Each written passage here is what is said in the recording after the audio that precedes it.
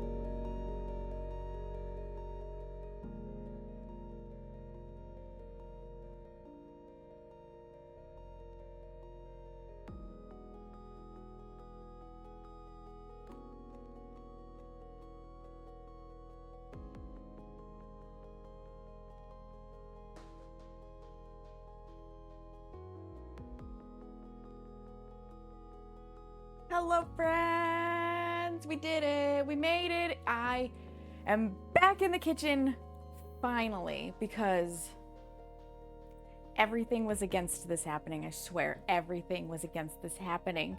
Congratulations to Sparkly for being the official first with the fastest fingers in the East.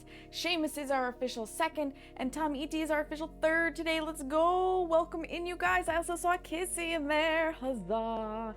You can't wait to see the noms, Tom E.T. I am hoping, fingers crossed, that the noms come out as good as I envision, because whew,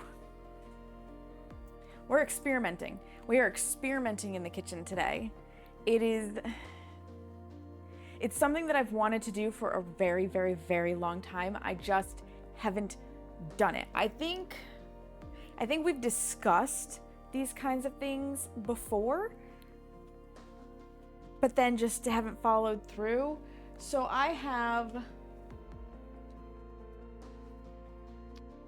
a peanut butter cookie recipe, which we've made before. We've made both the straight peanut butter cookies, and we have made the, more frequently, the peanut butter blossoms, where you take the peanut butter cookie base. I feel like I have a hair that just fell on my body. You take a peanut butter cookie base, and then you put the Hershey Kiss in and bake them. So I've done both. You've seen the peanut butter cookie recipe. And I've said for a while, what if we took that recipe but made it Nutella? Hi, Fia. So, get off of the table, Hera. That's what I thought. Kitties don't get on the table. That's right, you pick a chair. She's looking over at me like I didn't do anything wrong.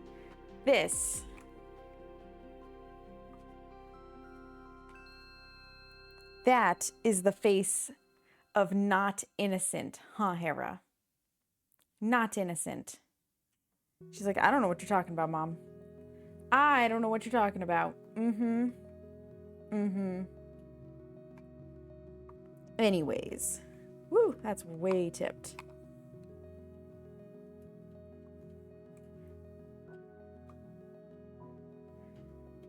I need it. Oh, it can go way back. Hang on. Right about there, I think, is where I had it.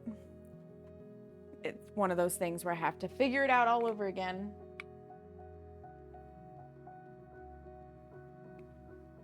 Yeah, Hera is a menace. Huh. So anyways, I have said for a while, what if we converted the peanut butter cookie recipe to Nutella? I mentioned this again recently in a VC, and my friends were like, that sounds great, but don't forget that Nutella's greasier. And I was like, you know what? You're right. You're right. It is greasier. So I did do some research. I did do some Googling, and there are already Nutella cookie recipes out there. I don't want to use somebody else's. I really want to convert mine. But what it was talking about is Nutella is sweeter than peanut butter, so cut back on your sugar. And Nutella is technically, because it's greasier, it is a wetter ingredient. So you either have to add flour or cut back on how much you're adding in. So I have decided that for the recipe, normally we use a whole stick of butter for one round. And I may do 2 batches, but we're starting out with 1. Because if things don't work out, we need to have less to adjust. So I'm going to be cutting the butter in half. I've taken 1/3 cup. No, I've dropped to 1/3 cup sugar of each instead of 1/4 or 1/2 cup. I thought about going all the way back to 1/4, but I was like, that might be too much. And I'm leaving everything else the same. So I'm figuring with less grease, because Nutella is introducing more grease, and less sugar because Nutella is sweeter, this should, in theory, work out. So I've written my notes down, and I will make notes as necessary. I'm going to be very much watching what I get in the bowl to determine if what I'm doing is adequate. The struggle here is I would love to show you guys the whole process, But we had technical difficulties this morning. Like, we had massive technical difficulties. I do not know why, but my laptop, when I opened it up from sleep mode, it was like, hey, BitLocker here, you need to go find your passkey to get access to your computer. And I was like, what? What? So I tried and I tried and I tried and it wasn't working and it wasn't working. And I'm like, oh my God, I may have to completely system restore this bitch, because that's the only way to get around it if you can't find the safety key from what Microsoft was saying. No, I fixed it. I turned it off and turned it back on again. So that worked out very well.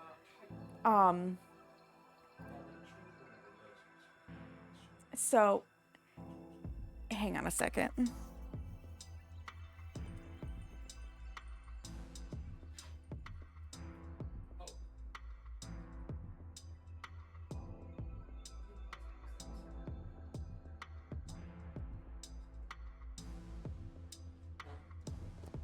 Seamus's dad called him, and in order for them to hear each other, Seamus talks a little loud, and I can see it picking up on the mic on the OBS screen. Anyways, where was I? Right, BitLocker was enabled, don't know why. But turning it off and turning it back on again solved the problem. So I get into there. I realize that I really should do some cleanup on the OBS on the laptop so that it's not throwing warnings at me constantly. So I do that, and then I go to plug in the overhead cam and stuff, and it's just not even registering that the camera's there. It looks like the software's been rolled back to where it doesn't belong, so I have to re-update the software. I get the OBS on the laptop to recognize it. I send it through teleport. Nothing. I try re-enabling teleport. Nothing. Like, nothing was working, and I had already had enough from the BitLocker, so I said, technology be damned, we just won't have overhead cam today. So there is no overhead cam because technical difficulties precluded being able to use overhead cam. My apologies, but we have done plenty of streaming without overhead cam. It'll be fine. It'll be fine. Everything will work out. I will do my best to bring the bowl closer to show you what's going on. You know, it is what it is. Hi, May. Welcome in. I'm doing good. How about yourself? How about yourself? So, we're going to do the best we can with what we have. Where's my other... There it is. I need my stuff and my things here.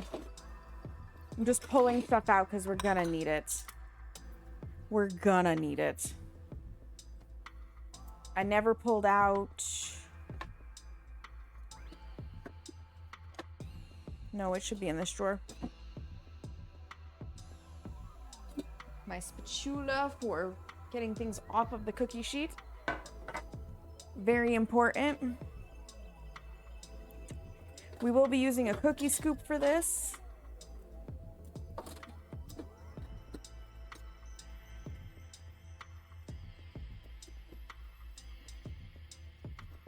I want to say they recommended, in the one I looked up, they said they use a number 40, but God, a number 40 scoop is huge. I prefer smaller cookies with a number 70, but I also get more out of it with a number 70. We'll see. We'll see what I'm feeling when we get that far. See what I'm feeling when we get that far. I need eggs.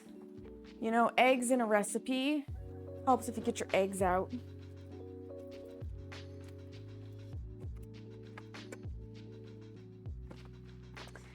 These don't have to be room temperature for softening purposes, so one moment while I'm gonna grab 2 eggs because I'm anticipating I will make a double batch, but like I said, we're not guaranteeing the double batch until I know for a fact that the first one works, and it calls for 1 egg per batch. So set that down. Put the rest of the eggs back in yon refrigerator. Okay, mo better. Carrie, hello, welcome in. Geomies, thank you for the lurk. I appreciate it. You're celebrating your 6-month mod anniversary. Yeah, it is Mod Appreciation Day yesterday or today. One of the two, but they introduced a new function where moderators can share their mod anniversary. How long have they been a mod? And the only ones who this is not going to work for are the people with hammers, because in infinite Twitch logic, receiving a hammer reset your everything. So good job, Twitch. Good job, Twitch. Okay, now I have everything out. So we're gonna be working off both of these things.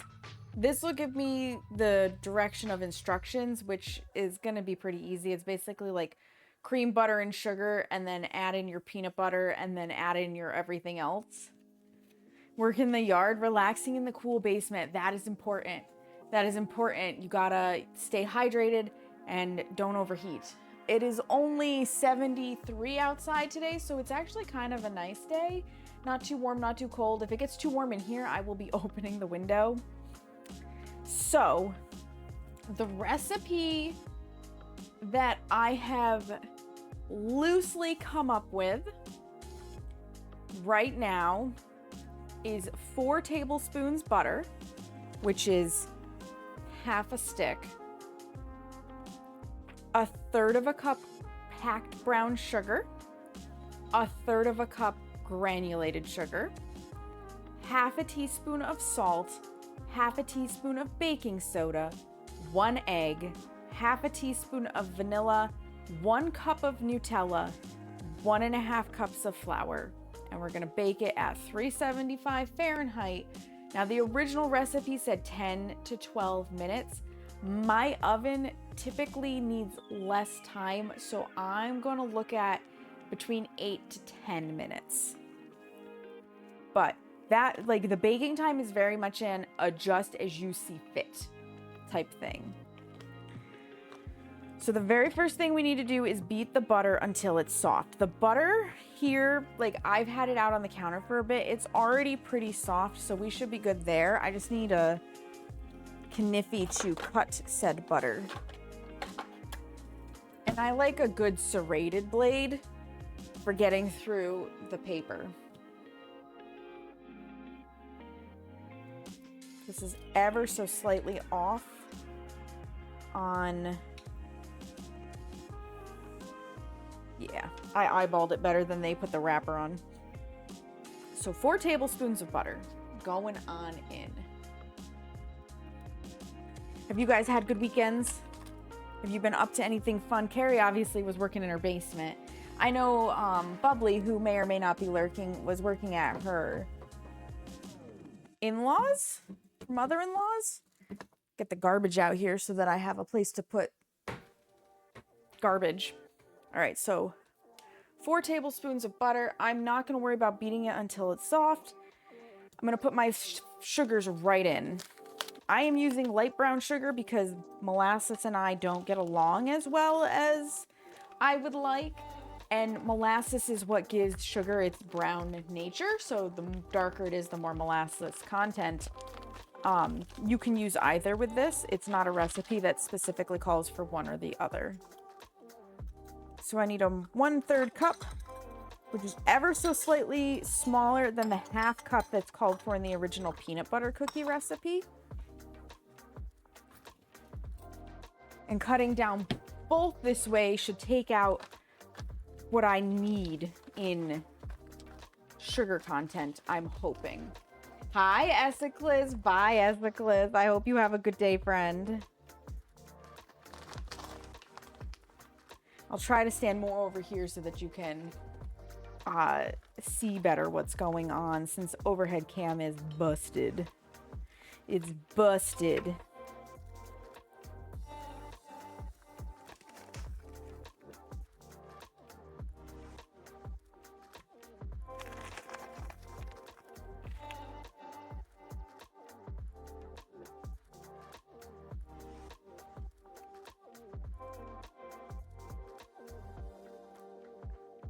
Had Seamus get me more because I was like, there's no way I have enough, but it looks like At least for a single batch, I have enough of the brown sugar.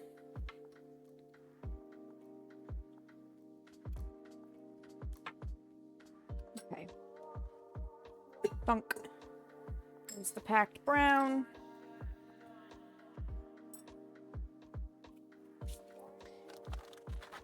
Yeah, we've got like a minuscule amount left in this bag. A minuscule amount. So that will either get used or get tossed because there's not enough there to honestly save. It's just that little. We also need 1/3 of a cup of regular granulated sugar. Ooh, it's a fresh bag. And I'm going to cream these together because, like I said, my butter is at room temp, so it's already soft enough to just cream. Get a nice scoop. In it goes.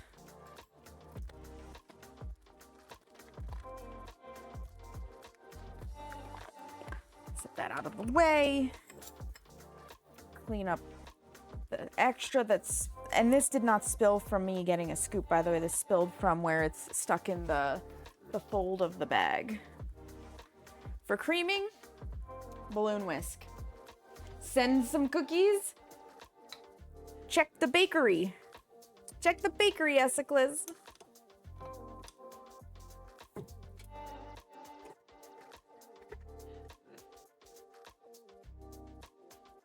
And we'll wait till that gets creamy. We'll wait till that gets creamy. I had to work yesterday, you guys. It sucked. I did not want to be there. My brain definitely doesn't want to work Saturdays at all. Because, like, I have work tomorrow, too, and I'm not nearly as dreading of it as I was Saturday. Just one of those things, I guess. I did 6 or so years where I never had to work a Saturday, and, well, aside from overtime, and I was very resentful of it. It kind of get used to that very quickly. Excellent, Essacles. Let's go.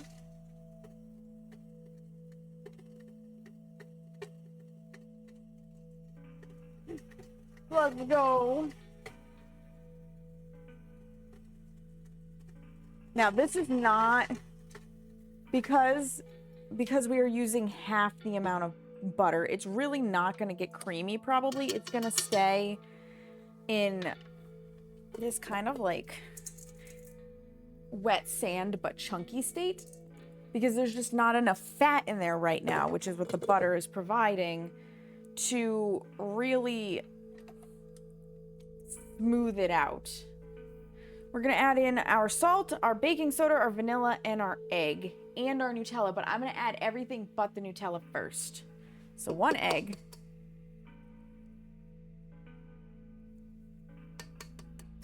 Come on, crack all the way, egg. Please, thank you. There we go. 1 egg. The albumin off of my fingers. Hi, Wazo. Welcome in. How are you? We need 1/2 teaspoon of a lot of things.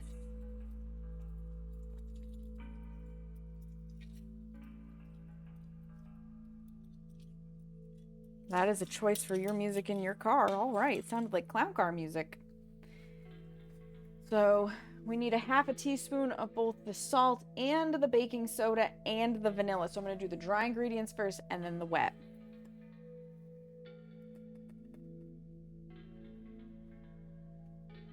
There's like a chunk of salt in my salt container blocking me. It's blocking me, you guys. It's very rude. Oop. Okay. Now, if you don't want them to puff as much, you can use less baking soda, but I think that'll be a good amount because that's what we had in the original peanut butter. And then the vanilla, the best part. It's not bad today. It's very overcast, but it's 70. Okay, it's down to 72 out, but 72 is nice. Oratini, thank you for the lurk. I appreciate it.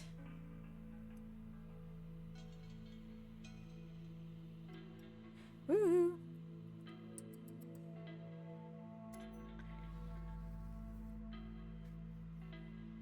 Smells so good. Let's get it off of where it's spilled though, because I don't need to cement the cap in place with dried vanilla residue. 77 there? That's not bad. 77 is very comfortable in my opinion. All right, we got those 4 things in, so we're gonna beat this together. That'll smooth things. Because now we got more liquid to help with the fats and the sugars.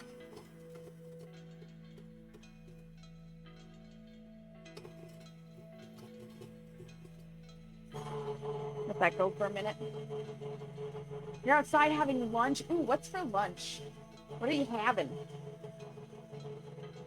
It is that time over on the West Coast, eh? Beautiful. Yeah, so much creamier. Whack it off. Put it in the bowl. I do want to take this attachment off to get the Nutella in because it's just going to be easier. So we need our 1 cup measure. We need our Nutella, of which I had Seamus get me 2 big ones because I didn't know how much of a cup this would facilitate. Leftover pizza. Ooh, what kind of pizza? Pizza's delicious. I haven't had pizza in a little while. For a little while, Seamus and I were constantly getting pizza, and I actually got tired of it for a bit.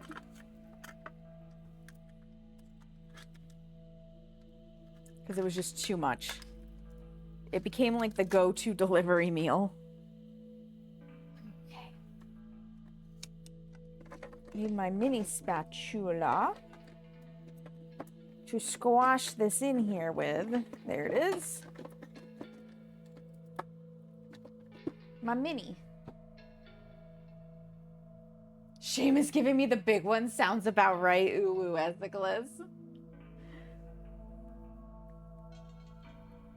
God, I love Nutella.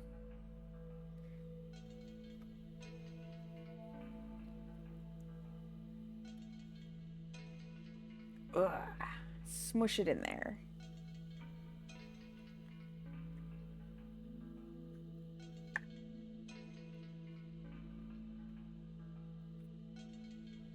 And I do technically have an open jar in the cabinet that I use for toast, but I'm saving that for toast, and if I don't end up using an entire jar, I will combine the 2 of them so that we don't have 2 open jars floating around. I think this actually will settle together better than peanut butter because of the higher oil content. I don't think I have to worry as much about squashing out the air bubbles, which is kind of nice, not gonna lie, because it's almost like a liquid, like a really thick, viscous liquid.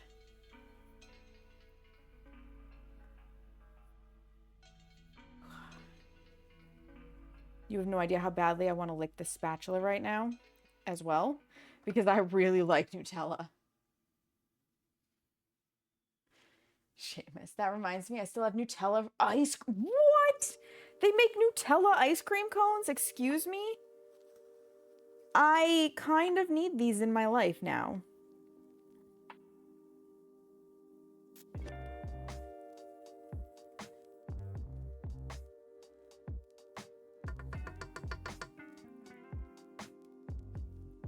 That sounds amazing. Let me guess, they also are a Costco thing because we don't have a close Costco here yet. I guess we're getting one. But it ain't here yet. And even when we do get one, with the area it's gonna be in, I'm not going to be as keen to go there frequently. just one of those things where if the area is not super easily accessible, me, a rural girly, nah. Has to be real good for me to get around that. Let's get this mixed in. Got them at Costco, but surely somebody else sells them. Maybe. I'll have to look it up. This already smells and looks amazing.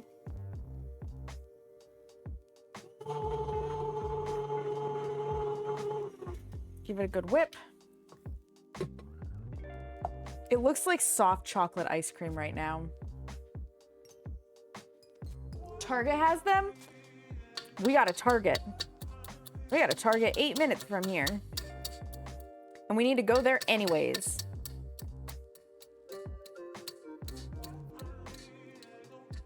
Get off of there, you goopy, delicious mess.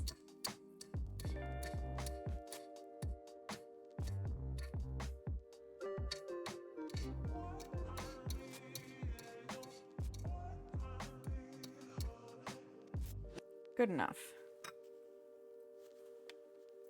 All right. All right, I need one more thing. Because I can't resist.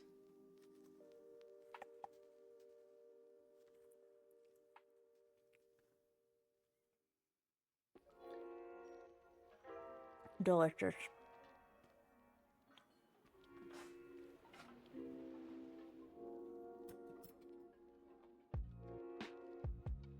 I needed that.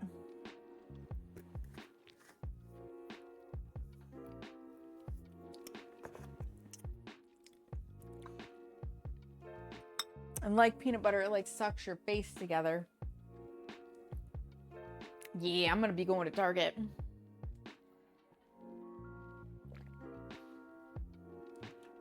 Okay.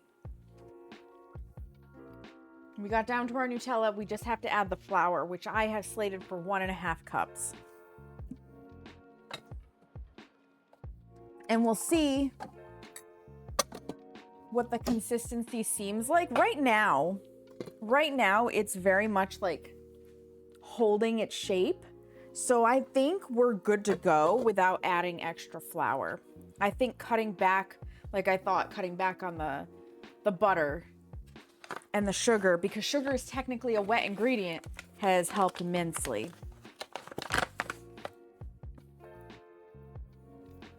And I'm just using up the bag that didn't, the part of the bag that didn't fit in my,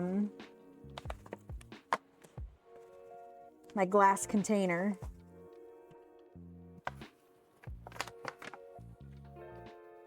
Give it a little shake. That is indeed 1.5. I think the original recipe calls for it to be sifted. Yeah, it does.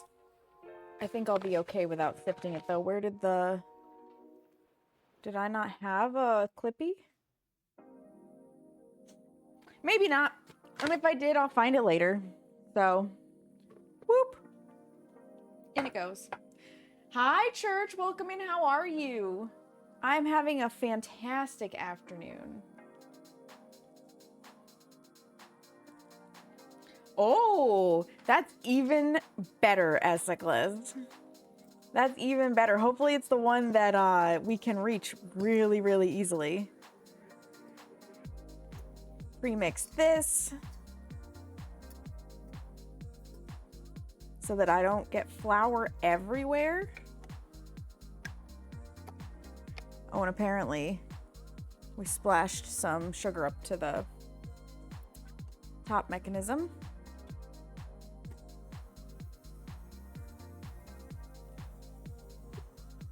If this comes out right on the first try, I'll be thrilled.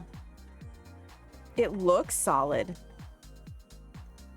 Now, Google did also say, the people that I found through Google, that you might want to chill the dough first, but this doesn't look that bad. I think we might be able to just roll with it. Debating on driving 20 minutes for a really good coffee. How bad do you want the coffee? Because that's a long drive for coffee. Do it.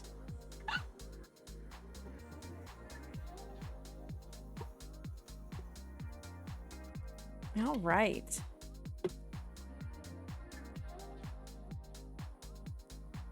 I mean, it's definitely going to hold shape. I can squeeze it together. If anything, it almost feels a little dry. Oop. From the edge of the bowl.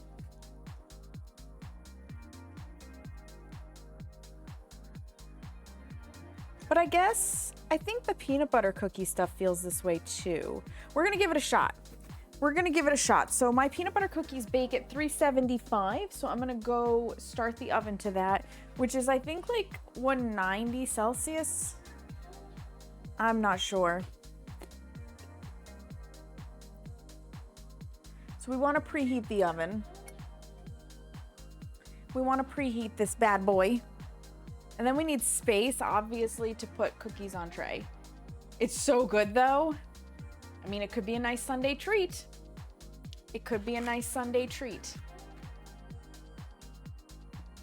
I don't know how interested you are in a good Sunday treat, but it could be a nice Sunday treat. All right. So for the moment, what I'm gonna do is move stuff more or less out of the way. Because I need enough space here to do my cookie trays.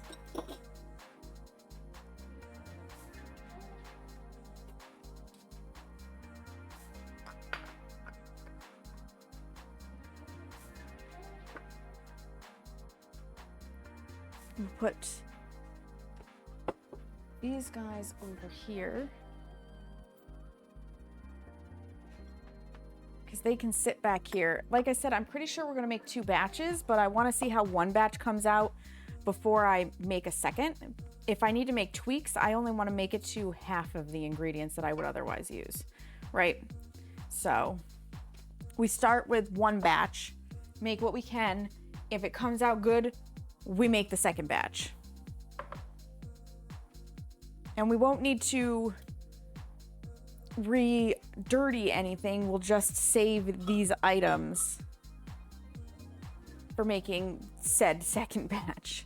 I'm actually also going to, this also got covered with flying stuff. No matter how careful you are, the KitchenAid will kick stuff back at you. But I'm gonna move my food scale out of the way. Give myself all of the room. I don't need any more of these. They can go back in the drawer. Hi, Everett, welcome in. You rarely had Nutella. This looks interesting. I'm hoping it tastes as good as it sounds. I'm hoping it tastes as good as it sounds.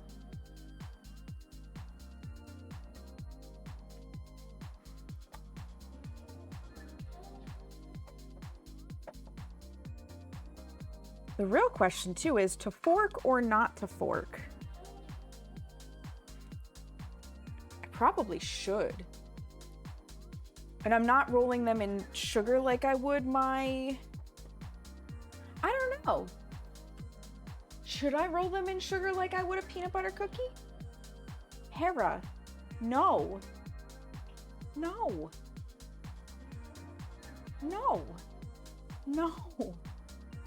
Little girl, you have to let go. No. Thank you. You always like a good forking? I bet you do, Seamus. Did she? No. Thought I felt blood for a second. Too much sweetness? Right, and that's kind of what I'm thinking. We already cut down on the sugar as it is, but probably these ones won't need it. Yeah, we won't roll them in sugar. We're just gonna scoop them. And I think I will press and fork like a peanut butter cookie.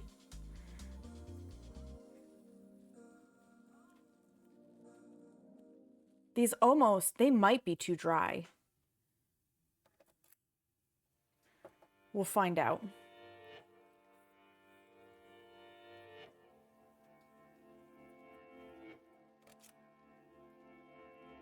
Because they do crumble a little bit. If I was gonna do anything to make them more moist and less dry, I think I would up the vanilla. I think I would double the vanilla if I needed to add some moisture back in. Because vanilla isn't going to affect the spread the way adding in extra butter would. And I don't want these to like super flatten.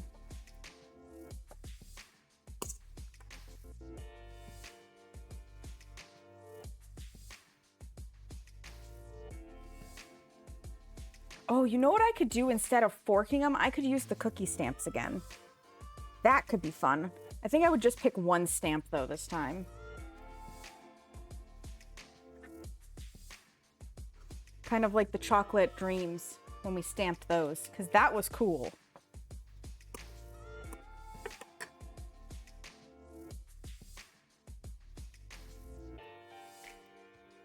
I'm gonna assume I can get 16 on this tray.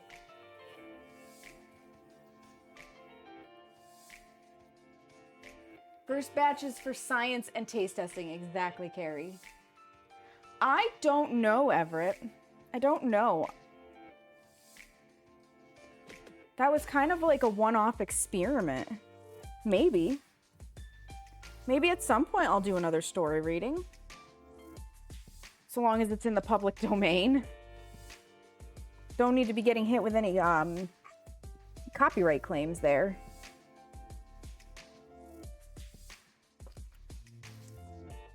Okay. I want to give them a little squeeze before a little press, because they come out of the scoop a little funky. Like, I don't know how well you can see that from a distance. So I'm just squeezing them. You thought the experiment went well? Well, I'm glad. I'm glad. Yeah. I thought about it this past Halloween and then it just didn't happen. I thought about it for Christmas, but with the Christmas cookies, it's just not feasible. I am so strung out from the Christmas cookies that, whew.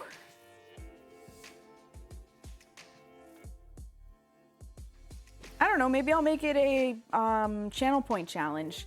We have a cooking stream. Did I slate it for next weekend or the weekend after? I don't remember. I made the schedule last night and then immediately discarded it from my brain. So I forget when I said I was gonna do the Cook With Me stream, but it is in my Twitch schedule here on the website for which weekend, so it is saved. You guys funded it. We're gonna make it happen. Sauce, meatballs, and bread.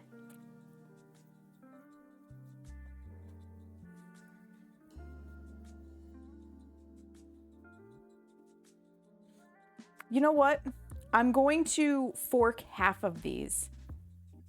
We're gonna experiment with how far do they spread.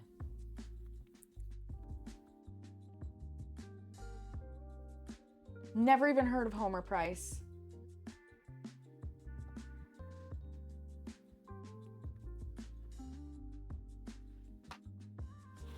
I mean, if he's commonly known as Homer, like I have heard of him, but not as Homer Price. All right, I need a fork and I need my mini glass, which is, because I need it to be a flat glass. Where did we put it?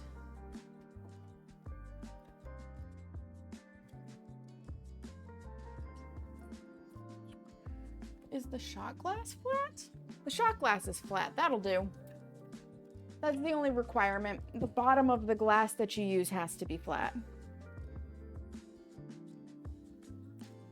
So half of them, and I'm going vertically instead of horizontally so that it can't be oven temp in the back is the problem versus oven temp in the front. So lightly flatten, then fork. They are definitely stiffer than the peanut butter.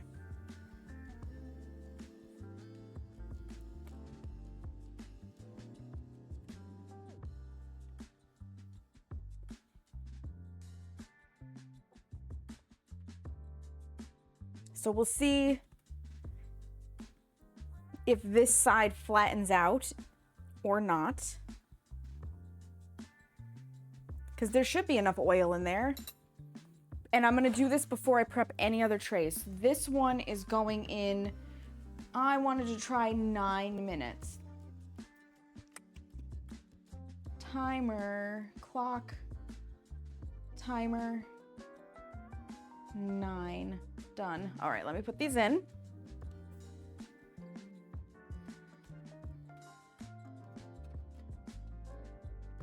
And we'll see how they come out. Because I want to make sure that they work before I do a whole bunch. Homer is a Greek poet from 2000. Homer Price is a modern author. Got it. Got it. About a boy who works at a donut shop. The donut maker jams and keeps making a ridiculous amount of donuts. If you wanted to be really meta and ironic, you could read that. If it's in the public domain, I could.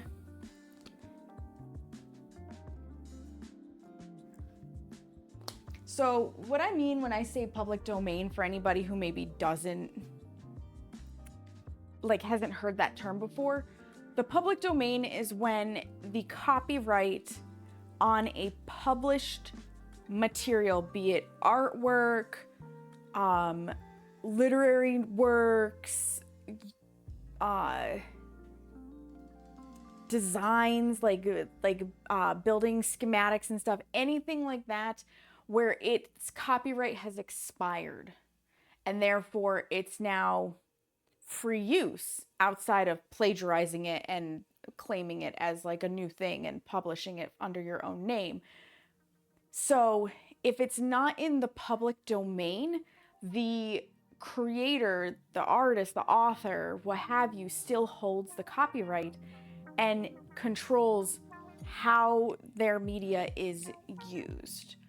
So somebody who has written a book that doesn't give express written permission to somebody else to create an audiobook, to read it on a streaming platform, be it YouTube videos that are just, I read the thing and I published it, or live streaming it on Twitch and whatnot. Like, if you don't have express written permission, you are technically stealing from that person because you are putting their content out without somebody having to pay them for it. So you got to be careful. You got to be careful with that kind of stuff.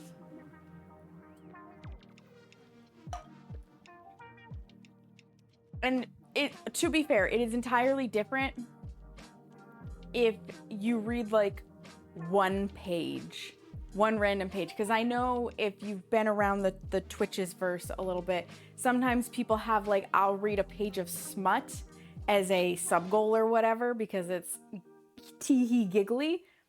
One page won't get you in trouble. A whole chapter, pushing it, but reading an entire book and making it so that somebody doesn't have to buy the book, that'll get you in trouble. It's from 1943, so we're actually either past the date or close. You're mostly joking. Gotcha. I could stick with Poe and do well. I did enjoy reading Poe. Poe was fun. Poe was a lot of fun. Yeah. I have to take it seriously because I have had some people come in before Everett that push for problematic things. They're just that kind of a person. Normally they're not regular people in the community, but just to be covering all the bases. I'm impatiently waiting for these cookies to do what they need to do. Though, I haven't put the cooling racks out. And we're gonna need those. This is the part of the ADHD that gets me into trouble. Also, why is this where it is?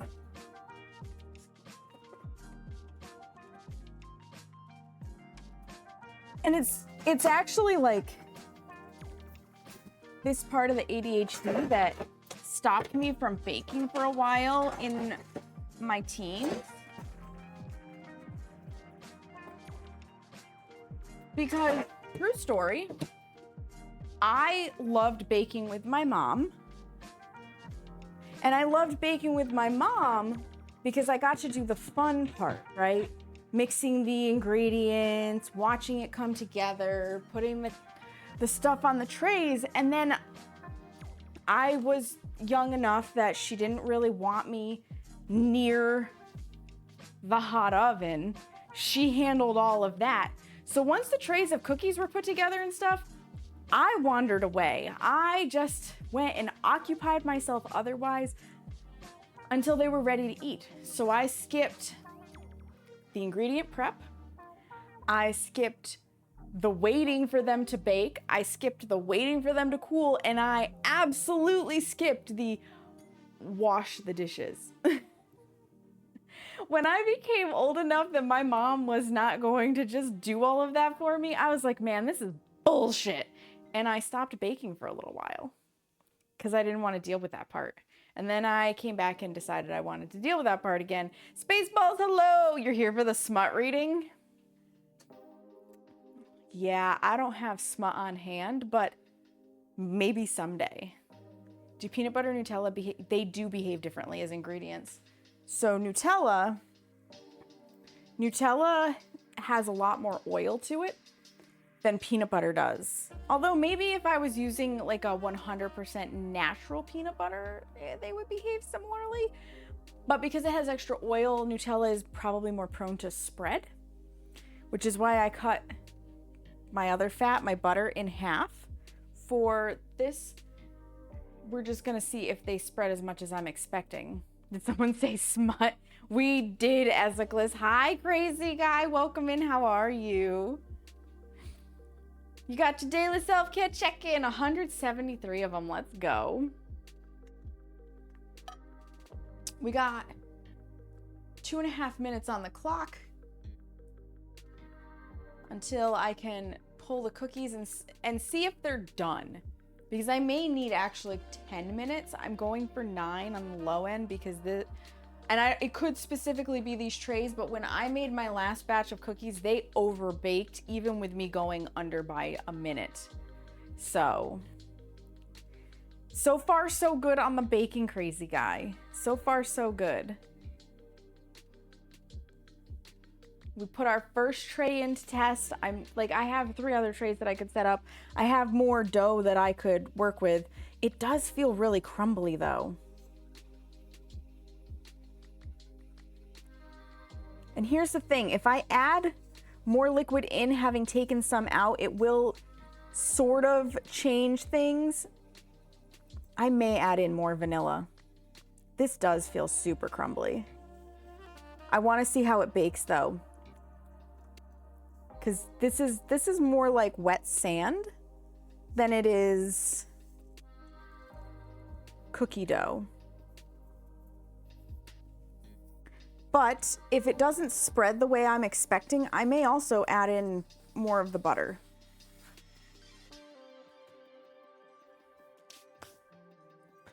So, fun fact, Ezeklis, I've seen exactly 2 horror movies in my life.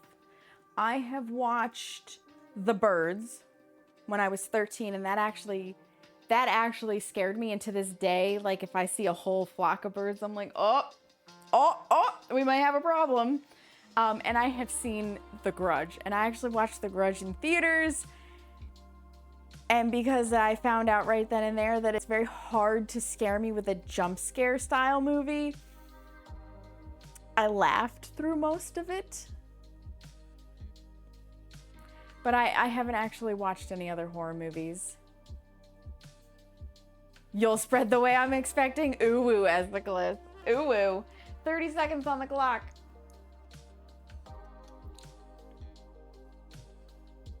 Just from what I'm seeing, I think I'm gonna give it an extra minute.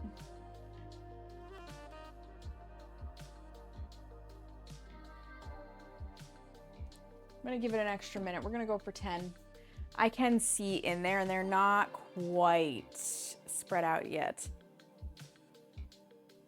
Just watched Obsession, and it's good. Fucked up, but very good. Oh, interesting. I've not heard of Obsession. I also am completely out of the loop with whatever's going on in cinema in Hollywood. If people don't talk about it, I am oblivious. Like, I didn't know that The Mandalorian came out with a movie until Kissy's husband was going to see it. And then I was like, oh, Interesting. Watch Pluribus. It's an indie one. Oh. Oh, hi Forever in Shadow. Welcome in. How are you?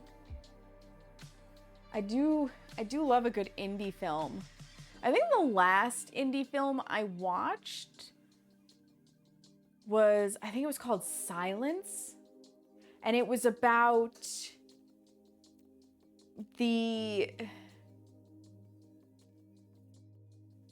purge of Christianity, I guess is the best way to put it, in Japan back in like the 1800s, where Christian missionaries were basically being hunted down and silenced. And it was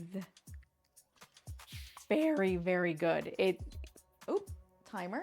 It's very intense, but it was so good. I watched it because Adam Driver was in it. And I really like Adam Driver as an actor. Okay. We've got cookies. They did not flatten as much as I was expecting, but they did flatten. They cracked. They cracked a lot, which is not ideal. So we let them sit for a minute before we take them off of the tray. They look like they're baked all the way through though.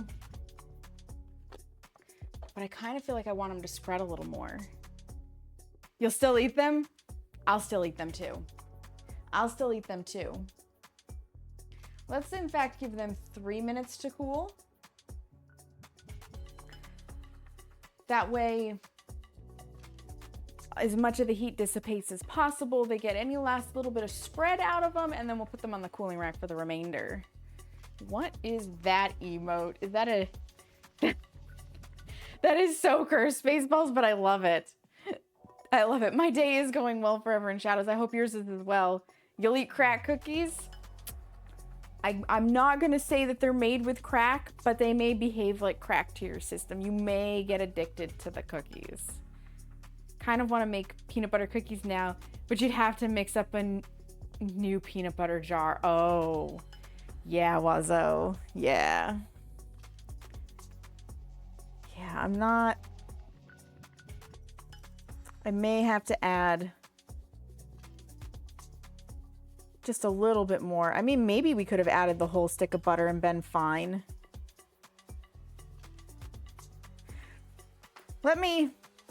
I didn't actually look at the difference in fat content between Nutella and peanut butter that I use, because that makes the difference too. Not all peanut butters are created the same.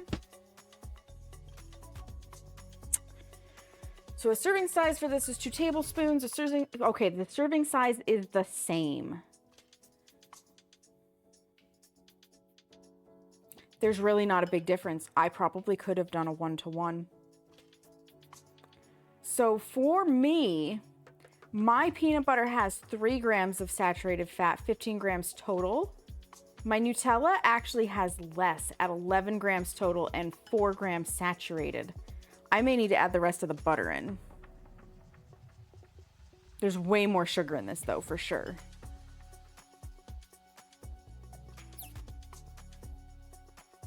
I will say though, the oil comes first in, comes before the oil. Like the oil is a higher ingredient in the Nutella than it is in the peanut butter. Because you can tell how much there is based on how early it's listed in the ingredients. So Nutella is sugar, then palm oil, then hazelnut, milk, cocoa, and then lecithin as an emulsifier, and vanillin as an artificial flavor, whereas the peanut butter is peanuts, then sugar, then vegetable oil, and a little bit of molasses and salt. So I think I might actually need all of the butter. It's not the best idea to just chuck the butter in now, but I might do it. I might do it. More chocolate, less nut butter, so you can see that. Yeah. Yeah. Hi, Chippos. Perfect time to come in, right? Right? Oh my gosh, Ben. Killer request. Baker, Hex, buttered, crunchy peanut butter, freshly baked in the mixer. Hi, Ben. Welcome in. How are you? me just refund your points there, goofball. All right, I'm gonna take cookies off of tray.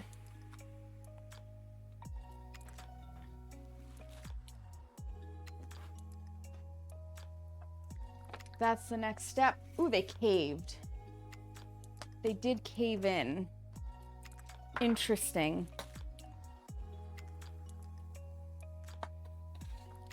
And they seemed to flatten relatively the same amount, whether I forked them or not.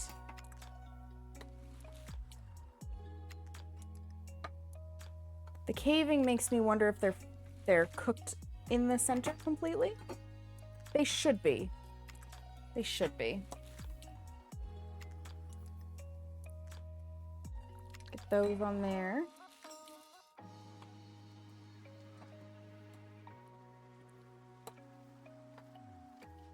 Oop, come on.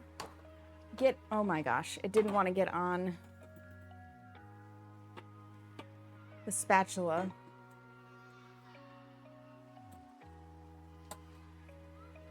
This one doesn't want to get on the spatula either. They like, it's almost a heat suction that happens between the cookies and the spatula. They don't want to come off. Set that tray down. I really want one of these to just be cool enough to eat, but they're still very hot. We need to wait. I'm like, maybe I can get away with it. No, my mouth will regret every decision that I was trying to make right there. It will regret every decision. I will regret every decision. And I know ads have started. We'll wait. We'll wait through the ads to see.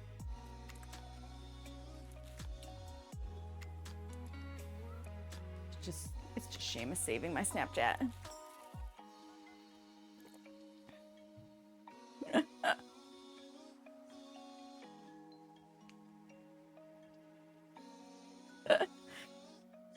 Ben is such a troll, but he's a funny troll. And I did want to adjust this. I am going to go out on a limb and just chuck the butter in here because I do I add the butter or, you know, do I add the butter or do I add the vanilla? It's so crumbly.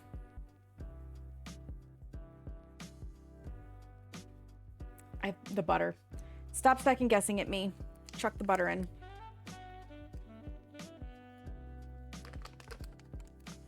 This is part of experimenting. You may have to throw out a batch. It's fine.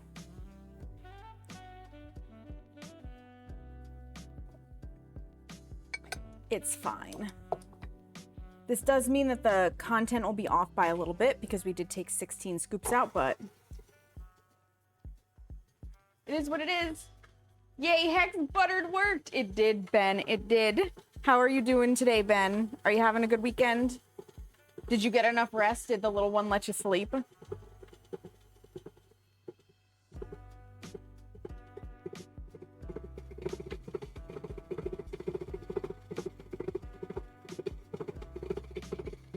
Because that phase of sleep is for the weak.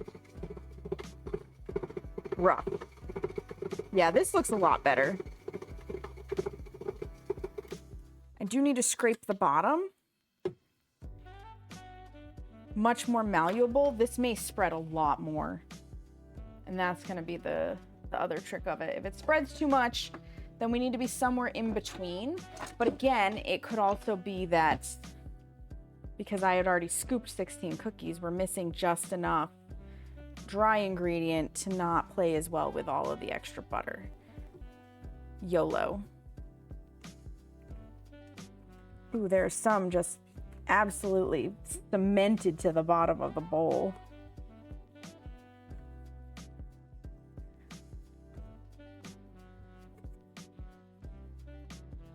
Which, with Nutella, is not unexpected.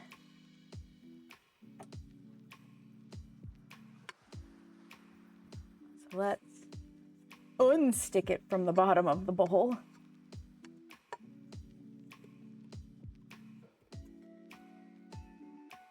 I actually need I think I need a metal spoon to unstick it.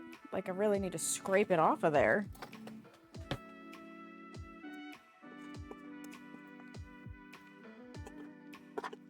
Get right up and under it.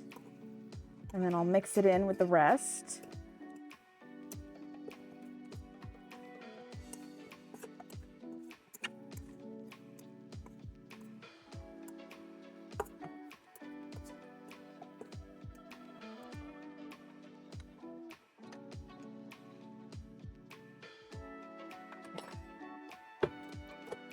One last mix.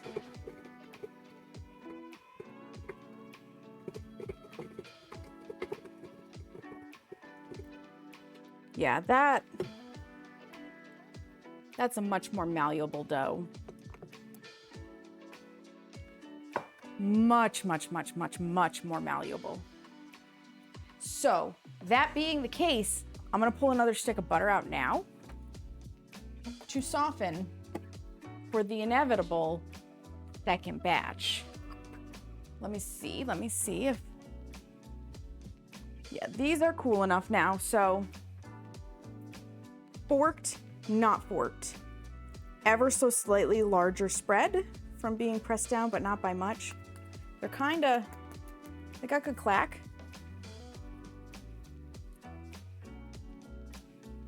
They pull apart nicely when warm.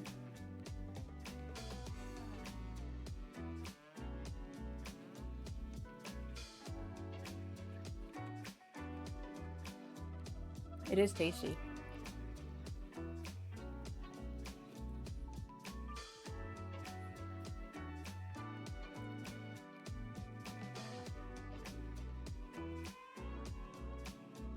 And the Nutella is a little more subtle than when you eat a spoonful of it.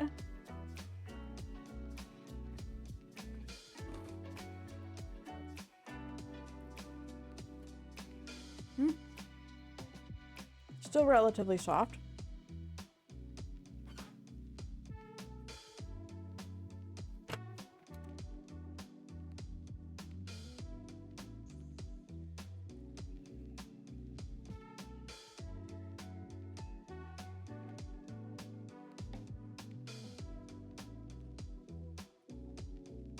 Sweet. Way crunchier than your peanut butter cookies are usually. Mm-hmm. Too much of the hazelnut is more chocolate. It's a lot more chocolatey than hazelnutty. Yeah, he's right. The ones that I forked, because they were pre-pressed, they're a lot crispier on the edges.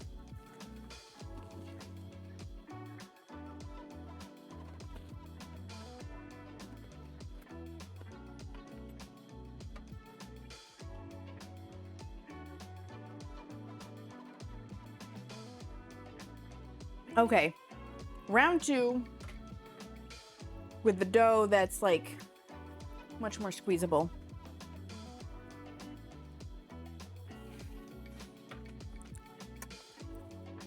I am definitely not forking this dough down because it is that much more malleable. We're gonna see how this goes. And if these go good, then we're solid. And if they don't, we'll adjust from there with a new batch.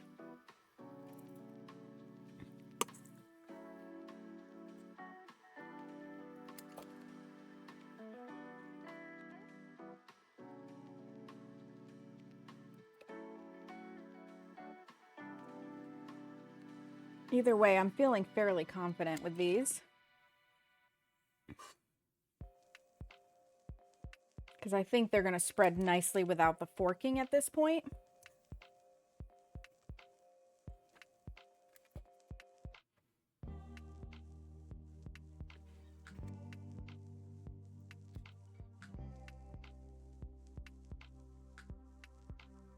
It is a really nice flavor though.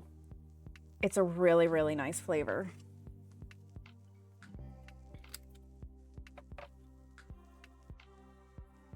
I'm excited for these cookies.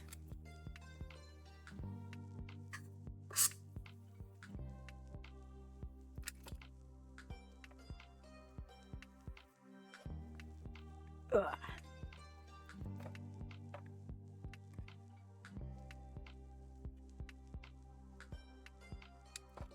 Okay.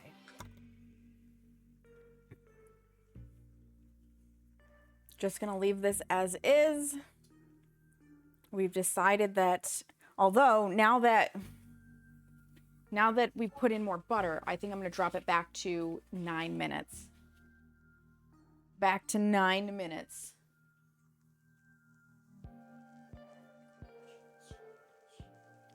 Okay, let's put these in. Let's see how this goes. Yay, experiments.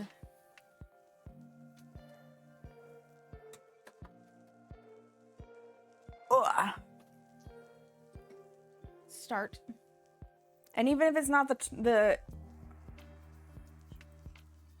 even if we don't end up saying that all the cookies I baked were a success, it is still cookies being baked, so I will include it in the count.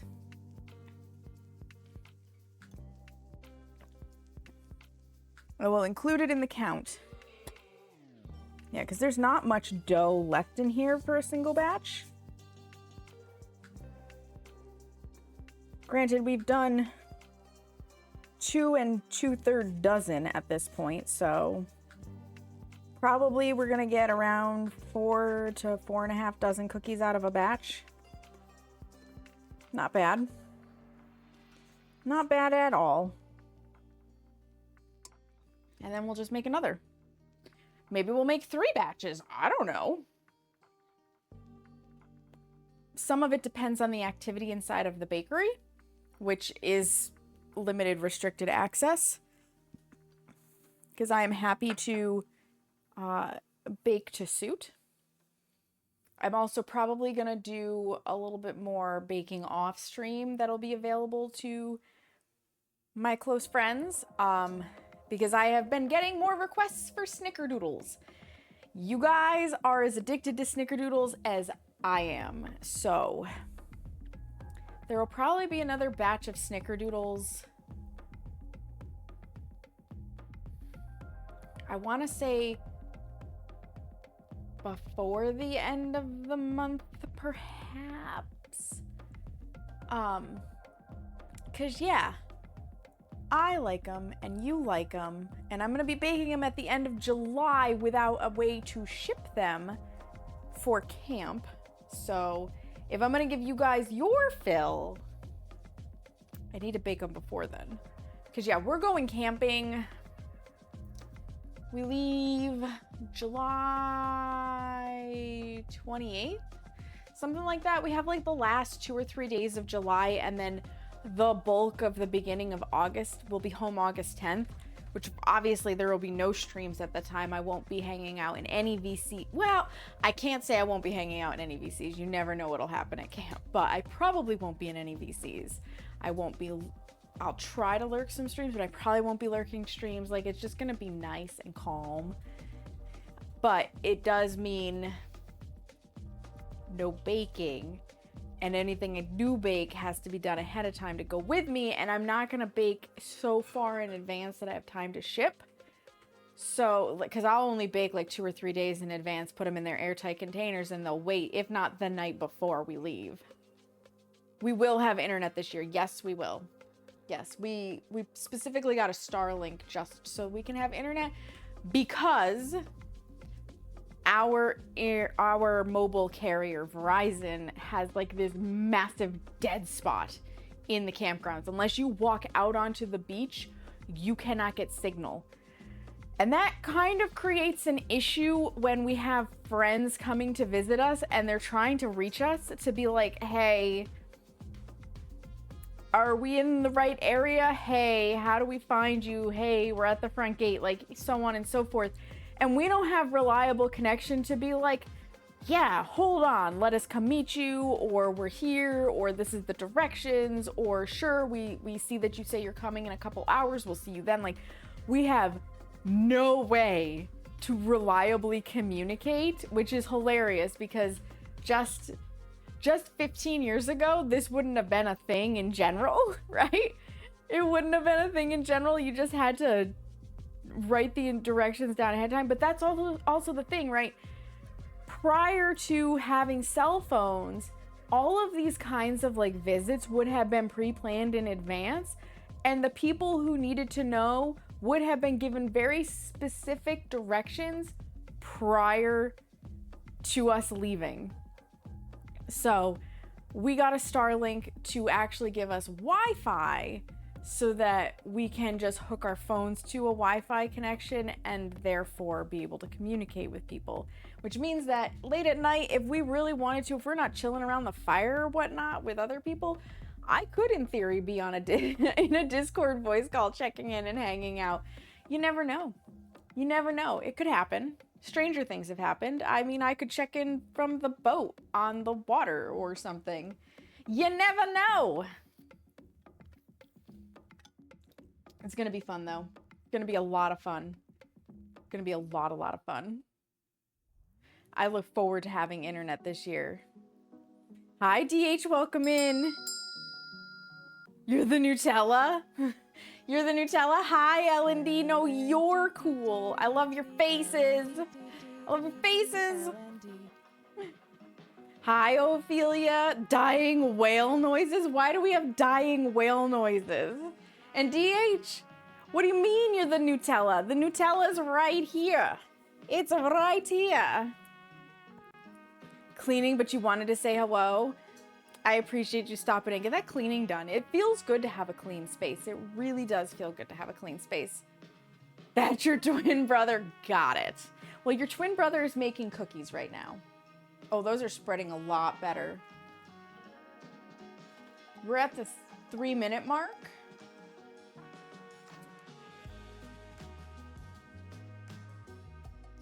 We'll give it the full 9. I just got to keep an eye on it.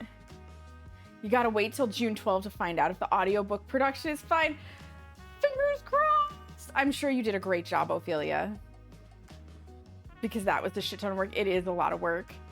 Yeah, Lindy, we're experimenting. So just as a quick catch me up while we wait for the cookies in the oven, I took my peanut butter cookie recipe, did some research on Google, and came up with a potential Nutella cookie recipe. The very first round, which we added ingredients to a partial bowl, they came out, so we forked this one and we didn't fork this one, and the dough was dry and crumbly-ish, and so they cracked, and they're roughly the same size, but this one is a little chewier than this one because the edges crisped up more. So I added more butter in to kind of give them a better consistency. The taste is good. The taste is phenomenal. So we're seeing how this batch comes out before I put any more on trays. I'm doing them very much one tray at a time until I have a recipe I like, and then I'll go further. Cleaning the kitchen. You cleaned your desk space last weekend, so you're gonna see what you can get done tonight. And cleaning clothes on. Yeah, absolutely. I may or may not have ran out of trash bags. Oh no! If you do good, you're rewarding yourself with pool time. You are doing fantastic regardless, DH. You should reward yourself with pool time anyways. Steals cookie batter in advance. Yeah, so the cookie dough I have right now feels a lot better. Because I had already scooped 16 cookies out, I may have over added butter to compensate. I'm gonna be making another round. I just wanna see how these come out before I consider putting more trays together with what's remaining, and then we will be mixing up another batch. You got it, Kayla. Oh, the hydration. I'm gonna have to refill my water in a minute. My water is getting low. We got 30 seconds on the clock. Oh, those look much better. They will flatten out the rest of the way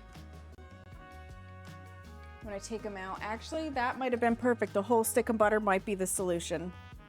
Soften faster. Soften faster, butter, for when we make the next round. Okay, cookies need to come out. It's time.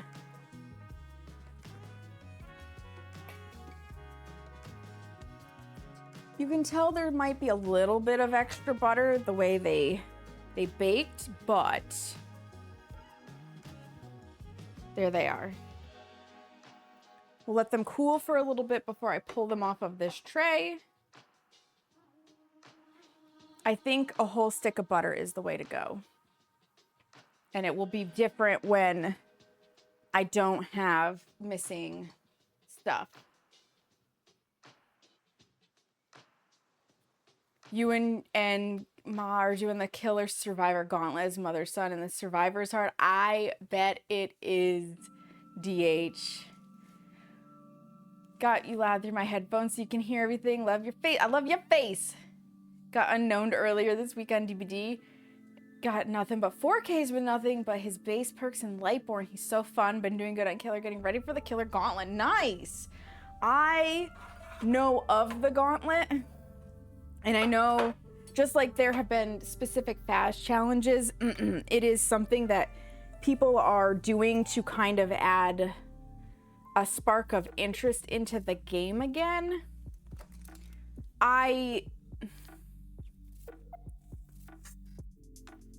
a little hesitant to be 100% okay with it. Only because one of the gauntlets is to play Killer using only one perk that is a teachable, and you have to get 4Ks. And like all of the others, you can save at the 10s, so 10, 20, 30, 40, and then 50 when you complete it. Otherwise, you have to go back, I think, to your last save point and try again. And the problem I'm having with it is the way it's making some Killer players behave, because they get very tunnely and sluggy in their competitiveness. And I am totally chill with, you want to challenge yourself, right? You are looking for something of a challenge. You're looking for something to do. I, as a survivor, didn't necessarily sign up for that.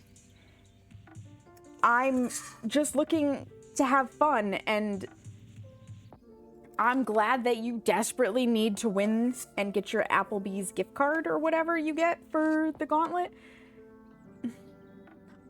I don't like being slugged on the ground for no reason other than I'm playing the gauntlet, which has happened on numerous occasions for myself and my Swift. Boone Exponential has never seen so much use. Yeah. So, like, I totally understand why people are doing it. They need something to be of interest. And not everybody is playing like a shithead, right? Some people, I see them with the one perk and I'm like, oh, wow, okay. You played pretty fair, you know? You didn't just tunnel somebody out right off the bat 30 seconds into the match at 5 gens. You didn't purposefully leave people slugged on the ground while you went to find the other survivors because, God forbid, a gen get done.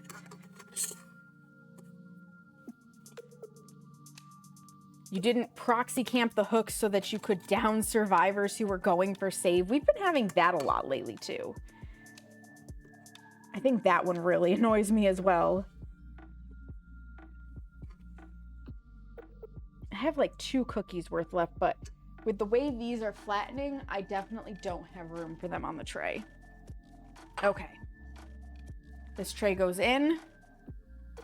The other tray can get de-cookieified.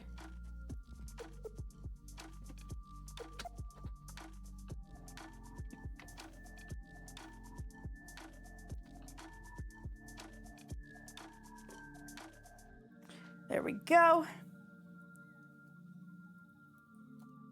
Another 16. I'm too competitive, but I refuse to resort to tunneling or slugging because it's a game at the end of the day and you want us all to have fun. Exactly. Weirdly toxic, leaving people on hook, not taking protection hits, killer slugging and tunneling. People are very, very competitive right now. That is what's going on. That is what's going on. And I will say, there are times where slugging is a strategy, tunneling is a strategy. You can bet your ass if I notice that your friend with a clicky clicky flashlight is nearby. When I'm going to pick you up, I will leave your ass on the ground and deal with them first. You can bet your ass if your friend with the Sabo toolbox is nearby and I see them, I will leave your ass on the ground while I deal with them.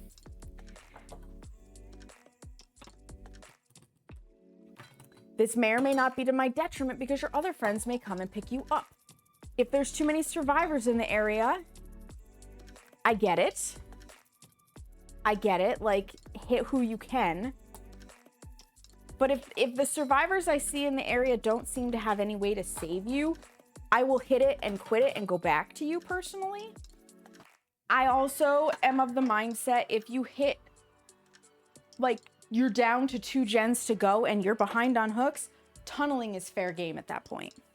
You got to get somebody out of the match. Like, but I'm not a killer that's going to come out of the gate at 5 gens and be like, first survivor I see, I'm hooking them as many times as necessary to get them out of the match. Hit someone on gen when I snatch their teammate off. Yeah, absolutely. Absolutely.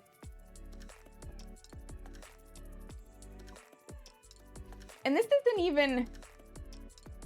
isn't even like me being like, oh, you have to abide by my survivor rulebook, right? Because that's the whole thing. There is the survivor rulebook. I just don't want to be an asshole because I'm not going to play the way that I feel is unfun when I'm on the other side. So, as a killer, I recognize that when people are coming in and they're getting flashlight saves and they're saboing hooks, I'm like, they are having the time of their life. And I'm okay with it. Except for when DBD allows them a save that I'm like, how in the fuck did you get that angle, right? I digress. I know they're having the time of their life. They are super ecstatic that they're getting these saves and stuff. But on the flip side, when I'm a survivor being that way, I also fully expect that killer is going to put me on the ground and leave me there.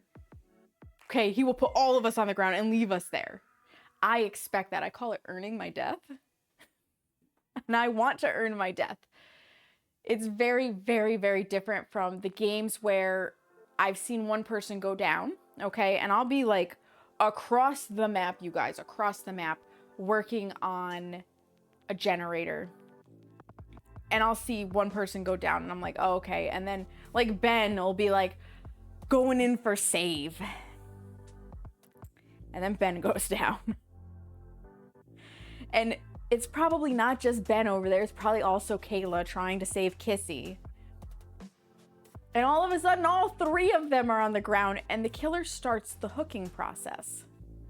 I have just been minding my own damn business on a generator because somebody has to do the objectives. And I will wait for hooking to happen before I start going over there. Or I try to wait for them to crawl away from each other and recover so that it's not a pile of bodies that the killer can easily camp and watch for me, the lone survivor, to come into. And it really frosts me. Obviously, like, the killer's gonna do killer things, but give us a moment. It really frosts me when the killer stands in a way to proxy all 3 hooks. And I come in for the save and it's just hit down and then it's just a repeated series of downs because it's like, I get it. But at the same time, unless we have flown through gens and there's like a ton done, you don't get any points as killer either because the match is over too fast and you didn't have time to break pallets or kick gens or what have you. You just got a 4K. Hi, Hemi, welcome in. Yeah, I act like little shits get in trouble. How are you, Hemi? How are you? So that's kind of my preachy side of how do I view DBD. It's not explicitly stated that you can't behave that way. I just don't understand why you would because the system does not reward it. The system, and I saw this myself, right? I played a match. I've been playing dirty matches as killers. I played a match where the survivors practically threw themselves at my feet. I don't know if they just didn't want to go against the doctor or what. But they really didn't complete gens. They really didn't throw pallets. I had no gen kicks, no pallet kicks. I didn't have a chance to break any doors. I 3-hooked all of them and it was over. And I got like 28,000 points, which is just a little over half. Because I didn't get to do any of the other stuff. The chases didn't last that long. And it wasn't enough to pip. So what was the point? And I look at that with other killers that end matches really rapidly, and I look at their point scores, and even their scores are pretty low. And I'm like, what is the point? I don't know. So to me, I would like to earn more points for more blood points and a better, you know, chance at pipping. But that's just me, I guess. You can't sleep because your allergies are mean heavy. Oh, that sucks. That sucks. Do you have any sort of like relief or medication that you might be able to take? Or is it all just chance? All right, here's what they look like second round, where I added more butter. So the fat helps them flatten. Ooh, they're still, I'm sure they will solidify a little bit more as they cool the rest away, but they're still actually pretty gooey.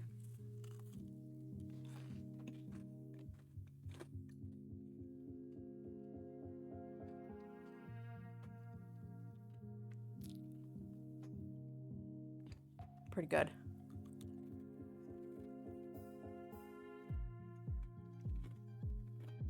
There is none, Gayla. I'm the same way, DH. I want a match to last a little longer. You're taking mental tips? Absolutely, take them all. Let me give the other half to Seamus. More butter. I added more butter. Oh, that's way better. Yeah.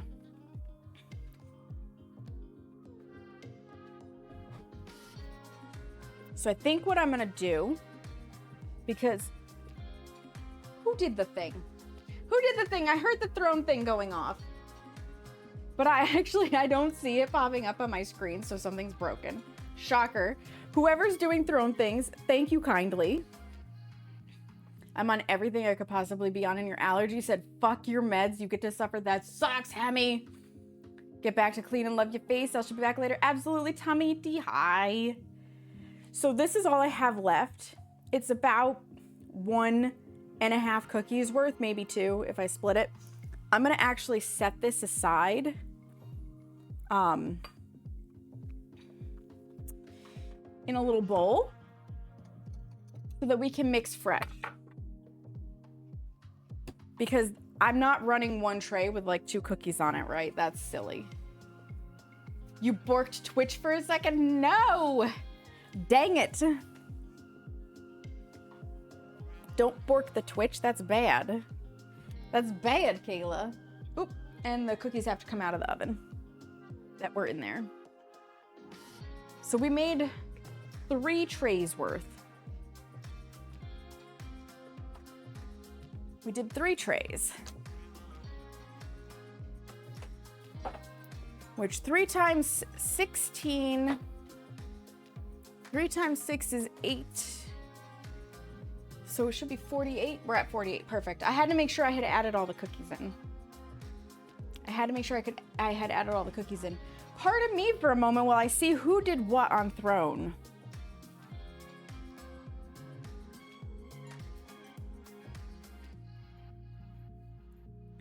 Because Discord tells me this, even though if I make Throne partner, one of the things I'm gonna suggest is a way for it to pop up in chat that somebody has done the thing, so that for those of us who can't see our alert, or the alert is layered wrong or something, we can still see in the chat.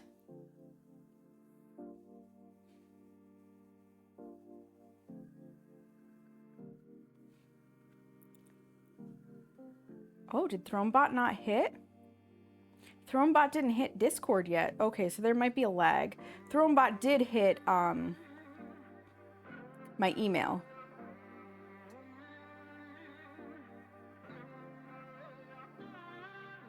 Tamaiti, thank you. It was Tamaiti. We got the official My Neighbor Totoro cookbook coming.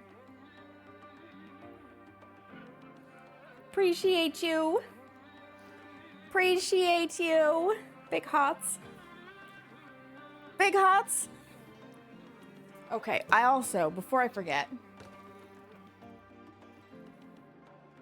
markers so I know.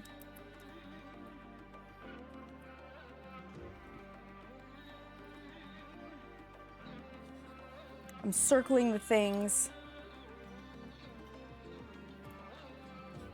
crossing things out that I didn't need to do,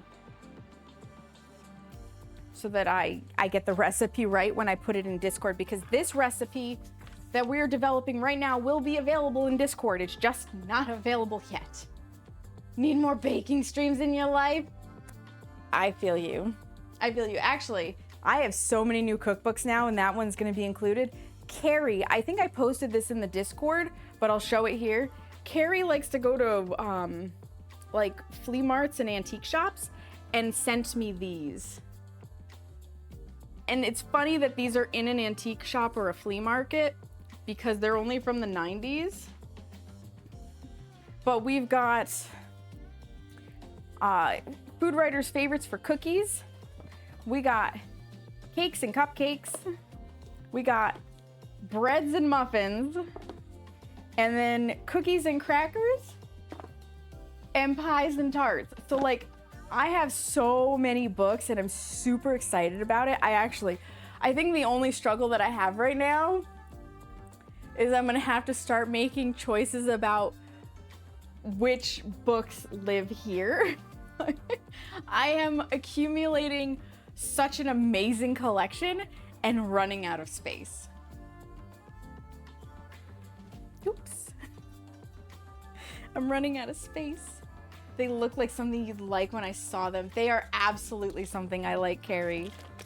And I am thrilled that I can, like, that you guys know me enough that you send me these kinds of things.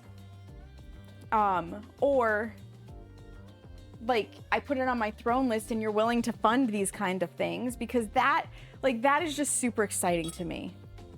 I want to cut this in half just to, like, cut it into chunks to make it easier for the mixer to break it up.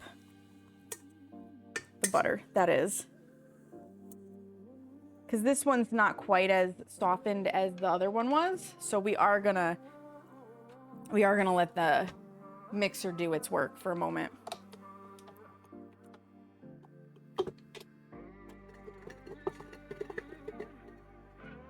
Let the mixer do its work. Yeah, I'm really excited for all of the recipes we're gonna get to try out. I think what's gonna come down to, thank you for the follow, I appreciate it. Oh, maybe that's where the alert went, was way up there.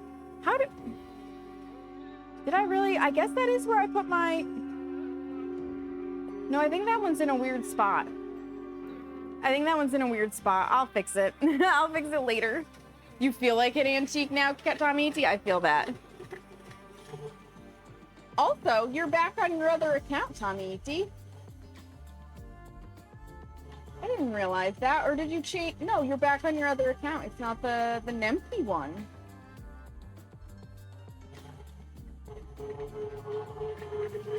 Okay, that's creamed. That's smoothed out. And it does have stuff that was already on there. It's fine. It's fine. All right. So we're going to need... Let me just bring a couple of these back over.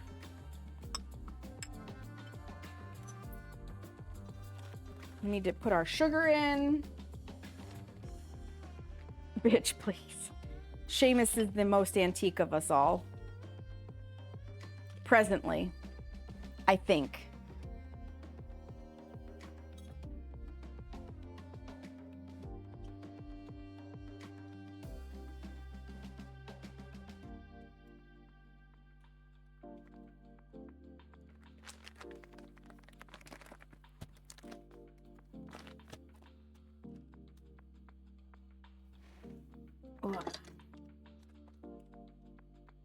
Yeah, anyways, as I was saying, I think it potentially will come down to, because I have so many recipes I want to try, that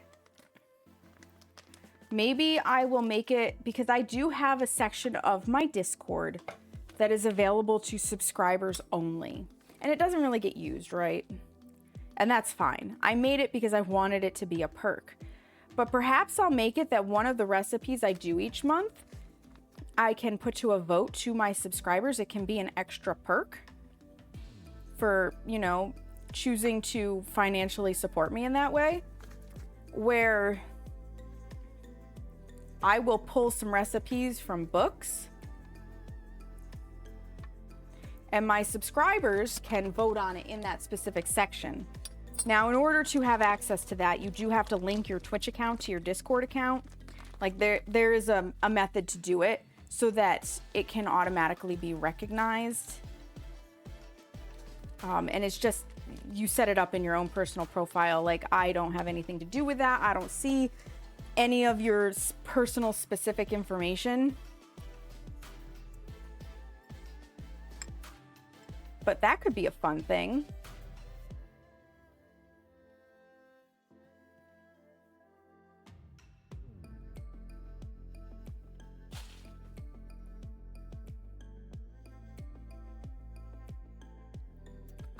That could be interesting. I don't know if you guys would be interested in that, but put the option out there. Because I will be right there with all of you who say that Twitch is greedy and emotes are not necessarily enough of a perk to want to subscribe to somebody, right? I get that. That's why I try to add extra value. Kind of like a Patreon of sorts, but within Twitch itself. Another third of a cup of sugar. And then we cream it again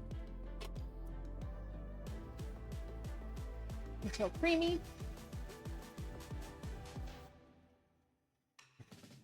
While that goes, we can actually take the cookies off the tray, because it'll take a moment.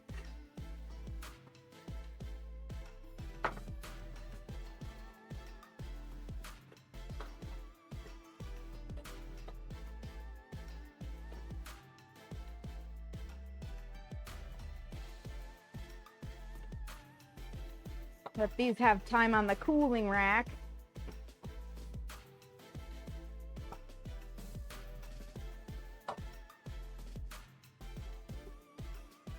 I'm very excited and amused. It's a combo wombo effect that the baking is becoming such an integral part of my stream that it's basically every Sunday. We went from occasionally to twice a month. Well, no, we went from occasionally to once a month to twice a month to basically you get it every weekend. Okay, that is creamed. Get this out of the way.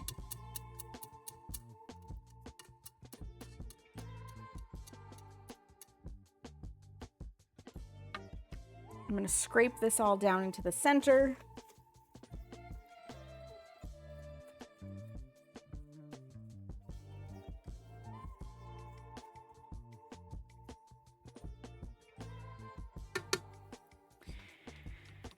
So now we need the salt, soda, vanilla, egg, and Nutella. 1 egg. Ugh.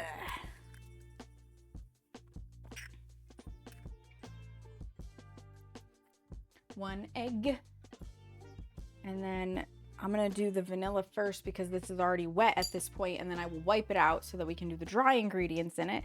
1/2 teaspoon of each, the vanilla, the baking soda, and the salt.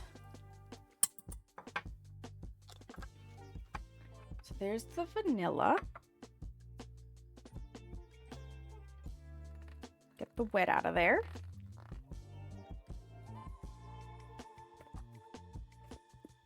They're so fun and unique every time. They're fun streams. You guys are so kind. I really do appreciate you guys. I hope you understand that. Like, woo!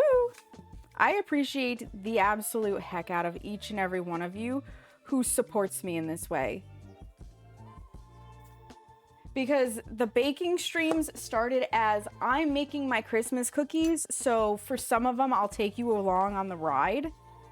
And then when I first did it, I was an unknown streamer at that point, because I started streaming in the beginning of February 2022. I was made affiliate by the end of February because I had some very, very kind people in fellow communities that came out and supported so that I could get enough followers and the average view count very quickly. That year was the first year I did my baking streams. And there are clips. You can find clips from there. That is where Whack It Off first came from. When I'm, you know, whacking it off. And I just had my general community, but they did do a little bit better than my basic streams. I then only streamed a couple of the cookies, not all of them. The following year in 2023, I did more of the cookies because people were really interested in them. And that was when Glay, I think I knew Glay at that point. That may have been when he mentioned it. No, it wasn't. So I did more of them. 2024 is the first year that I streamed all of them. And it was 2024 that Glay came to me and was like, hey, why don't you do more baking streams? And I was like, do people really want to see that? And he was like, absolutely. So it's because of Glay that I even started doing more baking streams. So 2024, I was doing them occasionally, realizing that people really were interested in them. And 2025 took off, just took off. Was amazing. Talking with me is fun. I appreciate that. I appreciate that. She's just loads of fun. You guys are so kind. You are so kind. I don't know if you realize that, but you are super, super kind.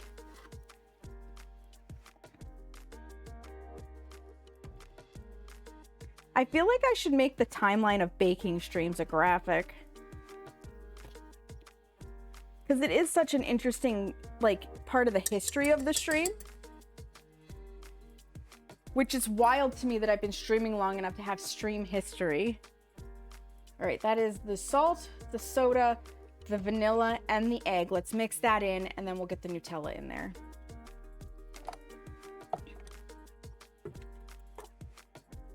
I like to beat the egg in before I put the rest of it in with the rest of the loose dry ingredients. Okay, that's in. Soupy because of egg, whack it off.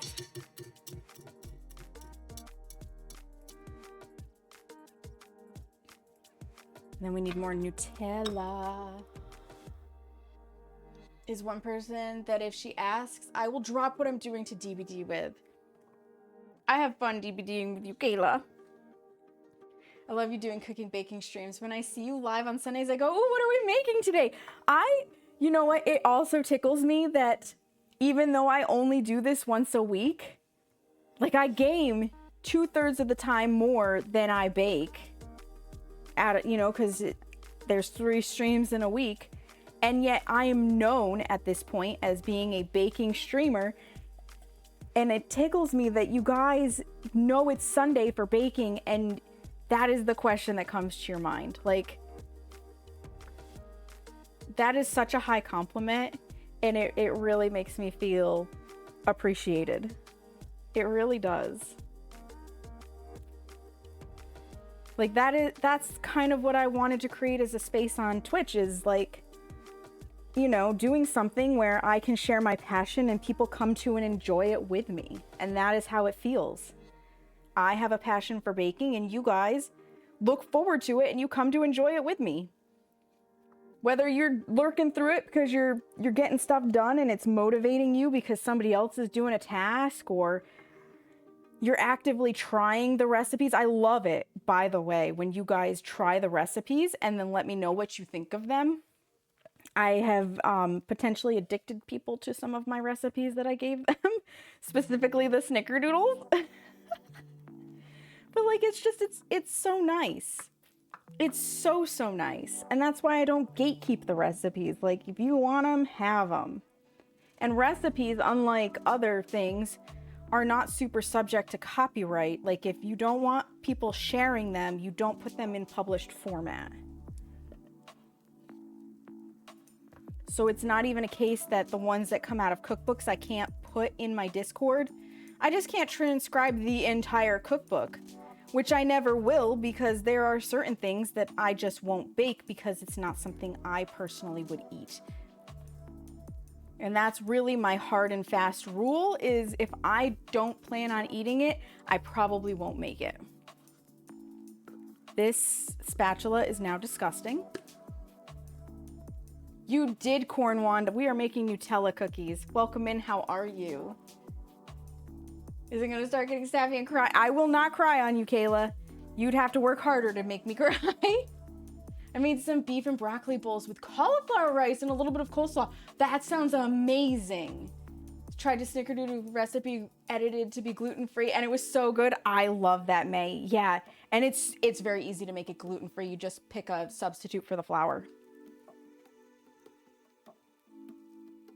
Right, exactly, Hemi. No point in wasting food. The only time that it could potentially happen is during the birthday subathon, which I'm 2-0 to you guys for at this point, where if you hit the top goal, I will make, and I'll show you the cookbook in a moment, because it's right here. Let me just get this cup of Nutella in here. I will make and try a bite of this god-awful 50s Jell-O recipe called garden souffle.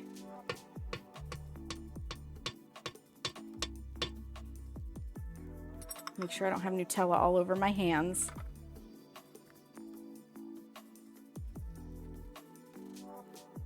You don't have to apologize for being busy, Cornwan. We all have lives.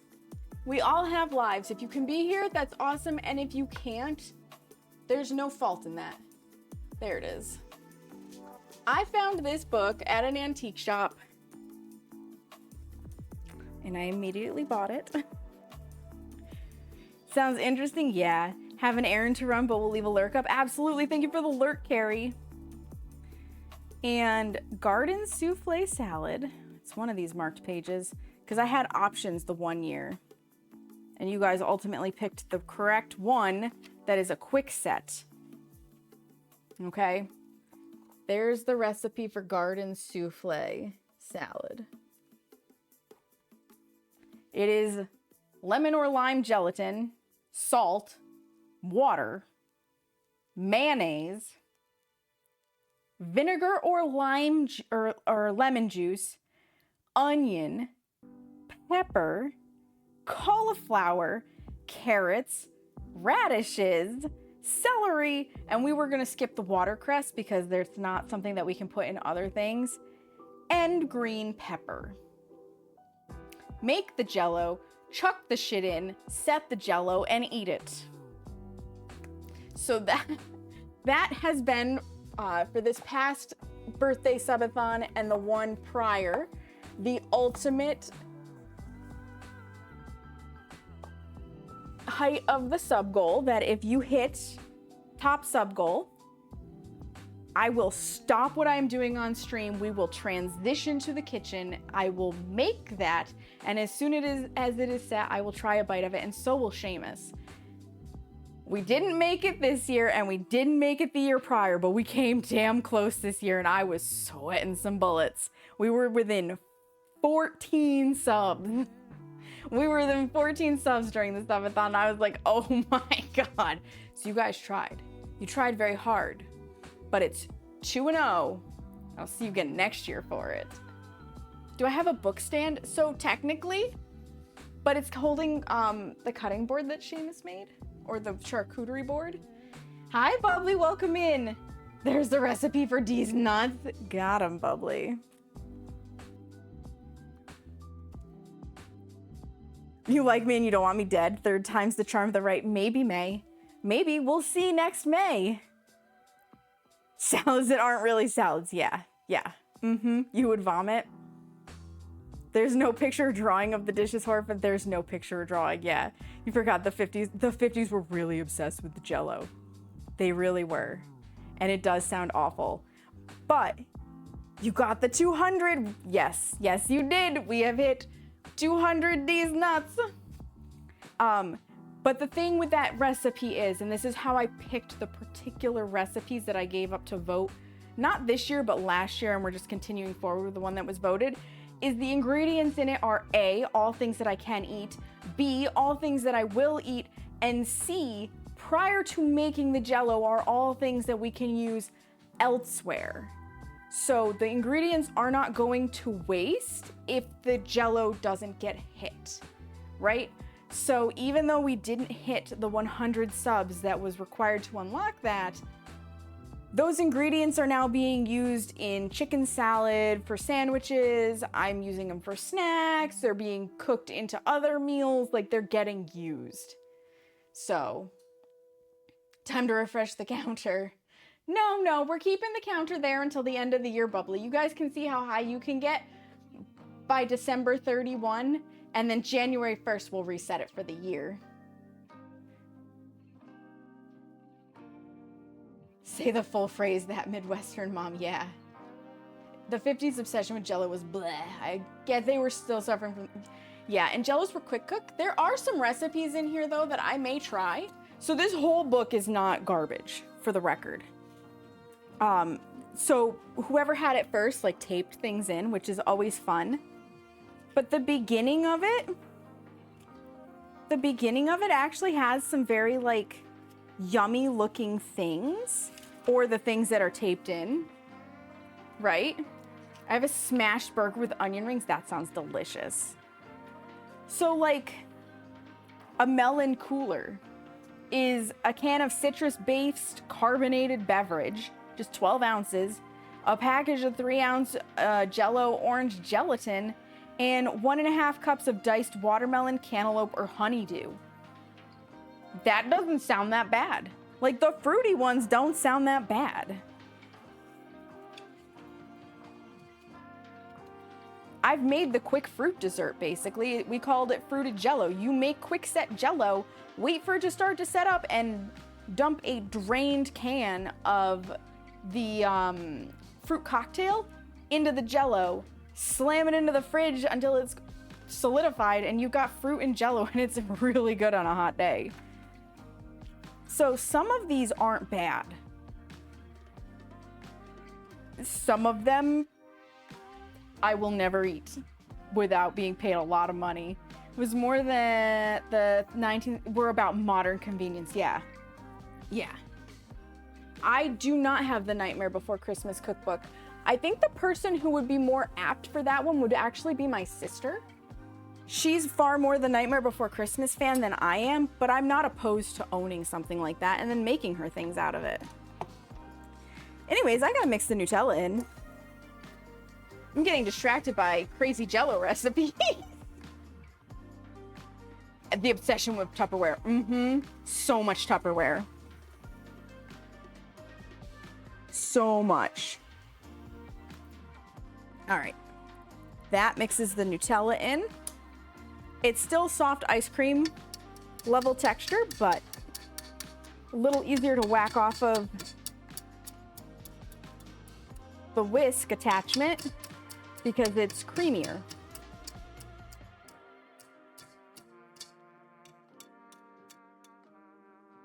So it's good to know with the adjustments that I have to pay attention to the specific fat content between ingredients that I'm swapping around.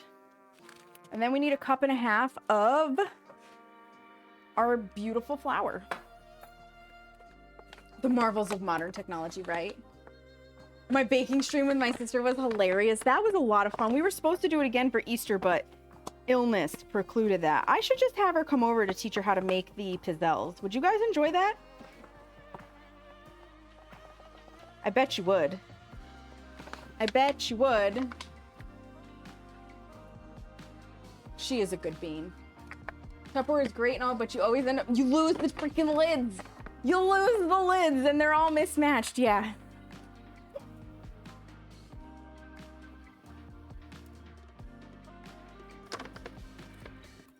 The flour landed like this and spilled nothing.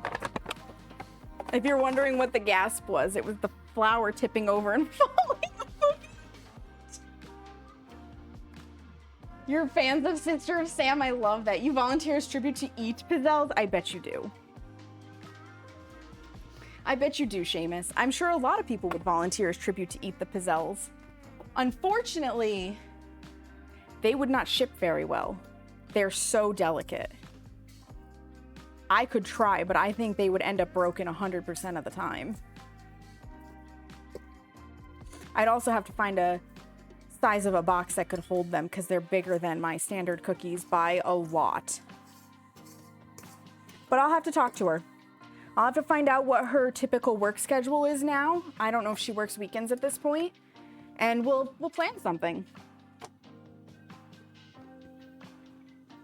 All right, let's get that flour mixed in. Yeah, this isn't quite as wet as what I ended up with at the end last time because we have those 16 cookies still in there. But it's not as dry as what I first had either. It's right in between. It's right where we're gonna want it. This is a nice dough. This is a very nice dough. Scrape it together. You have a laundry bin of just single socks? Oh no. You bought too much yarn stuff? I mean, that means you have plenty to work on. I am the queen of oops, I bought too much. Seamus is the king of it. I always overbuy. If you saw how much stuff I have for beading in this apartment that still needs to be used, oh baby. I need to do more beading. Maybe I'll do that in Discord though, because I have all of the words, I have them, all of the projects that I can't show on stream out of politeness to the original creator. She asked me not to share her patterns publicly like that. So maybe I'll do those on Discord at some point. That could be fun. That could be a lot of fun. Put this stuff over here out of the way because we may make a third batch. There may be 3. There may be 3. Okay. I need a tray. I'm gonna have to get a container. I also, hang on, I need to check on what the temperature is in here and if I need to open a window. The temperature in here is hot. And the answer is yes, I'm going to open a window.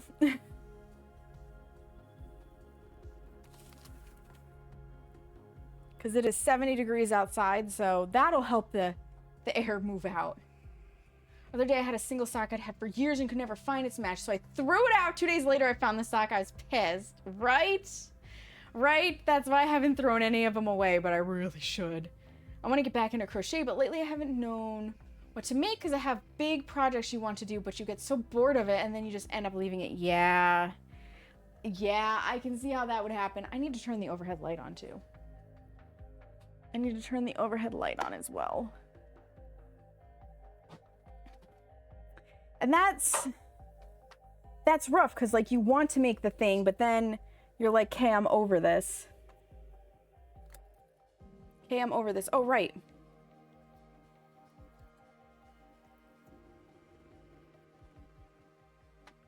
We had the leftover.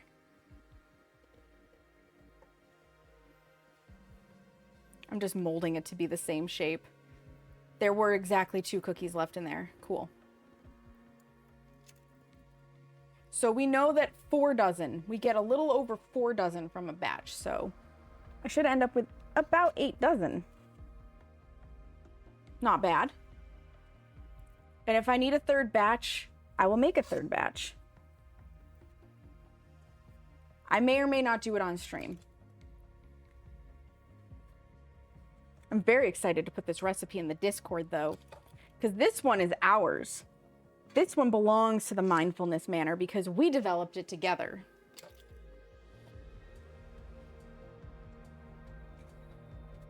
And that tickles me too. I have other things I want to develop with you guys as well. I really want to make a cranberry orange oatmeal craisin cookie. So instead of doing oatmeal with like cinnamon and raisins, I would like to do oatmeal with maybe some orange zest. And either orange zest or substituting out, if there's vanilla in it, the vanilla extract for orange extract. And instead of raisins, put craisins in there. Because I don't know about you guys, but I love a good cranberry orange quick bread or muffin. Like top tier as far as flavors go for me. So I would 100% be down for that kind of a cookie. I'm not a huge fan of the oatmeal texture generally, but I can tolerate it in cookie form. Welcome back. Hi, Bean, you're streaking. Let's go. And when it gets harder to understand the pattern, my brain just starts to give up. Yes. Yes. Absolutely, Hemi. Absolutely. And it's one of those things, too, where you might be able to get help from the internet, but stuff like that, oftentimes you need somebody to be right there with you to look at what you're doing and correct you. At least that's my experience when I'm doing something incorrect. Like, I need somebody to show me how to do it properly. And then watch me to make sure I do it properly. Wakey, wakey phone. Wakey, wakey phone. Because I'm going to need the timer. Ooh. For 9 minutes. Shocking. The vent is hot at the oven. When crocheting, I tend to pull too tight. That's me with beading. That's me with beading. I pull way too tight. And then my project is just like super stuck together. Can't get the needle back through.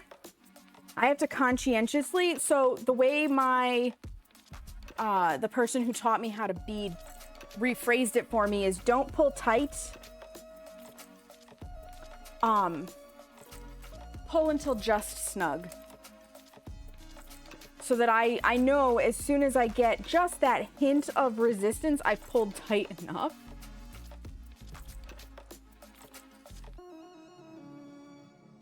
Yeah, maybe one of the times that I enter a Discord VC where we're kind of co-working, I'll work on some of my backlogged beading projects so I can start getting rid of that bag of stuff.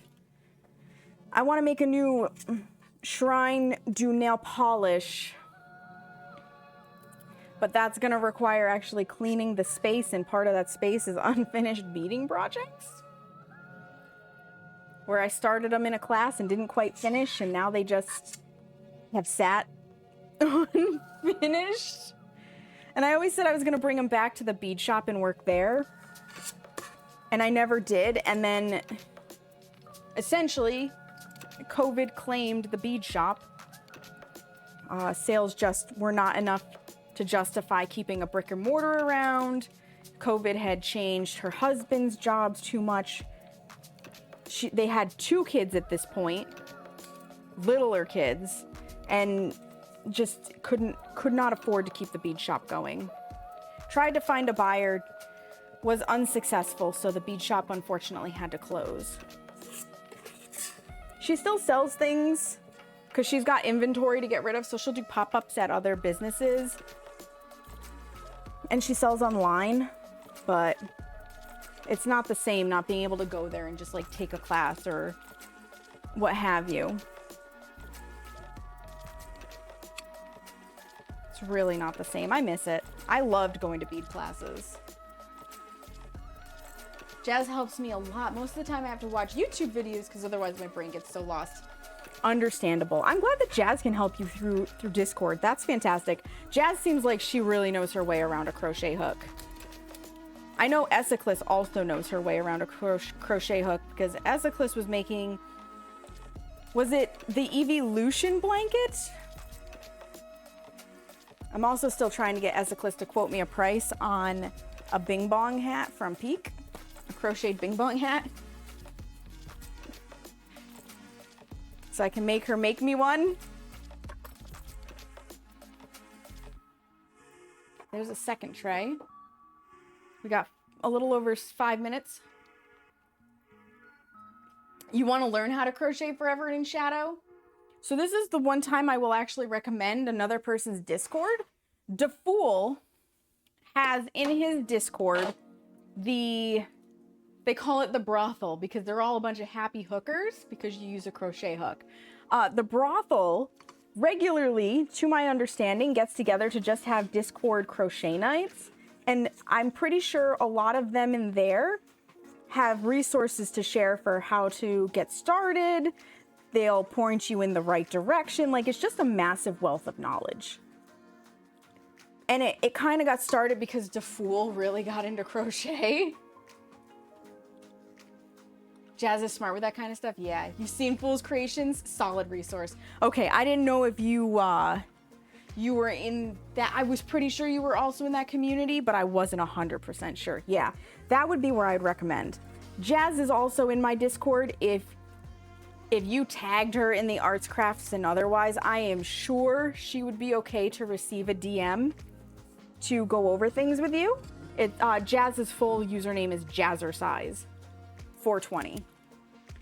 And she does stream. Like, if one of my mods wants to give Jazz a shout out, that would be awesome. I don't know if she does crochet streams. I don't think she has, at least to date. But she is on the Twitch. She shows up in my recommended stream sections when she goes live.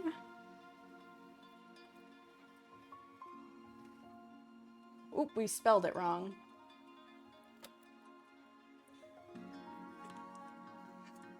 I don't know if there's an extra Z in there somewhere instead of an S or what. Listen, her name trips me up too, Seamus. Trips me up too. I would actually have to go out on Twitch and find it.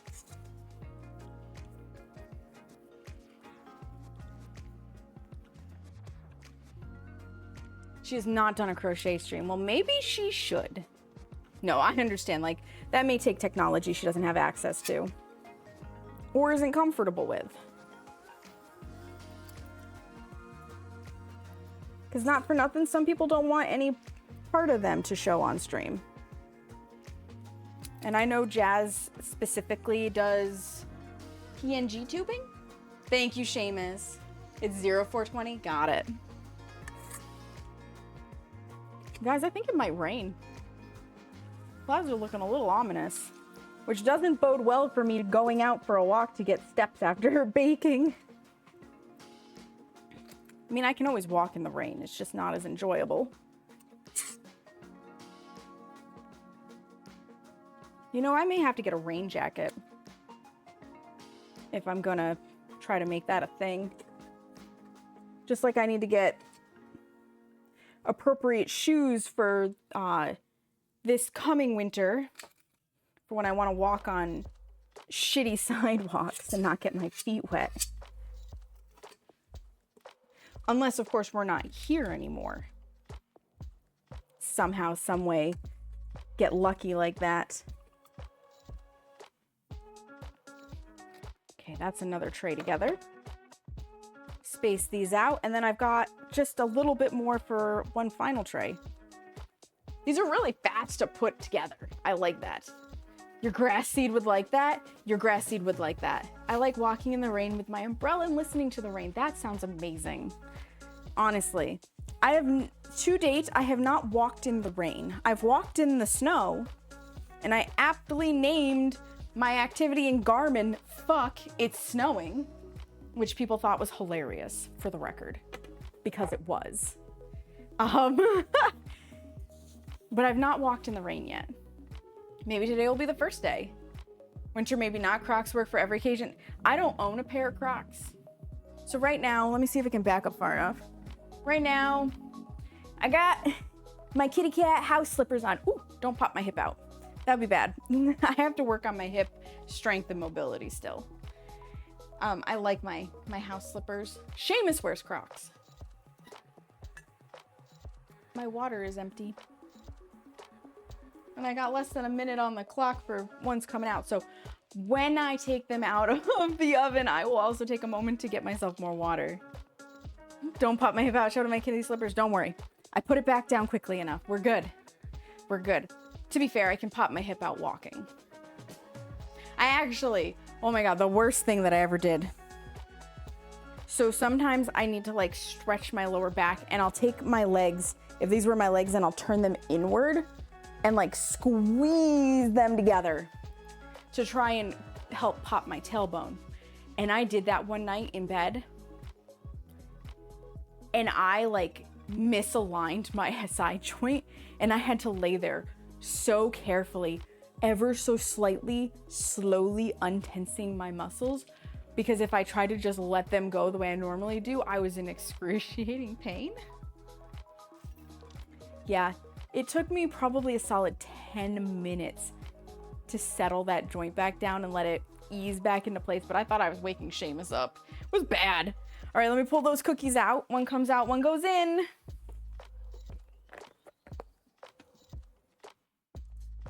Yeah, and these are ever so slightly different because there was more content. They did crack again, but they still look better than they could. And they worked better. You can see which two were from the previous batch and which ones weren't. So having 16 cookies missing from the batch does make a difference with that amount of butter. I am not upset with the cracked cookies though. Start. Crocs is workwear. They'd frown if I didn't have socks on. Yeah, you definitely don't want to upset the work peoples. That is horrific.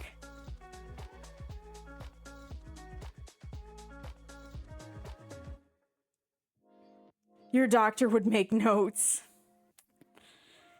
Crocs also give your feet zero support. Yeah, and I have high arches, so I need a little bit of support for my feet. All right, I just need to put water together real fast because I put a little bit of lemonade powder in it to make it tolerable. It cuts the like chlorinated flavor.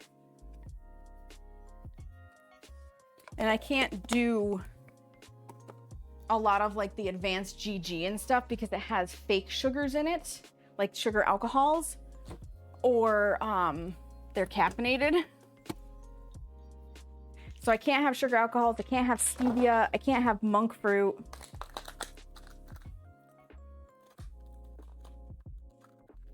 It irritates the IBS.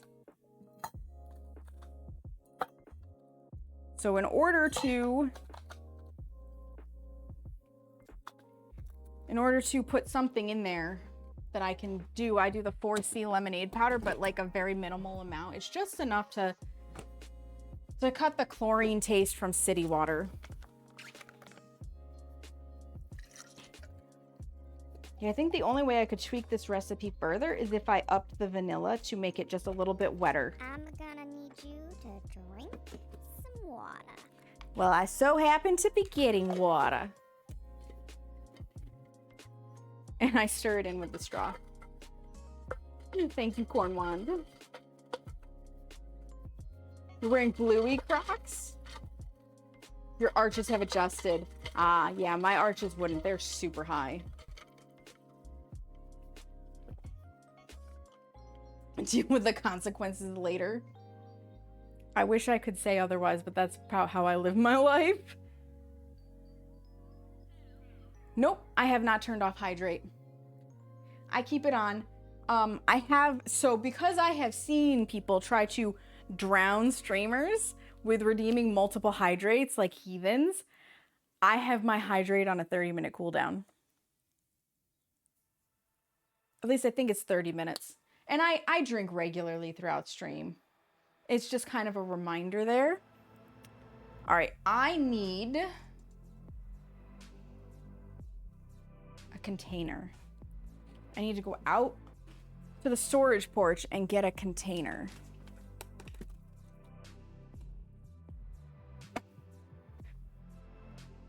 Because I can't, like, I would love to just store these in my cookie jar, but there will be more than my cookie jar can hold.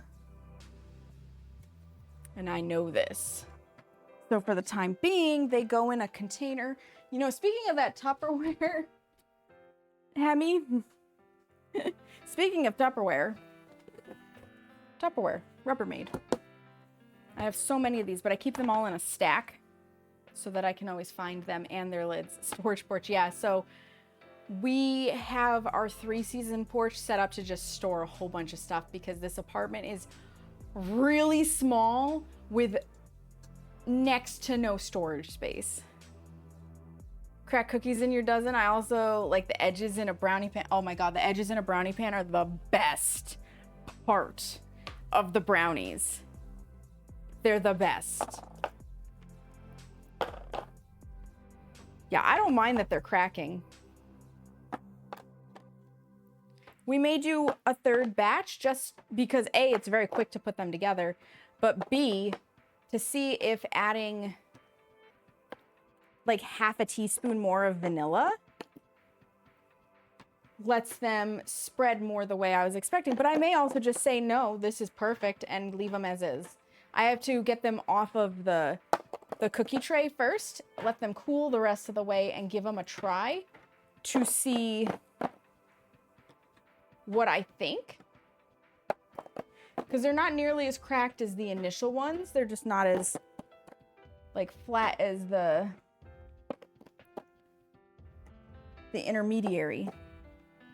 They're in between, which is where I would expect them to be because I made them kind of in between.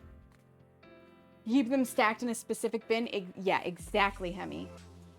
Yeah, this is an apartment.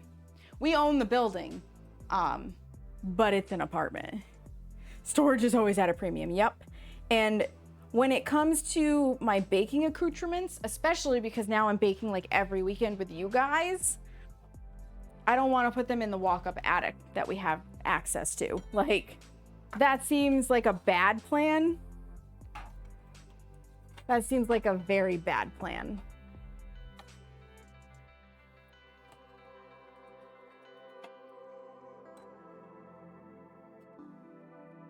Because then I would have to go to the walk-up attic every time I needed something for baking. And I do a lot of baking. Seamus and I are going to be looking into organizing our storage solution a little bit better. But aside from that,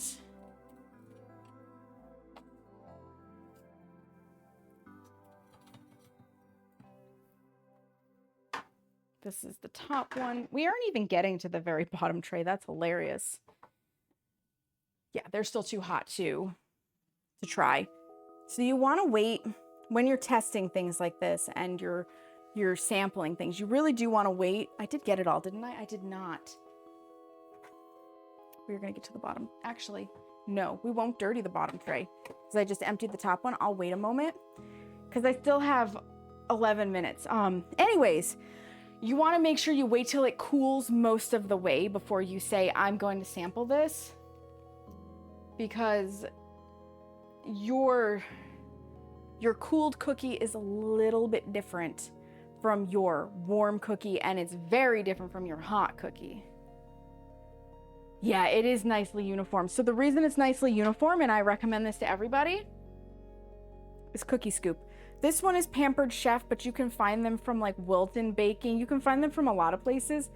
I am using a number 70.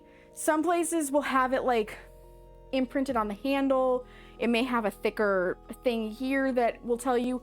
Mine for Pampered Chef is on the little movie thingy on the inside. So this is a number 70 scoop, and I'm getting about 4 dozen cookies that are probably around the size of my palm, a little smaller, which to me is a very good size cookie. It's about 2 to 3 bites. I don't want these like giant face-eating cookies personally. I like them a little smaller. because I want to go and get like 1 or 2 as a little snack, not a meal. But you can use bigger scoops. Just know if you're using a recipe and you're using bigger scoops, you're gonna get less cookies overall because you're using more dough in 1 cookie. All the other rooms in the apartment is storage room. It's basically bubbly. That's basically what we're doing. What am I doing with all the cookies? Stuff them in your face a hole? That's what he wants. That's not cookie scoop. That's a left-handed mashed potato scooper. If you know, you know. It could also be a left-handed mashed potato scooper. He is living a happy life. Yes, he is. 25 seconds on the clock. Actually, it's very funny you say that because we got,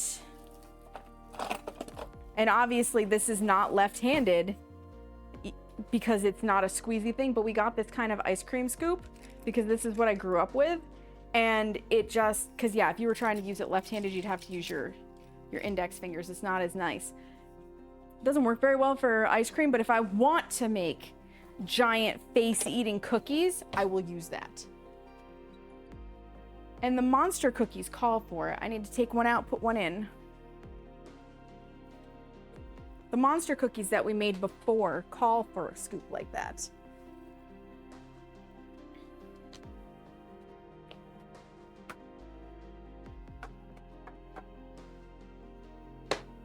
I just couldn't be bothered to make that large of cookies, so I didn't. All right, put another one in. Start the timer. Somebody beeped outside. Add another 16 cookies. I love fake ass cheese, ass cheese. It is ass cheese. Can be Blanco. Can't. Yeah, no, I don't like the Blanco. I'm back with fake ass cheese nachos. Fake ass cheese. Yup. Yup. It's an entirely happy household. Yes, it is. Forever in Shadow. Yeah, no, I don't like the queso blanco, Seamus. That's what Kayla's saying. Like, I told Kayla all about the nachos that I so desperately wanted to like because you took the time to make them, but the cheese was wrong, and so I was like, ah. Yeah. Kayla's kiddo is just like me. It has to be the fake orange cheese with no shit in it. Kayla likes the queso blanco, though.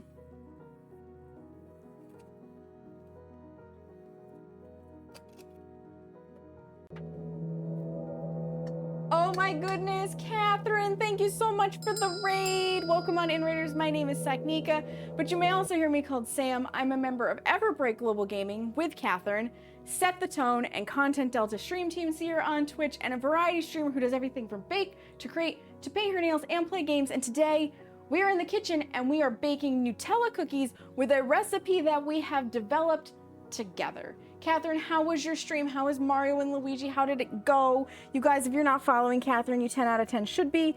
She talks more than I do, which I know is hard to believe, but she does. She may even, for those who are in the community, talk more than fool. So she is a yapper. She's super friendly. She's super warm. Highly, highly, highly recommend. And because she is UK based, you know, if you need somebody during the day, she might be your go-to girl. She might be your go-to girl. How did it go? Welcome in, beautiful raiders. Let me scroll up and greet you all. First time back after 4 weeks. Were you on vacation? Now you're craving fake ass cheese. You know, there's a way to get it. Hello, Catherine. Hello, Kuthrays. Kuthraxes? Kuthraxes, maybe? Hello, Lucas Emberwing. Queso Blanco is just okay. Thank you for the shout out, Bubbly. More than fool. It's entirely possible. It's entirely possible. You didn't know it was possible. It's possible. You try your best. You do a great job. Thank you for giving Catherine that follow, Forever in Shadow. She's a fantastic teammate. Honestly, I haven't met a teammate yet in EBGG that I wasn't like, I can hang out here. We really do have like a fantastic group. I've gotten very lucky with all 3 stream teams that I have been welcomed onto. Set the Tone, obviously, is a much easier one to say I got lucky because it is a stream team of friends. Content Delta is a stream team created by Mathman. It's kind of in its infancy because he created it and then disappeared off to TwitchCon EU. But it is dedicated to the Content Delta mission of like really helping streamers out. So it's an extension of his stream. And as one of his moderators, I had like easy, it's invite only though. As are actually, well, EBGG occasionally opens up applications, but Catherine talks more than anyone you know, Kuth. And I hope if I'm saying it wrong, let me know. And if I'm shortening it to something you don't like, let me know. You need 2 pips to be eerie, 1 sparkly. You got this. You got this. You have like 2 weeks to do it. You got this, girl. Half my follows disappeared this week to TwitchCon. Yeah. I'm not gonna lie, if I had realized that I could get an all expenses paid trip just to hand over a Minecraft code to somebody, I would be in the European Union right now. I would be there. Speaking of baking, I made brookies for the first time and they're delicious. I love that for you, Catherine. I love that for you. That is phenomenal. Brookies are really tasty, honestly. Actually, these need to sit up top. So I keep my trays in order. Those sit up top. OCD, say what? I'm saying your name just fine. Excellent. And of course, before I forget, Catherine, raiders, if you need to raid and run, if you need to get post-stream self-care, if you've got to, you know, raid and run because it's late, or you got dinner to get to, you have a dog to walk, you just plain need to not be in front of the computer, please do not hesitate to get your post-stream self-care. I really appreciate you bringing all of your friends over here, but you matter. You all matter. If you want to stay and hang out, you are of course welcome to. If you want to leave a lurk, I would always appreciate it, but if you have to raid and run, please don't feel like you are stuck here. Brookies are only second to cheesecake turtle brownies. I've only had cheesecake brownies. I don't think I've had cheesecake turtle brownies, but I do love a good cheesecake brownie. Love cheesecake brownies, but what's a cheesecake turtle brownie? Yeah, I'm not sure. Oh, you add caramel and nuts. Okay, I haven't had a turtle brownie. The caramel sounds good. I'm not a big fan of nuts in my dessert, but the caramel sounds fantastic. We don't need this. We don't need to press things down, so that can go in there for a wash. That is, those trays are the last of it. I mean, it can be self-care, Kayla, if that's what you define as self-care. I can't argue with that. Only these nuts. Oh my God, Seamus. You can only do walnuts. Right, it's interesting when you can only do certain ones. Got him, Seamus. Turtle brownies are amazing. I do want to do chocolate caramel brownies. I just haven't decided yet if I want to do them. So first and foremost, I still have to try Millionaire's shortbread. That is on my to be done thing since I have the golden syrup to do it properly.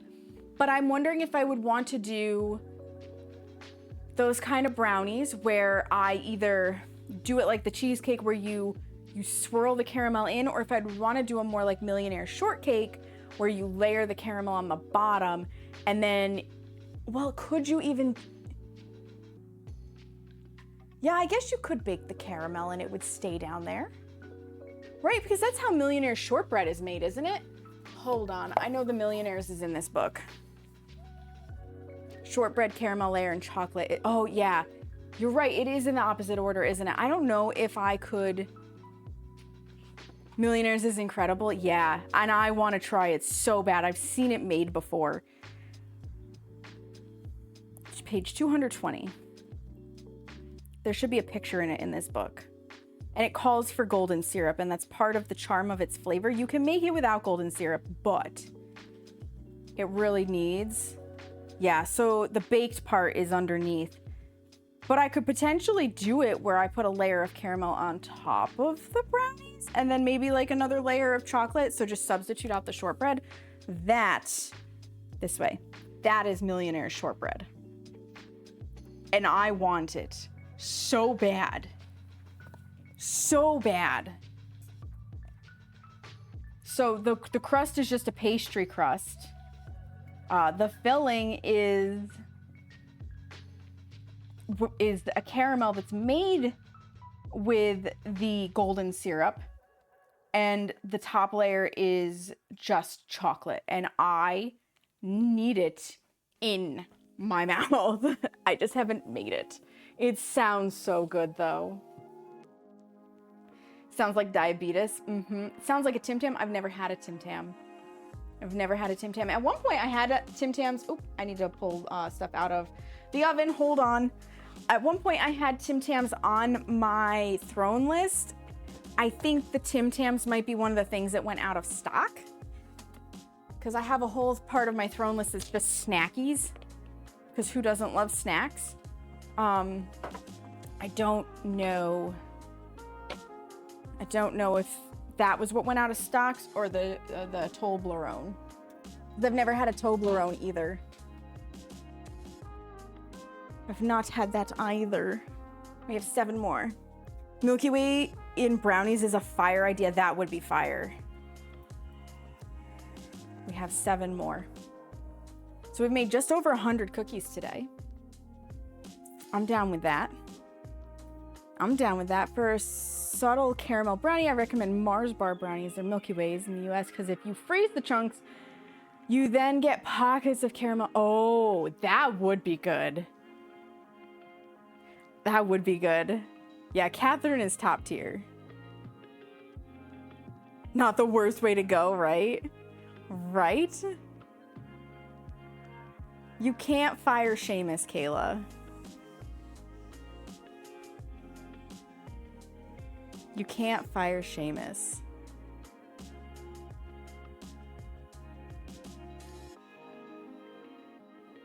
That's not how it works. Oop. Good for you guys that I'm recording this, because I see that we suddenly had the internet go to doggy doo-doo. We're having some dips again, which is just a case of Seamus do the speed test and then mark it down for when you make the phone call as to timing.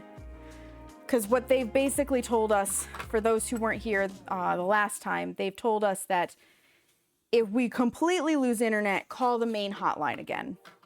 If we're just experiencing these dips, like we've been seeing, mark the time and the day so that they can try to have a crew out when it's approximately happening so that they can actually witness it and better diagnose what's going on, which makes sense.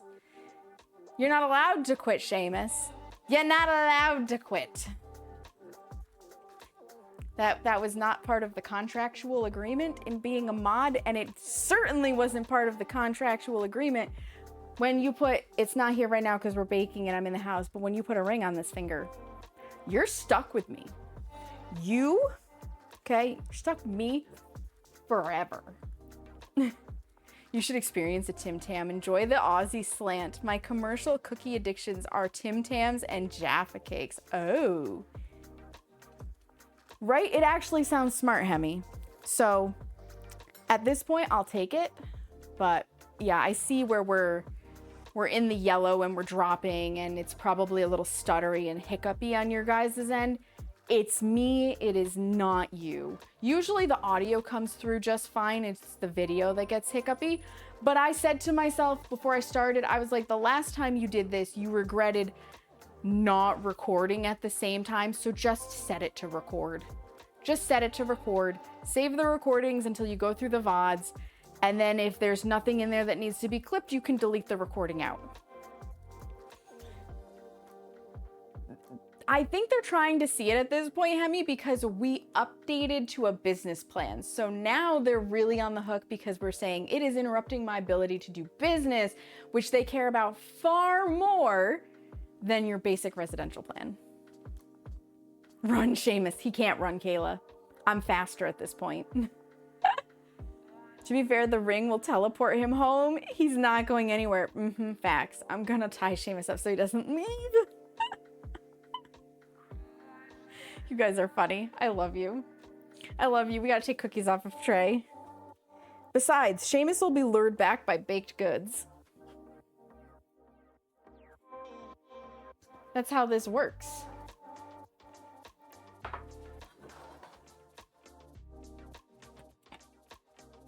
I kind of want to do one more batch. Is that terrible that I want to do another batch of just the proper recipe? I might wait and do it well, do I have time to do it tomorrow?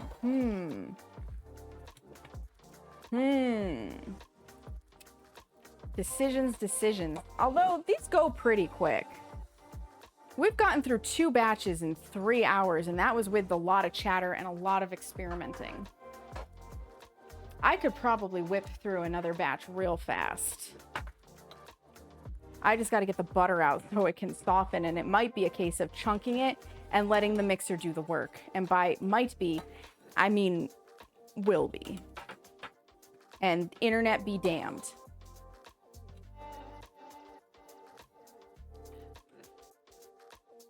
Internet be damned. That was a scream from a kiddo outside. Somebody's doing like a birthday party for a kid or something, and there has been a lot of noise. Thankfully, the god-awful music has stopped. That was the part I needed to not be happening anymore. We, of course, have to try one of the newest ones. It's perfectly cool at this point, so we can see how it cooled. I am a baked good. I mean, maybe. Maybe. It's not Spectrum. We have 50 up. Okay. Twitch on this time. We seem to be back in the green, so maybe we're good. This is what the final product seems to look like. It's definitely got a little bit of a crispy outside, but the inside I can feel is a little softer.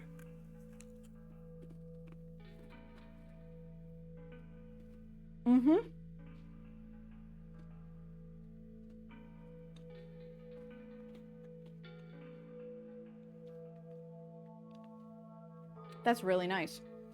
I've been giving him the other halves, Kayla. So he has tried them.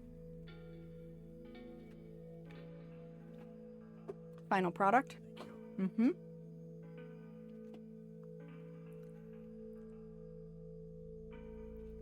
Yeah. You like them? I still get more chocolate than hazelnut. I do too. I do too. But I really like that. Oh, wow, it's good. I think we've decided that's the final product. Let me grab another stick of butter.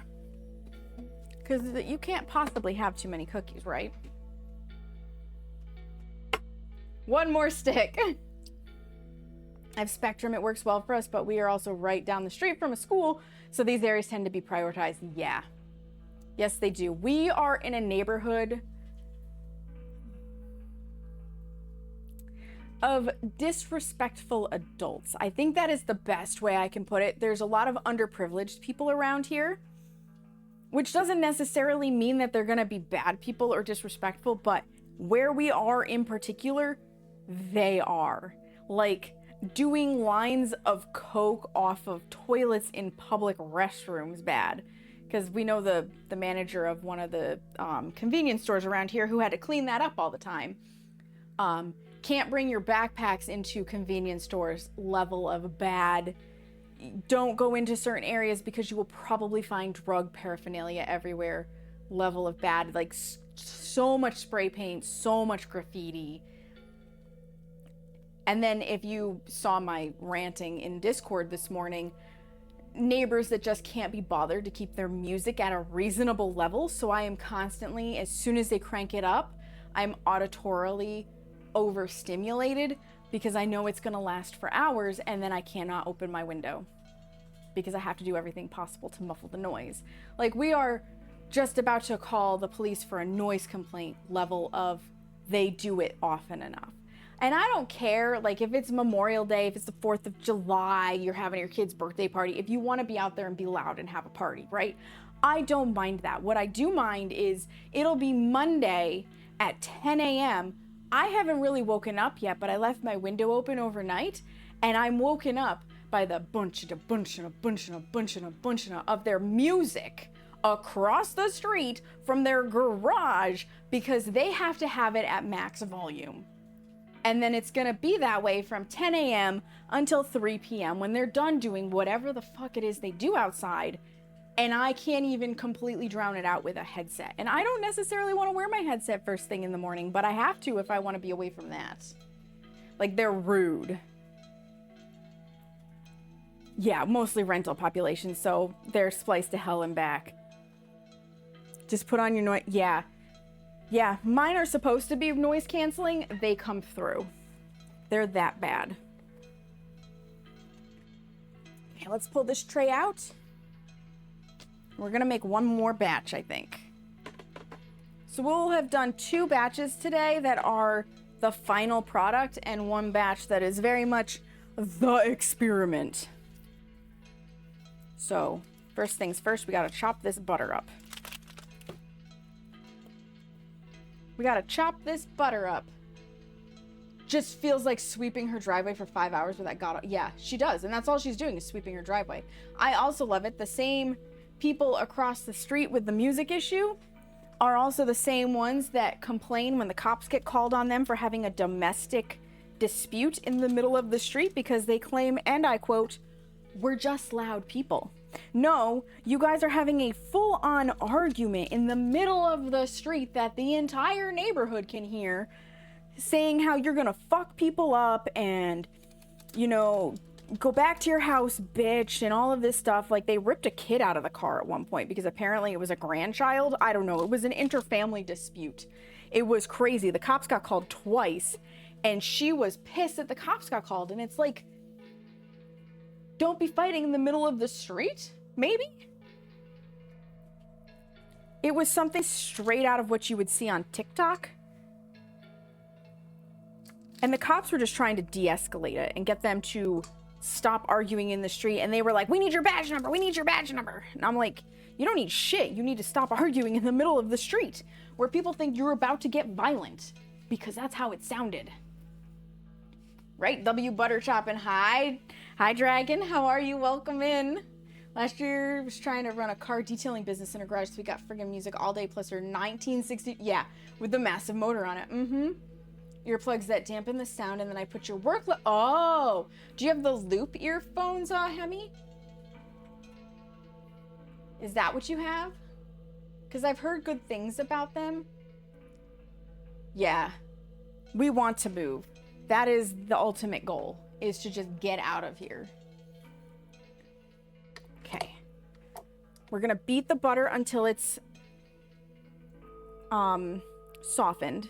So this butter is relatively solid still. It's gonna take a little longer to beat it, but that's why I chopped it, so that it's more surface area, smaller chunks. The mixer can take care of it more easily. Let it go. They help you a lot. Awesome. I may have to look into them at some point. And then grab your old bass boosting speakers and blast Baby Shark. It has been a thought to fire back at some point, to just go put like a speaker down on the porch and aim it at their house and blast our death metal. But I don't want to be the problem to the rest of my neighbors either. I am doing good, Dragon. Yeah, you beat that butter. I will, Kayla.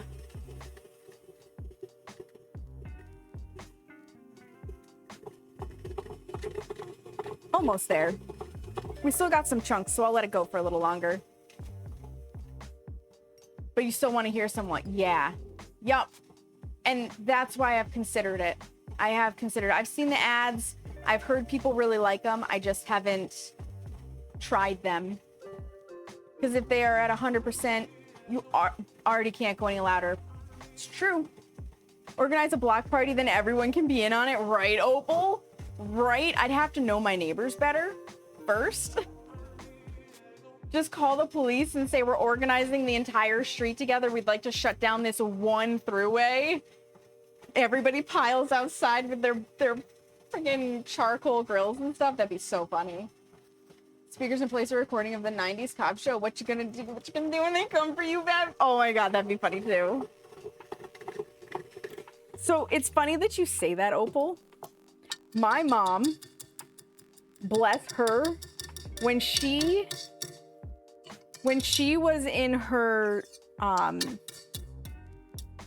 would have had to been her 20s, because she and my dad got married when she was 26. So when she was in her 20s and renting an apartment, she wanted to have a party. And to make it so that none of the neighbors had, like, in her mind, a right to complain, she invited the entire apartment building to the party. They were done by like midnight, so it didn't go super, super late, and it was a weekend. But she did. She invited the entire apartment building. So when somebody potentially could show up and be like, you're causing noise for your neighbors, she could be like, they're right here. Same wavelength, block party assemble, yeah. One time my neighbors were playing super loud music and yelling in their yard, so I just blasted some classic violin, some of the most calming music, just blasting loud. Shut them up real quick. Yeah. Yeah, no, that was my mom. That was what she did. I need an egg. I need an egg. Get that out because I'm gonna go, because I'll need that after I get the sugars in there. One eggy, as Dylan B. Hollis would say.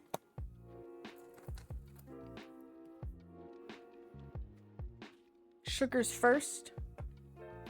We need our third of a cup one last time. Because I'm not doing more than 3 batches. That would be ludicrous. I like a good cookie. I don't need quite that many. You enjoy bagpipes, Opal? Fascinating. Stereo, we became besties and annoyed the shit out of everyone else. That's funny. Hi, Ragnarok. Welcome in. How are you? I'm extremely late to the party, but the Munch Bunch are bringing you some lunch. You're not late. You're here exactly when you needed to be. You're here exactly when you needed to be.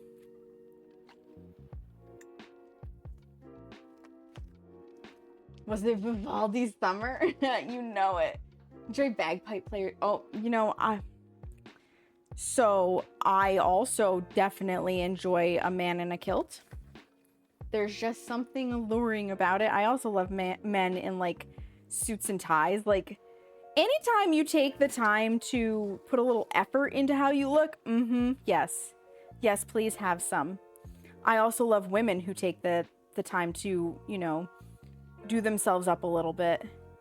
Not that you have to. Like, I also enjoy people just for being people, but there's just something about seeing a person in what we would consider a uniform or fancy clothing that is chef's kiss wonderful. Ragnarok is never late, Frodo Baggins, nor is he early. He is the end of the world. The rest of the world can freaking adapt. Exactly. Exactly.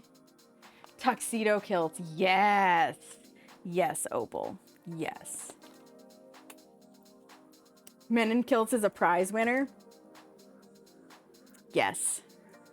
Okay, a third of a cup of brown. I should have just done a double batch the last time. Oh well.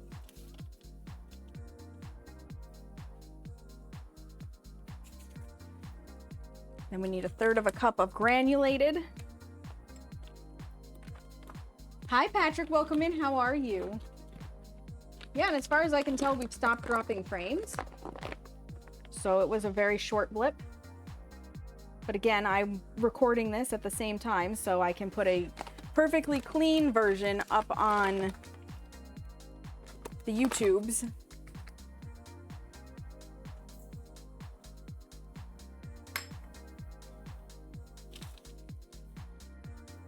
At some point, I would love to get a setup where I can actually record specifically for a YouTube channel baking content.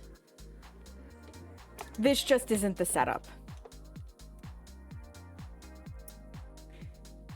Typically speaking, for that kind of content, you want, like, my island would need to be here, and you could see baking stuff behind me or whatever, and so on and so forth. And this kitchen is just not conducive even to moving furniture around to make that happen.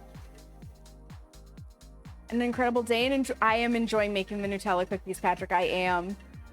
I'm doing better now that I have a fixed plan of action for school prep. Let's go. That's right. You're going to school for culinary, which is going to be amazing. A little bit of lag for a second, but it was on your side. Oh, no, it's not. We're in the red again. It's on my side. Any chance that when I paper doesn't, I can possibly. I just don't know when I'm making the snickerdoodles is the problem.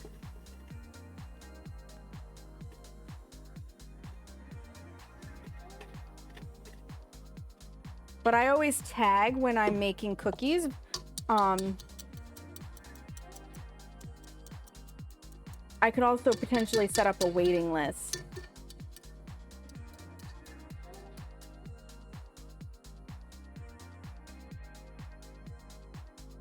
Can also potentially set up a waiting list for I'm looking for this. Scrape down the sides. Yeah, no, something is having a struggle today. And whether it's Twitch, who's having massive issues in general, by the way, there are people right now who, and I'm going to say this out loud, I don't think it's affecting anybody here, but it might be, who are going into streams and they cannot chat.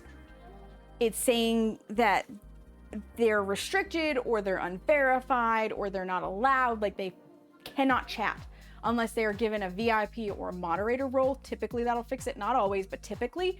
And it is entirely on Twitch's side. Like there is just a slew of reports of this happening. No idea why. Twitch will probably get back to it after TwitchCon, you know, as it be. I have to let you know when you do snickerdoodles. Yeah. I will literally forget. I miss a lot of Discord. Absolutely. It was definitely on your end. A little dot of, oh, okay. Well, it's on my end too, because we're bouncing down into the red again. Acknowledge your diamond status. Yes. You know someone that happened to? Yeah, I know somebody it happened to too. That's how I found out about it. Yours just sends message not sent. This is beyond that. This is literally, you can't even hit the like chat button, or you try and nothing shows up, and it's such a problem. And it's on Twitch's end. So there is entirely a chance, if Seamus is saying that we've got plenty of Wi-Fi going right now, that my internet woes today is actually on Twitch's side with the servers. 1 egg. Half a teaspoon each of salt, baking powder, baking soda. Made a mess. It's fine. Salt, baking soda, and vanilla. And we'll get that mixed in.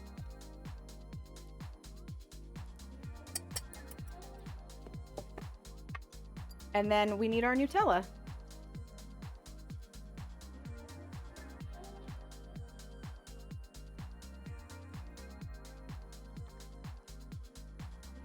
Baking all the cookies, because for me this is like a typical afternoon activity. I know a lot of people are probably looking at that over here, that 103 cookies, and going, that's enough.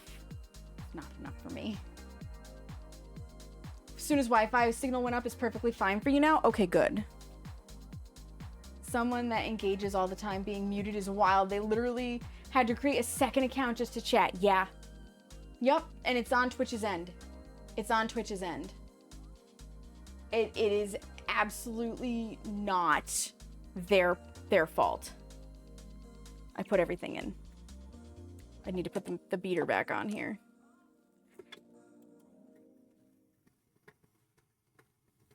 Twitch is being twitchy. And it probably has something to do with all of the back-end updates that they just pushed out with the announcement at TwitchCon EU. Is my guess. And honestly, I'm excited about most of the announcements that they put out. The only one I'm not so thrilled about is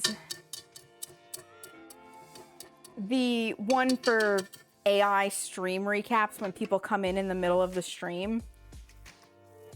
I'm really not a fan of that one, and I hope I can turn that off.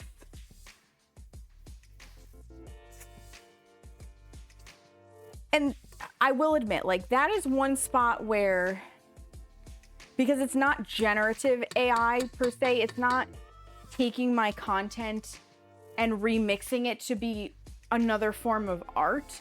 It's literally trying to take aggregated data and give it to you in a concise format, right? And I feel like AI could be used really smartly for that, especially like, say, for example, for doctors going through complicated charts, to have AI summarize certain things that you're seeing across or aggregate the data in a quick way for a doctor to take a glance, not rely on, like, you should still read the chart, but to have, rather than needing to take an hour to really fully read a chart before you go in and meet a patient, to have this brief glance overview, right? And take 5 minutes and say, okay, AI has summarized this, this, and this. This is kind of what I'm looking at. Let's go in and see what they need, type thing. Okay, I'm okay with AI for aggregating data in that way. I'm not okay with it substituting like art or written work or plagiarizing papers or things like that. So it is technically, the summary is an aggregate of data you've already put in. I just don't want it because I feel like it might end up being disruptive. I feel like it might be wrong. I don't know what the AI is going to be telling people. Is it going to show up in my chat, or is it just like that little blurb that individually you can dismiss? Like, we don't have enough details. Overall, I really don't like AI either, because like, we're destroying land to have AI data farming centers and sucking up a ton of electricity. It's causing part of the rise in utility costs. It's causing a huge rise in trying to get a hold of parts and pieces for computers because they're just buying them all. Like, overall, it's a problem. So that's the one I'm not excited about. Crime Raider app that uses AI to summarize police calls. It's the only time I use it. Yeah, because it's aggregating data. Welcome back, Carrie. AI is glitchy AF. It's not a reliable asset. Forever in Shadow. It really isn't. Found one of the 3 things you were looking for, so it was semi-productive. Awesome. Awesome. That's fantastic. Yeah, I only use it for aggregated data as well, if I'm going to use it at all. I try not to. The Nutella. We're up to adding the Nutella. Yeah, I'm not a huge fan of AI, and I'm really not a fan of where it is right now today. That being said, when we get out of ads, I will tell you what I am excited about, because I want people to hear some of this, and I know some people are stuck in ad jail. I know some people are stuck there. So we're just going to measure our Nutella, and then when everybody's out of ad jail, I'll give you some of the big exciting stuff.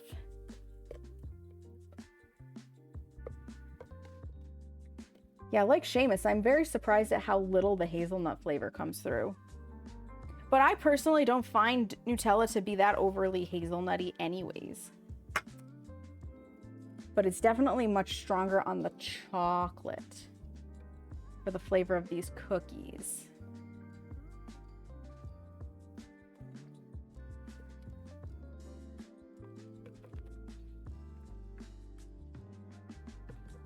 Ugh. Getting down to the bottom of this container. And my spatula only just reaches.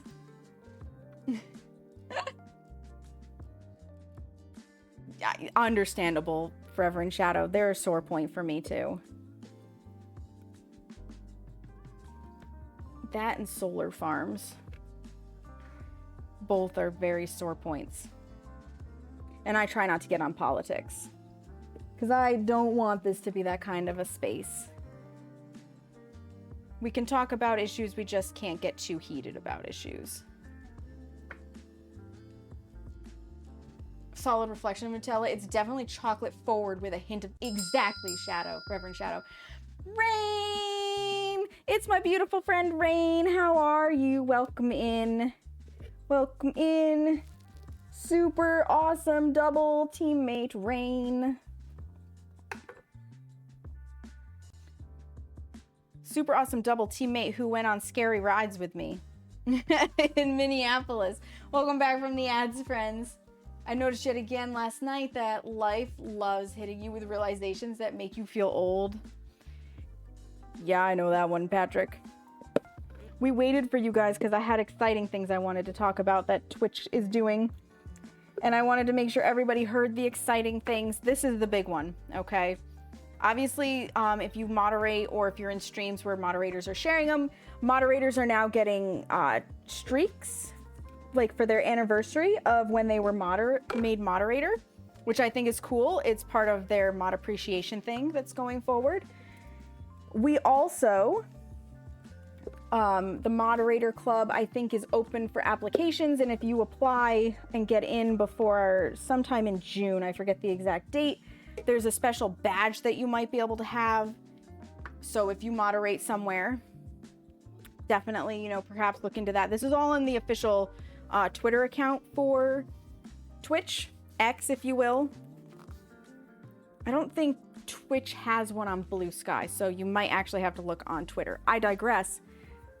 The really, really, really, really big cool thing that I'm so excited that they are doing, we are adding in the winter of 2026, or the winter of this year, 3 new Unity guilds. We are getting the Indigenous Guild, the Asian Guild, and the Disabilities Guild. And that means that all Unity Guild applications right now are open. So if you are a streamer and you identify as Black, LGBTQIA+, women, which includes non-binary and trans, Latin, Asian, disabled, or Indigenous, I think I got all of them, the guilds are open for applications. I have put in the Discord in one of the announcements where you can go to apply. You can apply to more than one.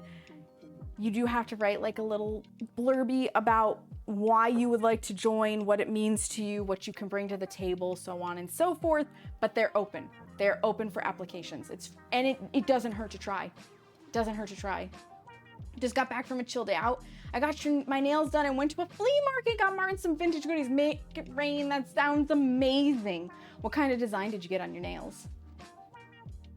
My only question I have about that is what took so long. They've slowly been making Unity guilds. It's such a painfully slow process. I also agree though, what took so long. Wild though, I've gotten 2 so far and one of them was wrong. Oh no, Opal. Yeah, Disability Guild. Yep, for streamers. They are making a Disability Guild finally. Analogy makes it better than some places. I celebrate. Exactly, Forever in Shadow, exactly.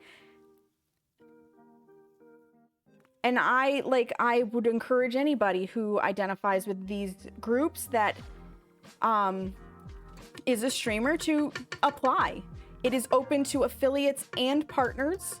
You do not have to be a partnered streamer to be accepted into the Unity Guild. You only have to be a partnered streamer to join the official stream team, where you would be featured in the stream team page. That is the part that partners get that affiliates don't. But that's a very small part of it. The guilds are fantastic for networking. They are fantastic for the workshops that they hold. Some of them come with scholarship-y type things that you can apply to. There are Unity Guild activities. Like RevBen, who is here, is a 2-time champ now. He won both the Unity Guild's Fall Guys, or was that just the Latin Guild? Well, he won. He trounced so hard that they have emotes about him in the Latin Guild now, and he just recently took the Uno Championship home. So look out for RevBen. But yeah, like, they do a lot of cool stuff. They have workshops to help and whatnot. So if you are a streamer and you fall in those categories, definitely apply. The worst they can say is no, and you can reapply. The first time I applied for both the Pride Guild and the Women's Guild. I only got into the Pride Guild. When the applications opened up again, I reapplied to the Women's Guild, and now I am a member of both the Twitch Pride and the Twitch Women's Guild. So try again. You never know. She's got a purple cat eye effect, but that's so pretty, Rain. That's so pretty. It is 150% a major W. Yeah, I was talking about the moderator streaks with the first comment. I feel like it is way past due. They had vintage video game stuff and Pokemon merchandise. That's cool. It's weird to think, though, that some video games and Pokemon stuff is vintage, but that's really cool. Ben is ruthless, Kayla. It's true. It's true. I should make him get Battleship and play Battleship with me.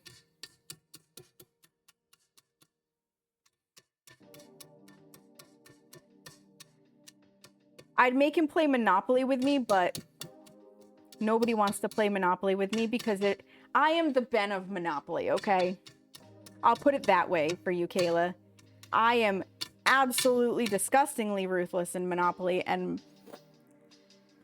my brother and John won't play with me anymore, even though it was his idea in the first place.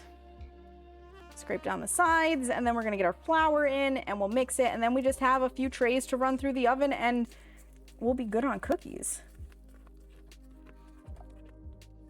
Because we're gonna end up with close to 12 dozen cookies. We're gonna end up with basically a gross amount of cookies, literally, because 144 is a gross. And I'm here for it. But yeah, that, I think, the Unity Guilds was the most exciting announcement that Twitch came out with. And I had to hold my tongue. I was playing with Ben on his stream last night. He was doing DBD, and I really wanted to talk about it there. And I was like, this is not my space. This is not my platform. If he wants to talk about it, he will. Monopoly sucks. It takes so fucking long. It does, Heavy. It does.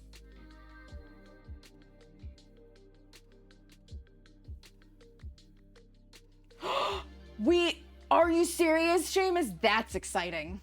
That's exciting. So long as we stay on standard time, not savings time, because I don't want to be out of sync with the rest of the world that never implemented it.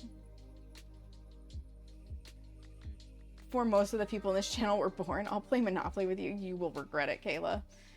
The fact that vintage video games may include 90s and early 2000s assets has me spiraling, saying something like, these video games came from the 20th century. It's like, it is Forever in Shadow, 100%.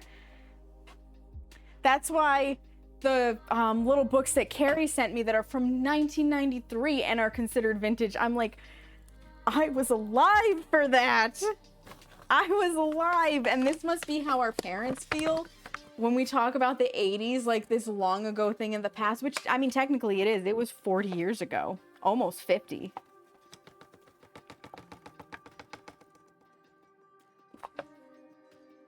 What is that noise? There's a fire truck and police outside.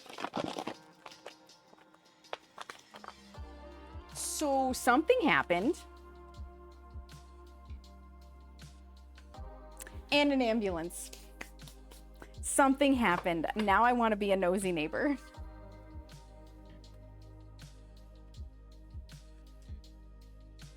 Famous fire truck, police, ambulance is like right on the corner. Womp womp. Womp womp. Hopefully nobody's hurt too bad. You just became arthritic, Forever in Shadow, right? You finished with your first enlistment and married, yeah. Do it. I know. Oh my god, I'm like crazy curious. I literally sit in the window and watch this stuff because I'm the nosy neighbor. I'm like, what's going on? What happened? Who's doing what? Where are they going? Which house are they stopping at? But there is a bounce house at this party for the kids, and I'm wondering if somebody didn't and like, I don't want kids to be hurt, but I wonder if somebody didn't have an accident on the bounce house and injure themselves. Because I did say a little while ago that was a scream. It's a little too much flour.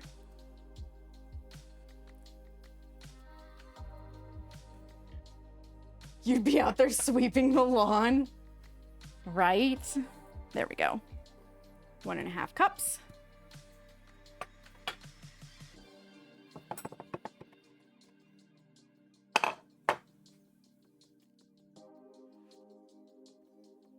Oh, there's 2 police officers now. Like 2 police cars. Put this back. Because now we're in the we can clean up as we go phase, because this is the last batch we're doing.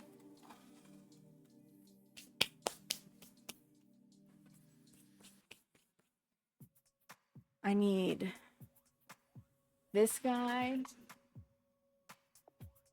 Oh, that sound is just the truck venting.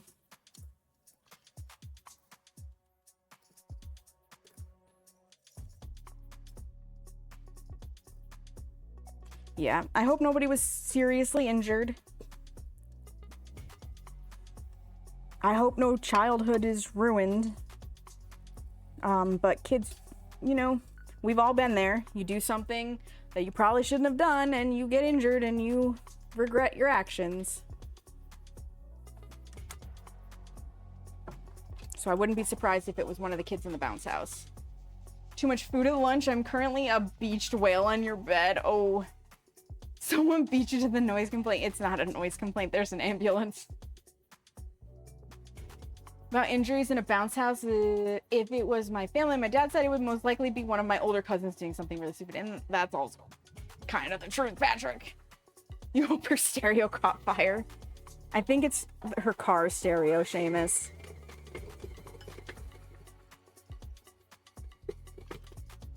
All right. That's a dough. That's a dough. Let me completely clear the decks here. I might need that to keep things smooshed together. But I don't need this. Don't need this. These can get washed. These can get washed.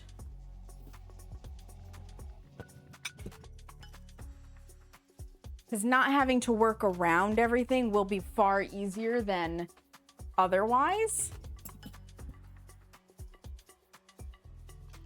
Don't need that anymore. I can set these back over here. All right, this, and this all go to the same place. Was like Atari stuff, but yeah, you get what you mean. Yeah, Atari is definitely... And Seamus grew up with Atari, but it's definitely vintage at this point. I'm sorry, Seamus. I'm sorry your Atari is vintage. If Kissy were listening, she would also need to be apologized to, but I think Kissy is doing stuff. Oh, I can just pluck these off. They completely cooled on the tray. Oops.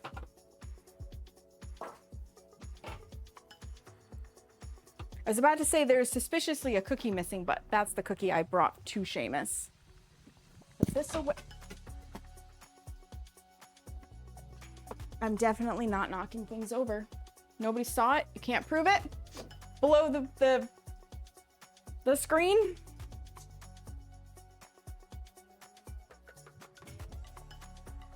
Ugh.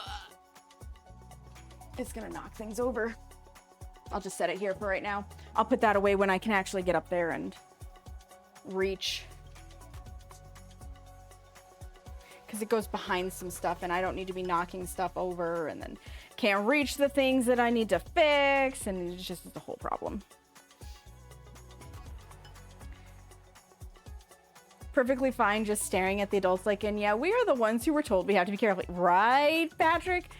Graduating from college on the 20th and is having a mega celebration for it involving alcohol and a bouncy house for adults. I don't drink, but it's going to be hilarious. It is going to be hilarious. My cousin had a bouncy house at her wedding and it was great fun. I don't know how I managed to get the photos in there that I did, but I got some good photos of them.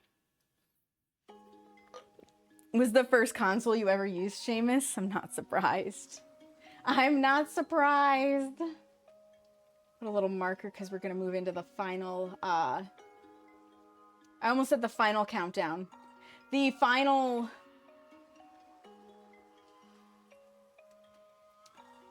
crafting of cookies. The final crafting of cookies. Let's get them pumped out on some trays, yeah? I love the ones that are just scoop and move. I don't have to roll them in sugar. I don't have to form them into a special shape by pushing them down and using a fork or whatever. Like, just scoop them out of the bowl, plop them on the tray, and move on. They go so fast. And I will get approximately 3 trays out of it. So we'll have them set up lickety split. And 9 minutes in the oven is not bad at all. Yep, I will put this recipe up right after stream in the Discord. So anybody who wasn't here at the beginning of the stream to hear the recipe, or who wants it in a written format, like Discord's gonna have it, it's !Discord if you're not already in there and you need the invite link. Or you can go down below in the About section and the link is right down in there. I know some people have their Discord locked down to a channel point redeem. I am not one of those people. Because honestly, I can't be bothered to set it up. I cannot be bothered to set it up. If you come in and you break the rules, like, listen, mods need exercise too, and they will be more than happy to escort you to the door, proverbially. We actually changed the rules in the Discord this morning. Ever so slightly. It's nothing that's going to affect most people. But I really like to support my friends who do art and stuff, like Lily and Bubbly. She doesn't come in here very often, but Paige.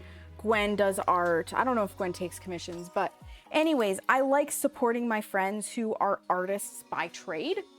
But obviously, self-promo in a Discord is a huge no-no. So I changed my rules to state that you can mention if you made something as a commission. You can't say, like, my commissions are open, or actually ask people, you know, for money or to commission you. But you can come in now if you are a member of the community, you've chatted with us, like, we know your name, it's not your first and only message. You can come in and in the arts, crafts, and otherwise section, you can say, hey, this is something I made as a commission and I'm really proud of it. Or this is a work in progress for a commission I was asked to do. And if somebody wants to reach out to you based off seeing that you take commissions, they can. You're not technically advertising.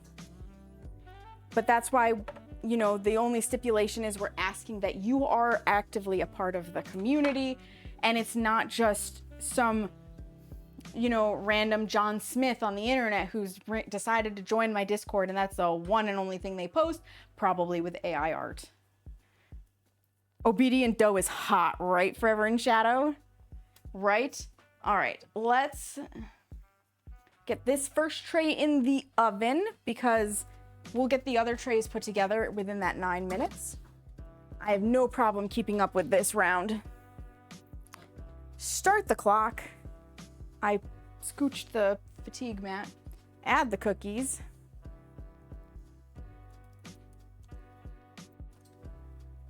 Yeah, because I am a big supporter of my friends, and I love supporting my community members where I can. I also understand that, unfortunately, Discords that have a self-promo section have a lot of people who join solely for the self-promo section. They're not really there for anything else, and I had one when I first started my Discord. Don't get me wrong, I had one, and I got rid of it. I really liked how Epic Tight Pants, Mel, did her stuff, wherein she set it up, and I have done the same, because a lot of us copy each other on Twitch, and that's normal and okay, to a degree. She made it so that people who subscribe to her and are in the Discord with their Twitch account linked to their Discord account get automatically featured in a specific subscribers live channel, and they have a now live role, now streaming, that goes to the top of the server, which is way more handy. That role is probably more handy than anything, for the record. And so I did the same thing. I said, that's a really good subscriber perk. So if you are a subscriber and you're in my channel and you stream, you will automatically get that so long as everything's connected. The only problem I have with my self-promo is my friends not using it until I explicitly tell them to use it, right, Opal? Where they're like, that I didn't want to bother anybody. You're not bothering anybody.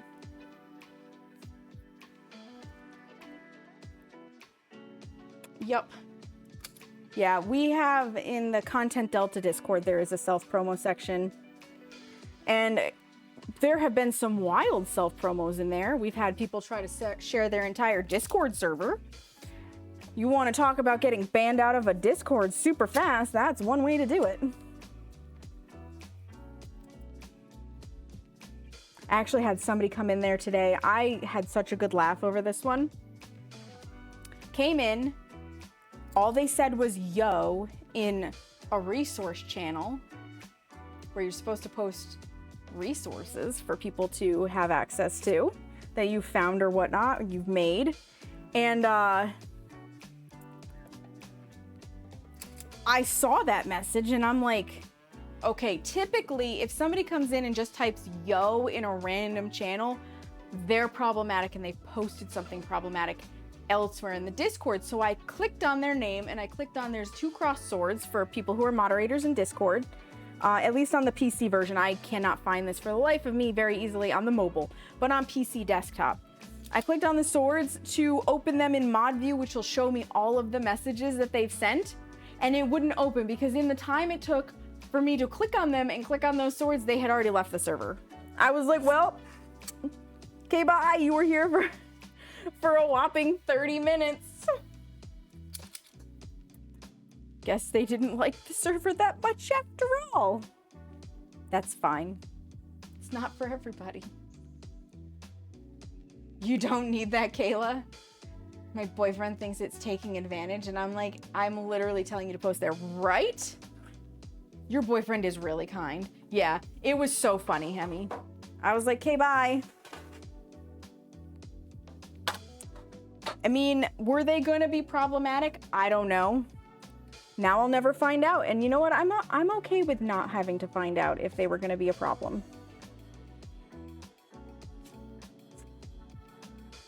I'm okay with that.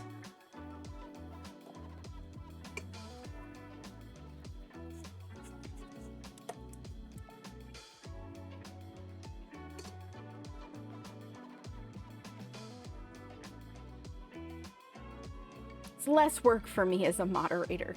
Not like I said though, mods need their exercise, so you are welcome to let me swing my hammer or my sword. I will be happy to oblige you for misbehaving. Oh my god, the Content Delta Discord though, because of the nature of what Content Delta does, of what Mathman aka Barry does, we get a lot of people who come in and they're just posting the I grew my business to $10,000 in a month and I'm willing to help the first 10 people who respond to this do the same thing kind of scams, at least like every other day. We're constantly getting pings from people of, hey mods, and we have to go in and just be like, hey, thanks, you're out. Bye. It's kind of funny. But the Content Delta Discord is over 1,000 people, I think, at this point, Barry said. And it is okay for me to share that information because he has shared it on his stream. Yep, you gotta keep people safe. You do.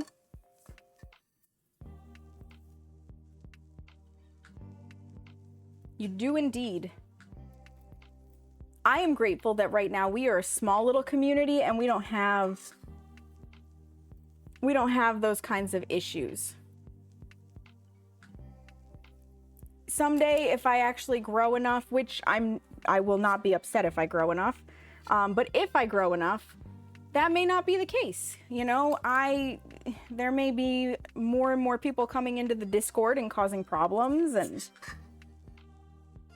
I may have to lock it behind a channel point redeem to automatically whisper you with the link. which means you'd have to have your whispers open and available. I also need to remember to, because someday I would like to set up a bot account for this channel so that it's not just my username. I use my username right now though, so that when I need it to post like things that use emotes, it can, because it does it like it's my name, therefore it thinks it has a subscription, therefore all things are available to me. But someday, if I get partnered, when I get partnered, I should talk about it as an eventuality, not a possibility. When I am partnered someday, which will not be anytime soon, for the record, because that is a huge climb that, you know, I'm in the process of making, but it's slower when you do variety like I do. When I am partnered someday, though, I will be able to give a forever subscription to my bot. It's one of Twitch's partner perks. And then it'll be good. It'll be good, and I don't have to worry about that. You get one bot and one other person. So obviously Seamus would have a forever subscription at that point. Hi, Al-Kadim. Welcome in. How are you, friend? We got 1 minute on the cookies that are in there, and we are finally going to bust out the 4th tray. I knew somebody was going to hear that on EBGG Sparkly and start that shit. Someday, Sparkly, it'll happen. I am not even close to the numbers yet. Maybe Throne Partner. I applied for that. But Twitch Partner is going to take a little bit. I got to grow. I will say, though, having decided to situate myself as mainly, it was going to be Phasmo, DBD, and Plate Up as my 3 main games. Now it's just DBD and Plate Up while I wait for Phasmo to fix their shit so that I can actually play it. I'm hoping that solidifying my main categories and only doing like 1 alternative game a month plus, you know, an IRL stream on Sundays, that helps. Cookies are ready to come out. One goes out, one goes in. You know, little steps, strategies, having better camera presence, learning to use my voice better, talking more. I was a chronic up until Content Delta Barry reviewed my stream, which, by the way, stream reviews available. I think it's like once to twice a month on Fridays. You sign up and then it's random selection, but I digress. When he went over my stream, he immediately picked out that I zone into my games too much and I wasn't chatting, which is not helpful for engaging with people. Cookie busting. That's right. Heck the numbers, Al-Kadim. If only it were so simple. I already have partner spirit. I try. And yeah, Phasmo's a hot mess. You could make it on your... I probably could, Al-Kadim. So Mathman actually asked me when he was reviewing my stream why I didn't just do baking. And the answer is very simple. I wouldn't know what to do with everything that frequently. It is hard enough finding things to do with stuff baking once a week because, quite frankly, Seamus and I don't need more than 1 baked good a week. And I don't like cooking. So, the 1 stream you're going to get from me with cooking, the Cook With Me stream where we're going to make pasta sauce and meatballs and bread, is an outlier. Because I do like making sauce and meatballs. But aside from that, like, I don't like to cook. So that limits my resource of what can I do on stream. And I really do enjoy sharing my gameplay with you guys. So it's one of those things of I don't think I could do just baking, and I definitely don't want to stream only once a week. Hey, Red Wing, welcome in. They go good. Yeah, so that was my only struggle with doing nothing but baking streams, because I would love to. Like, it would be super cool. I'm totally down for it. Just, I don't know how logistically to make it happen. I prefer small streams for the most part. When they get beyond a certain number, chat, unfortunately, yeah, it does become a second thought because of the multitude of chats. Absolutely. And when I say I want to make partner, and I'm going to, you only need 75 average consistently for 3 months to apply for partner. Once you've applied and you've made partner, it doesn't matter what your average numbers are. So I could try for a few months to just do like one thing and really up my numbers and keep it going. I don't know if my ADHD can handle that. A lot of people did it with Phasmophobia. They would just stream Phas because it was so hot and you could easily make partner. And then once they had partner, they went and did whatever they wanted because they hit the milestone. And it didn't matter if they dropped back down to 15 average viewers, they were partnered. Alcademe, you're streaking, let's go, Team No Pants. So, my ideal number of people in stream, and I will never know because I have my viewer count turned off and we don't talk what specific numbers are at any given time. My ideal number though is between 100 to 150 because usually chat isn't moving too fast at that point unless you have a really chatty group, and even then it's typically about a dozen people that are chatting consistently. Most people on Twitch are lurkers. Now you start creeping up into like the 200, 300, 400 range, yeah, chat's moving, and even I'm intimidated by that thought as a streamer. So I'm really just looking to creep close to that like 100 viewer mark and call it good. I don't need on Twitch to necessarily grow beyond that because I like the intimacy that I have with you guys. I really do. And I also like the fact that not having a chat that's like zipping by scrolling is easier for my mods to handle. Because as a mod who's been in those chats before, I'm like, oh boy, oh boy. Team Sweatpants. I mean, Sweatpants are also really good too. Because they read every chat and I will always support them, but I've never subbed to a big ass streamer, or even followed. Yeah, I have a few.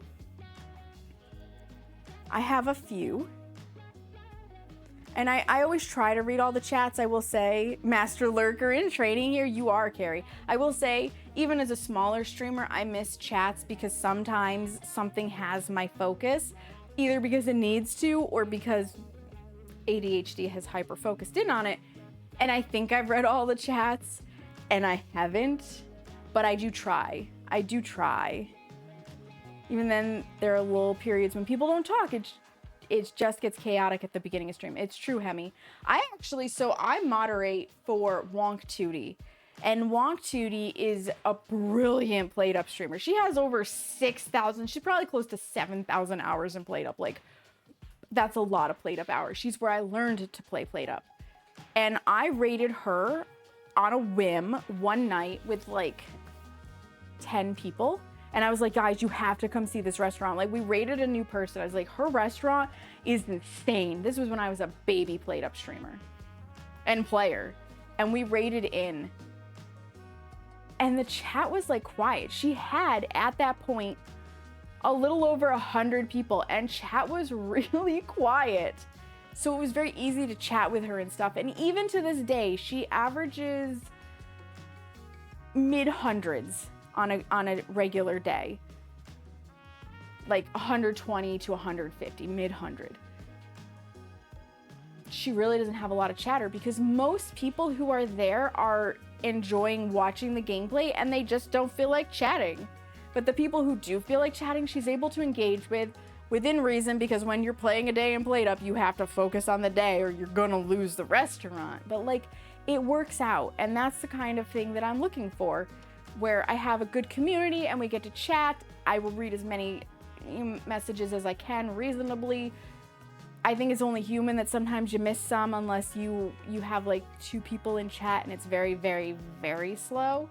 But yeah, goals. Yeah, there are a handful that we all follow that you'll always support. Absolutely. Cause I was the clip queen, yes. And I still take a lot of clips for people. I've hit a point in clipping where I'm like, I'm pretty sure I've clipped similar before, and I like, this could be entirely my own brain, but I'm like, I don't feel like I need to clip the same thing 7 times for a person, so I don't want to annoy them, so I will stop.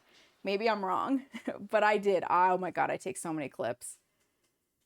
I've some that I watch, but you won't catch me trying to write. Yes, absolutely, Hemi. When the genuine connection disappears, that's when I know it's time. Exactly, Alkadim. Like, I don't think I could ever be in an InSim stream. I don't think I could.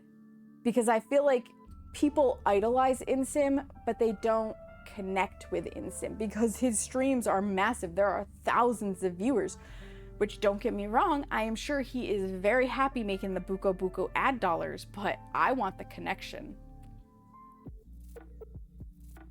I want the connection. What is Carrie's best? Yeah, lurker. Lurker. To be fair, I get it, but you made your stamp and that brought me to your stream. And I've loved your mix of food and gaming. I love that you love my mix of food and gaming, Forever in Shadow. I appreciate that.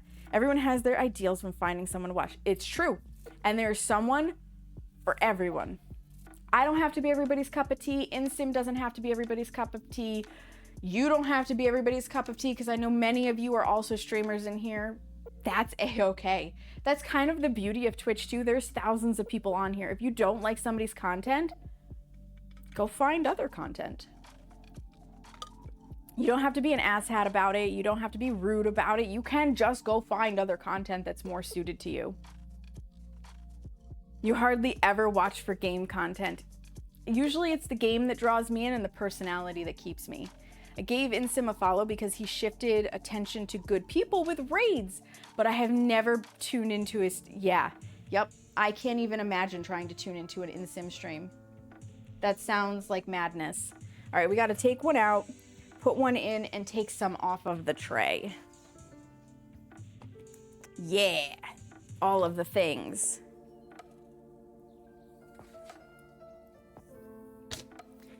Beautiful cookies, beautiful cookies. And you know, that's also one of the beautiful things about streaming too, is streaming is an art form. It is a form of content creation.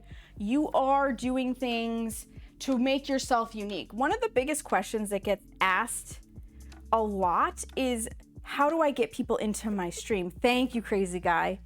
And if the streamer's fun and chat is chill, you're all for it, right, Bubbly? Like, people ask all the time. The number one question I think that Barry gets for Content Delta, and the number one question that I see asked across forums is, I'm stuck at 0 viewers. I'm stuck at 1 viewer. I'm stuck at, you know, whatever number of viewers. How do I get more people in? And the answer is usually, are you following the core tenets of being a content creator? Because the hard truth of the matter is, if you're not doing something to be at least somewhat unique, what makes somebody want to stick around in your stream versus anybody else's on the internet, or versus, let's not be crazy, versus just going to YouTube and watching a Let's Play? Because if you're not chatting, if you're not communicating, if like you're not engaging with your chat, if you're just sitting there playing a game, which is the problem that a lot of people have, you are doing nothing to set yourself apart.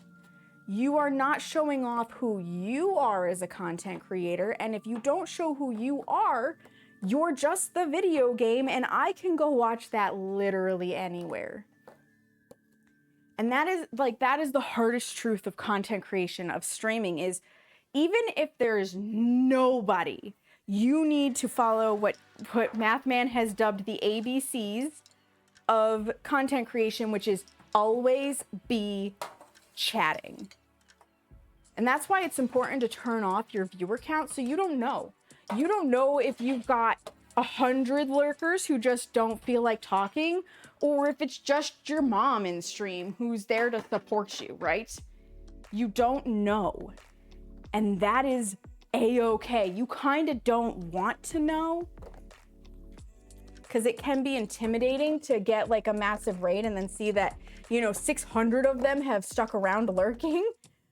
Or if you are partnered and you have the opportunity to be on the front page or something, and you see that all of a sudden your numbers have spiked, like that can be very intimidating, and it can change how you behave, just like it can change how you behave if you suddenly realize that the one viewer you had has left. They decided not to stick around, which is a totally normal occurrence, for the record. It's totally normal occurrence. So learning how to talk to nobody is the hardest skill, but it is the #1 skill you need, because you have to set yourself apart. You have to show who you are so that you can say, this is me. This is why you should follow me. I'm, you know, bubbly and optimistic, and I crack jokes at myself, or I'm chill and I'm down to earth and I have an ASMR voice, or I don't take games seriously. I'm literally here to make a complete ass of myself and do funny voices. Like, who are you as the streamer, and why should I be engaged? And it like, I know some people they try to find chat games or whatever, but it does, like, you don't have to have chat games. You don't have to. Now I can read chat again. I can't see it when I'm detraying cookies, but I lurk and engage in streams that just made an impact of cuteness and genuineness. Emphasis on genuine. Yes. Genuineness is important. That's one thing about streaming that I can understand. However, I just stream to have fun, and usually I have an average between 5 and 7. I honestly don't mind, because at the end of the day, I just want to play video games with my friends, and that is a-okay. If that's what you want out of stream and you are achieving it, you have hit your goal. You've done it, you've achieved what you wanted, and that is not a problem. It's kind of like I say in the working world, if your goal in life, because I had a friend who was like this, if your goal in life is that you want to be the manager of a Dunkin' Donuts, who's to say that that is a bad goal? Is it satisfying your needs? Is it supporting you? Is it not harming you? Who cares then if you're just a manager of Dunkin' Donuts? Somebody has to be. Somebody has to want to be the small streamers. Not everybody is going to be the insims of the internet, the Flash Forces, the Psychohypnotics. You can tell I've watched a lot of Phasmophobia content. You know, not everybody's going to be there. Most streamers average 3 to 6. If you can make it to 10 average, if you can hit double digits, you have made it into, I think it's like the top 1% of Twitch. I think it's either 10 or 1. It's got a 1 in there. Like, and there's nothing wrong with only wanting a very small community. There's nothing wrong with it.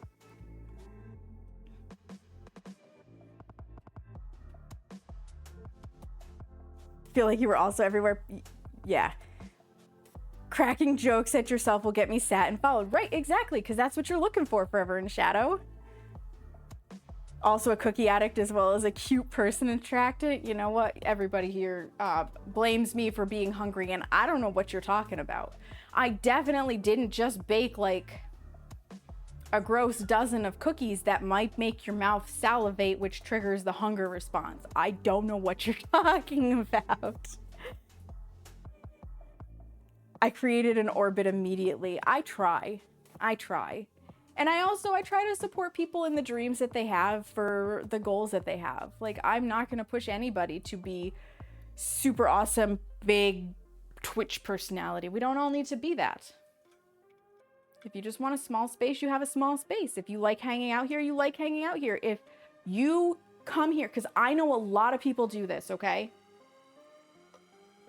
If you come here and your goal is, hey, Saknika is in the kitchen and she's baking and that makes me feel productive, and you literally put me up off to the side and you have zero intentions of ever checking in, of maintaining a streak, chatting, like you literally pull me up because the content is good for you to get chores done in your own house.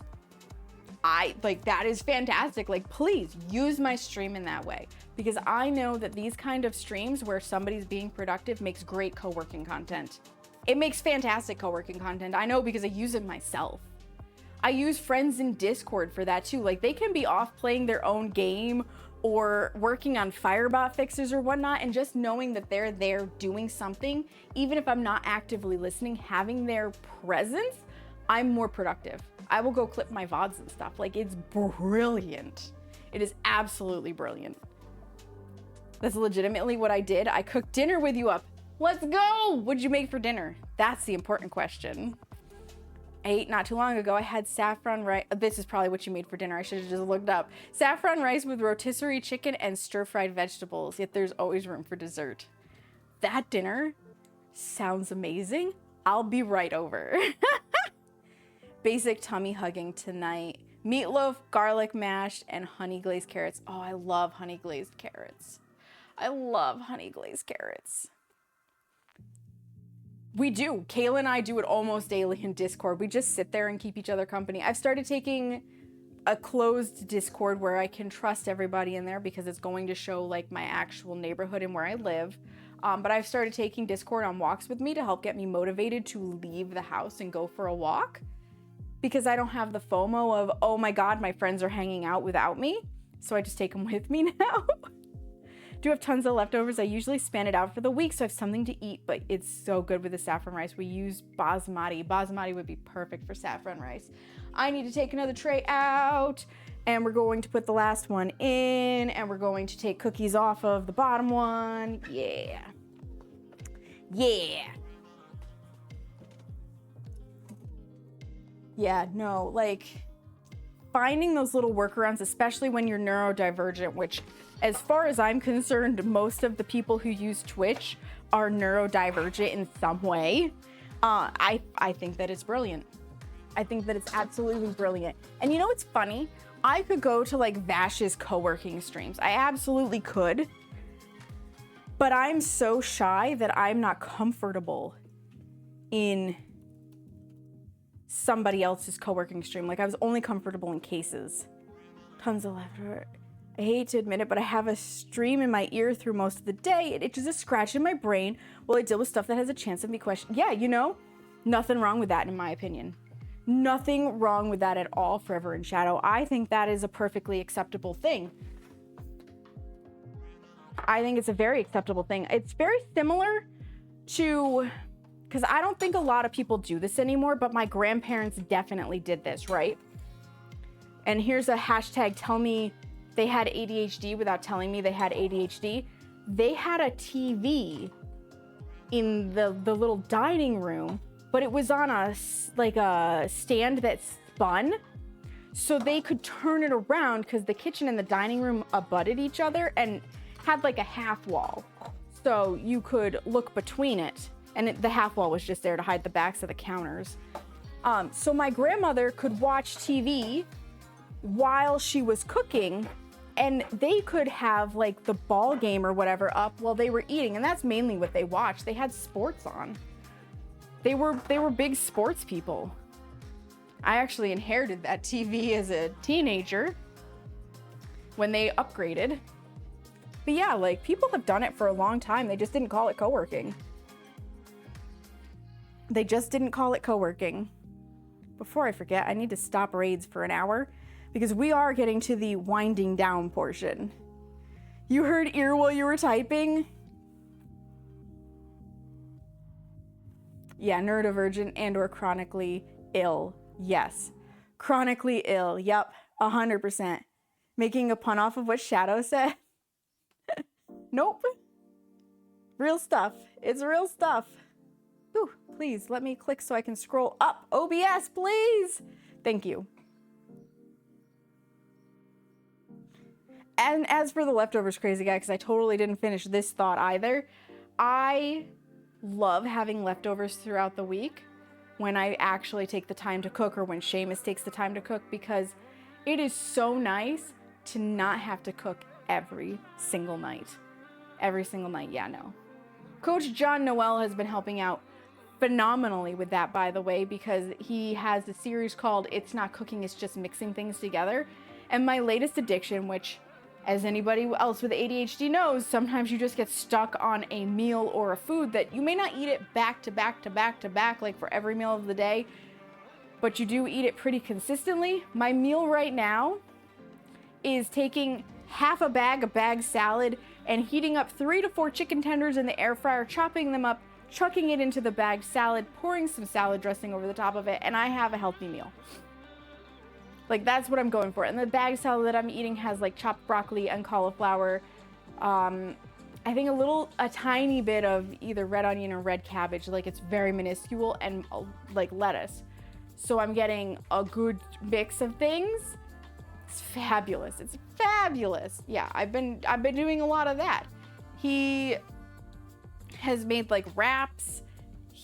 One of the ones I would like to try is taking mac and cheese. And if you were a child like I was at one point, where you had those like easy meals for mom and dad, or the making do meals where you put chopped hot dog into the macaroni and cheese. I want to make that, but he also added in like riced cauliflower so that you get a veggie.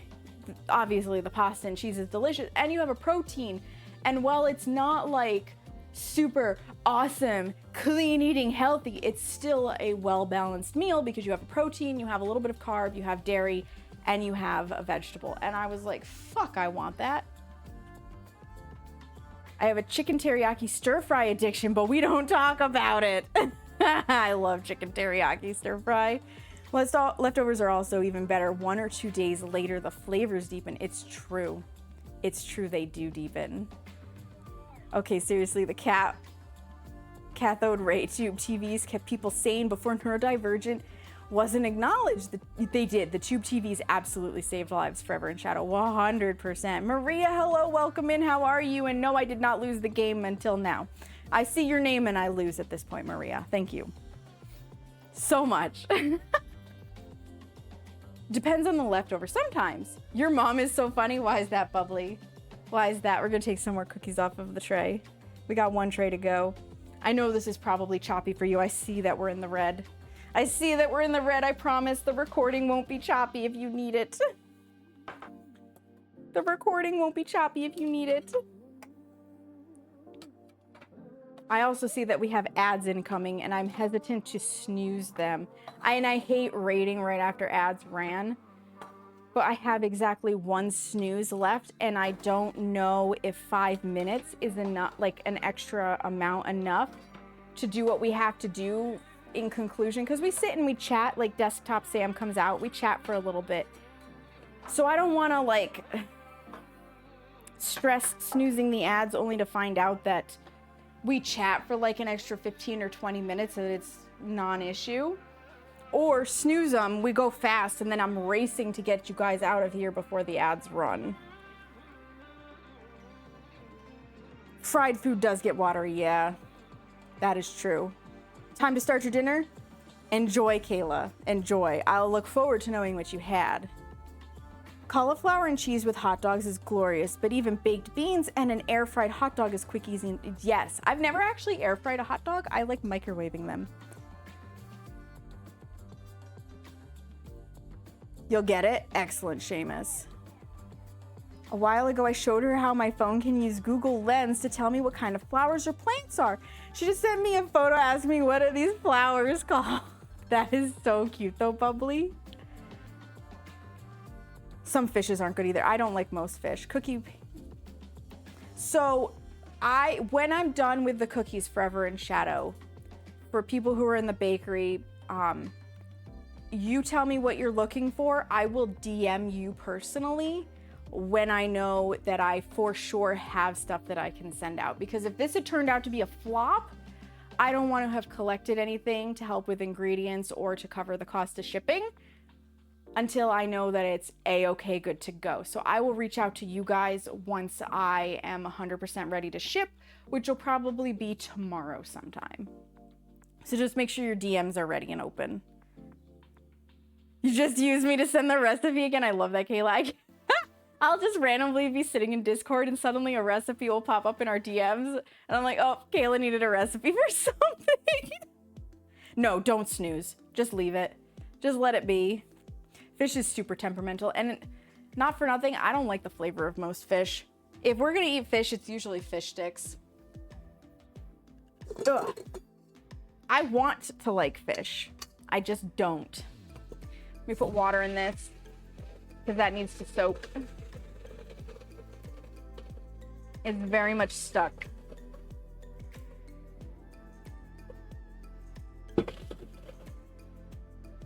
This also should soak.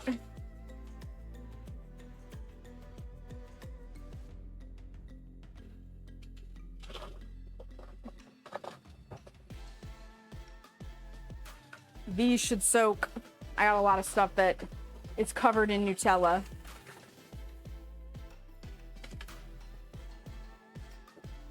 Into the water.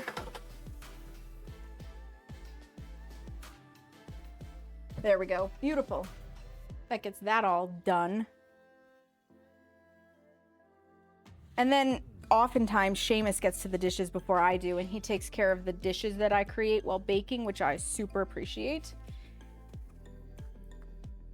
It's his way of supporting the baking addiction and the baking streams. Timer. Timer, let me pull them out and then they'll sit for a moment and then we'll detray them and then we'll go sit down at the computer. Can turn off the oven now too.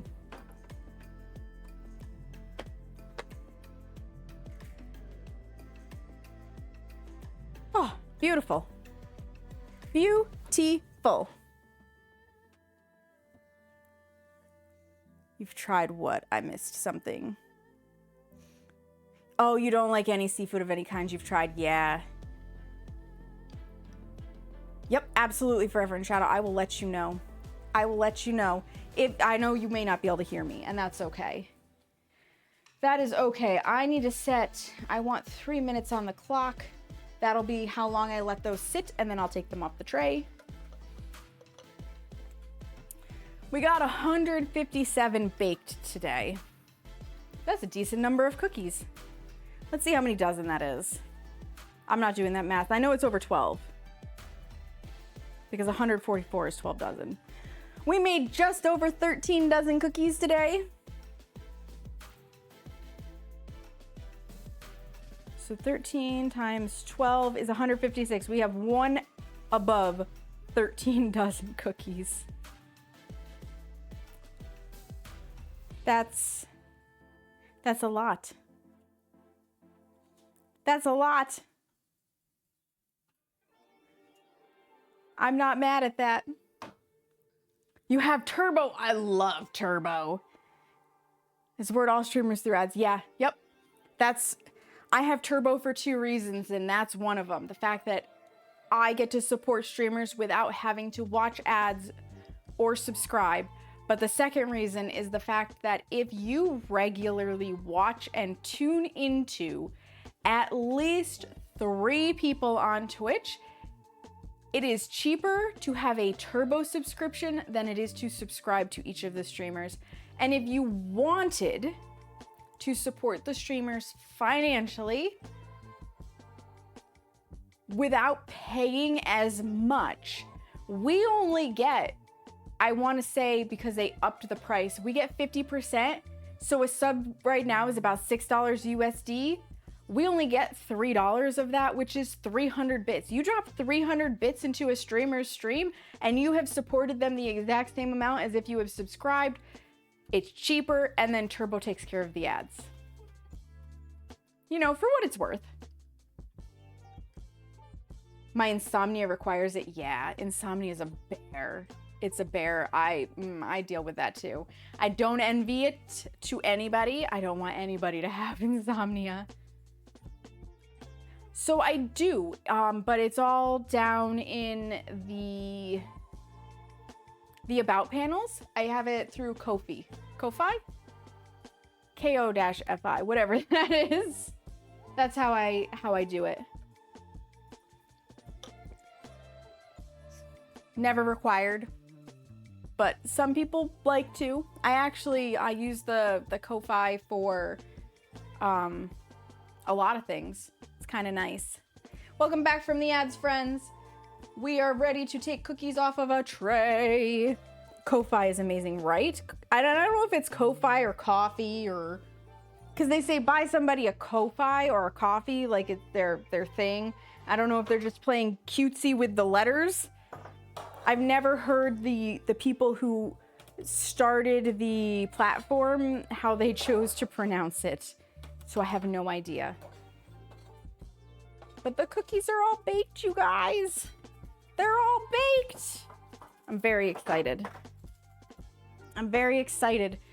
I am going to take us back into the desktop room. It's where you post your art. Yeah, absolutely. Absolutely, a great place to post art.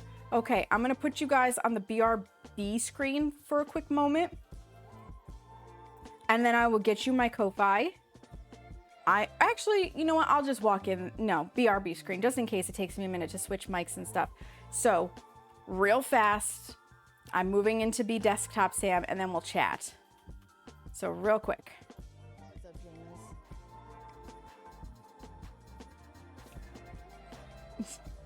James? He loves to just peek in with, like, creepy eye. Because you gotta fork the cookies. You gotta. It's, like, required with peanut butter cookies. They desire the forking. Unless they're getting kisses, and then they don't need to be forked. You gotta either fork your peanut butter cookies or kiss them. One of the two. There's no in between. From our sponsor, Alicante's Pizza, now 100% Noid free. What the fuck is a Noid?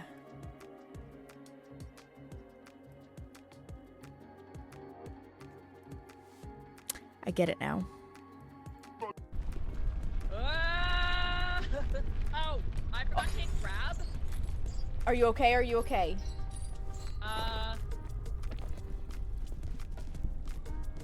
Are you at least out of the hot zone?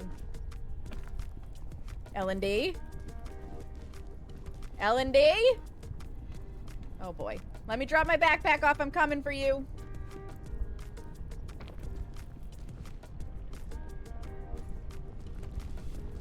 Stay there, backpack.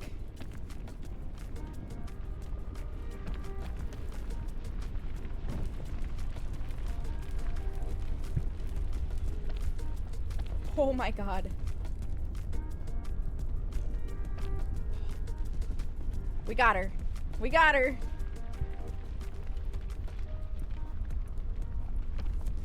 L&D was in fact not okay. Where? Hello friends, it's Desktop Sam time! For what you can see, because we are bouncing, you know, back and forth between red and yellow. Yeah, Bubbly has that if you want for art commissions and stuff through Discord. She'll happily send it to you. She'll happily send it to you. Got lots of options. Lots and lots of options. Because, yeah, Bubbly is a fantastic artist. Highly recommend if you're looking for art. You know, check her out. Check her, them. She, they. It's she, they. I had to look at the pronouns because I'm always, like, second-guessing myself. I'm always second-guessing myself. It's one of those things, you know? Absolutely, Bubbly. Absolutely. We gotta...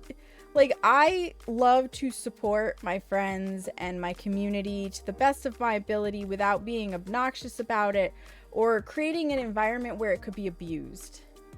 Because that is unfortunately the reality of the internet. If you give an inch, they will take a mile, and it's not necessarily the person that, you know, asked politely who takes it too far. In fact, oftentimes it's not the person who asked politely who takes it too far. It's somebody else who takes it too far. And that's half the problem. That is half the problem. And it's very, very rude. Like, super, super rude. And I'm not okay with it, but That's why you do what you can to try and mitigate it. And it means having, like, those boundary lines, right? Having those boundary lines. Sorry, I am just looking to see who's on to get an idea of where we're eventually gonna go. And I think I know where we're gonna go.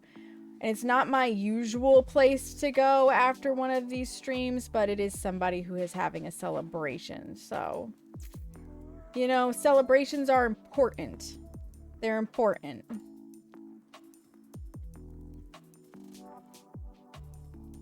And I don't like sharing it without feeling like I'm being annoying with, yeah.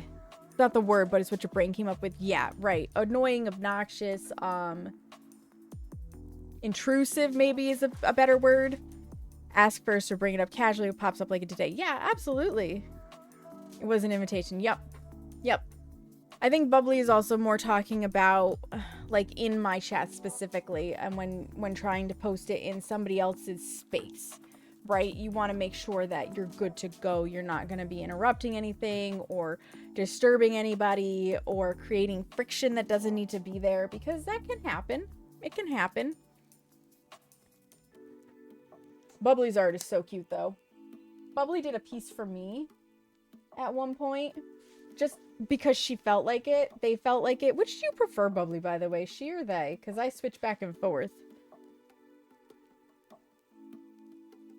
And I love it to pieces. I need to remember where I saved it.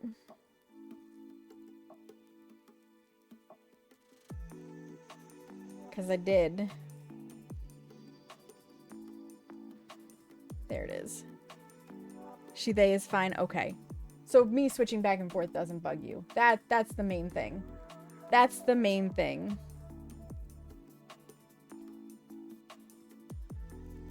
Either or. Okay. Let me see if I can make this happen.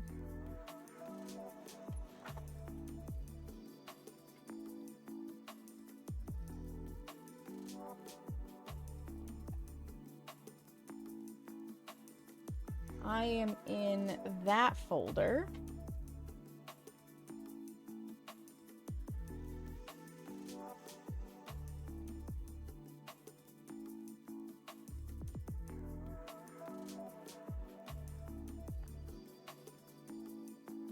And I don't think you can see it right now. I have no idea. I'm trying to use studio mode in OBS so that it does the thing the way I want it to do the thing. Okay.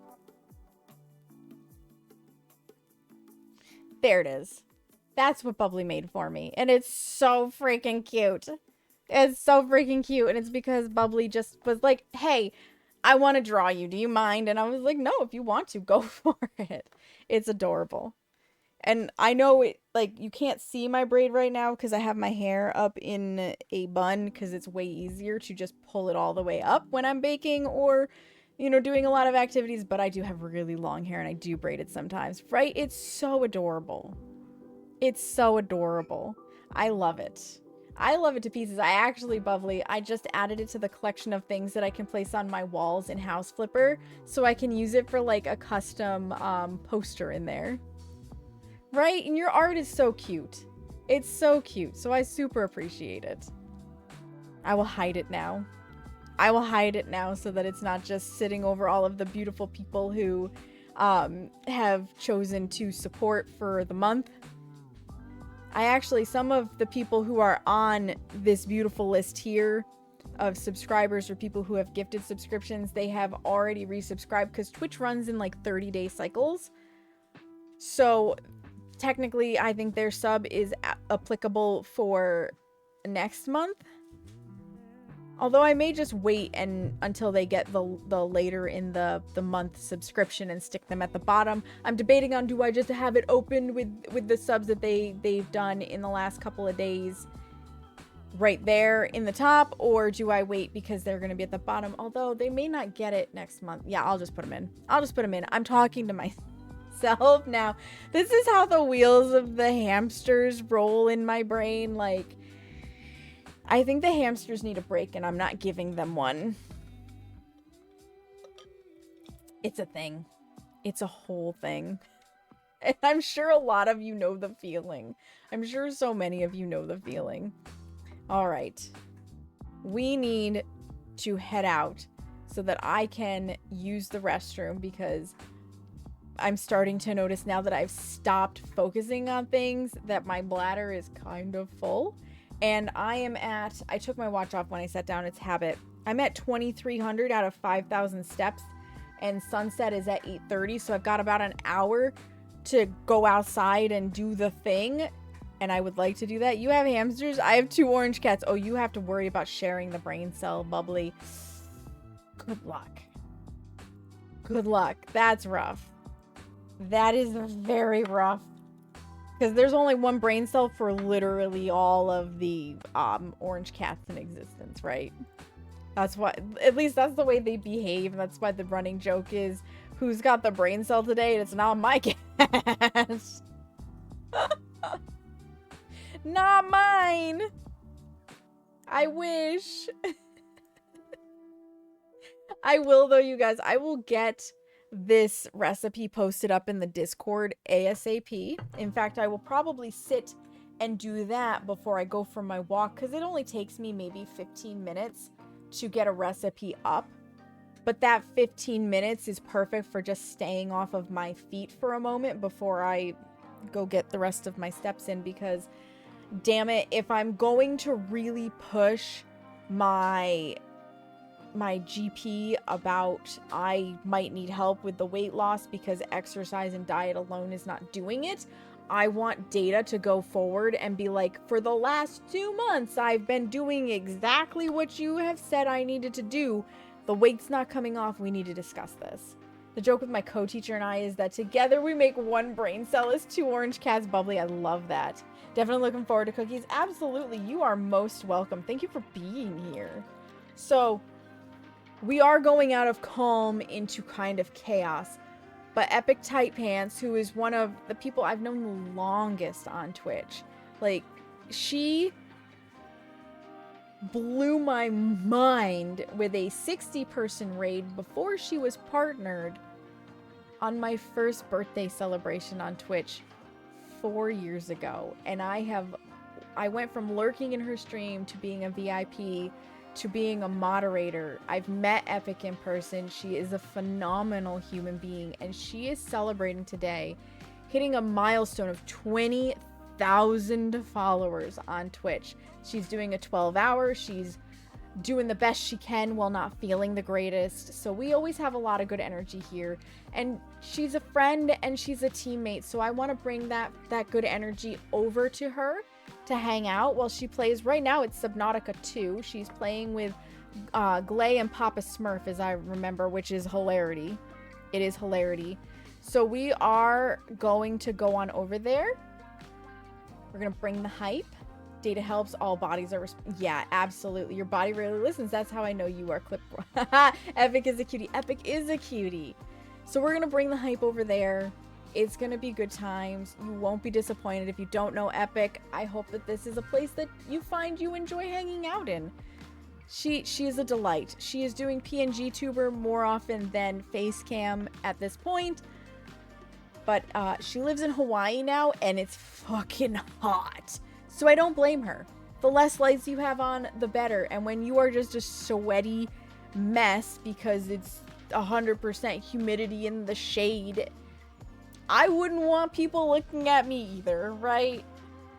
Papa with his little brother energy. It's massive little brother energy. It really is. I'm kind of just waiting though. It's somebody redeemed a dance party, so it's in emo only mode at the moment. So I'm waiting for emo only mode to go away before we raid in, because otherwise nobody would be able to post the raid message. Yeah, however she feels comfy. Exactly. And that makes her feel comfy, and I'm happy for her. I am happy for her for that. But if you've raided in there with me before and you've seen her with a face cam and you haven't been there recently and you see the PNG tuber, that's why.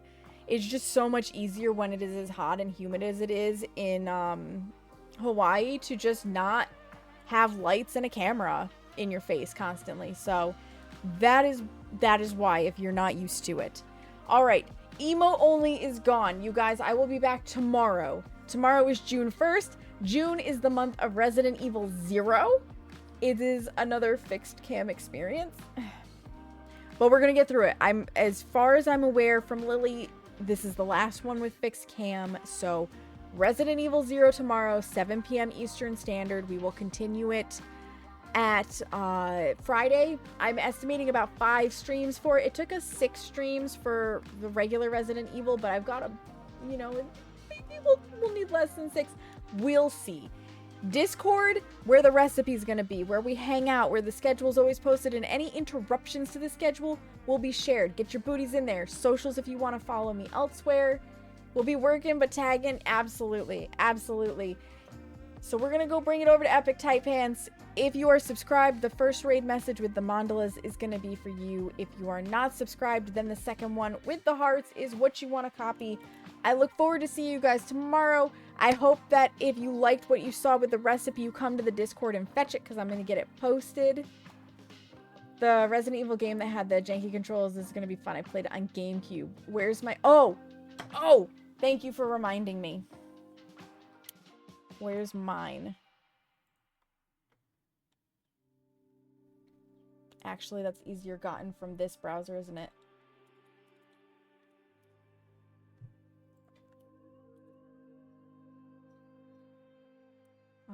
And then this, and then that, and then this. There's my Ko-Fi, or coffee, or whatever it is. All right. So, the original Resident Evil was janky. This one is also slated to be just as janky, Red Wing. We'll see how it goes. It's gonna be fun. We're gonna bring all this energy, though, for right now, over to Epic Tight Pants. Grab the appropriate raid message. I appreciate you guys for being here, whether you lurked, chatted, raided. In fact, there's our beautiful raiders from today. Had interest in the recipe, dropped bits, dropped a sub, followed, like, however you chose to be here, however you chose to support, you did, and that means a lot to me. We even got Sappy on stream today. Like, it was a really good day. We're gonna bring that energy over to Epic, who is celebrating 20,000 followers on Twitch with a 12-hour stream. I will see you guys tomorrow in the evening for Resident Evil, and in the meantime, make sure you take a moment to practice some self-care. Look yourself in the mirror and tell yourself that you love you, because you matter, friends. You have a great one now. Bye!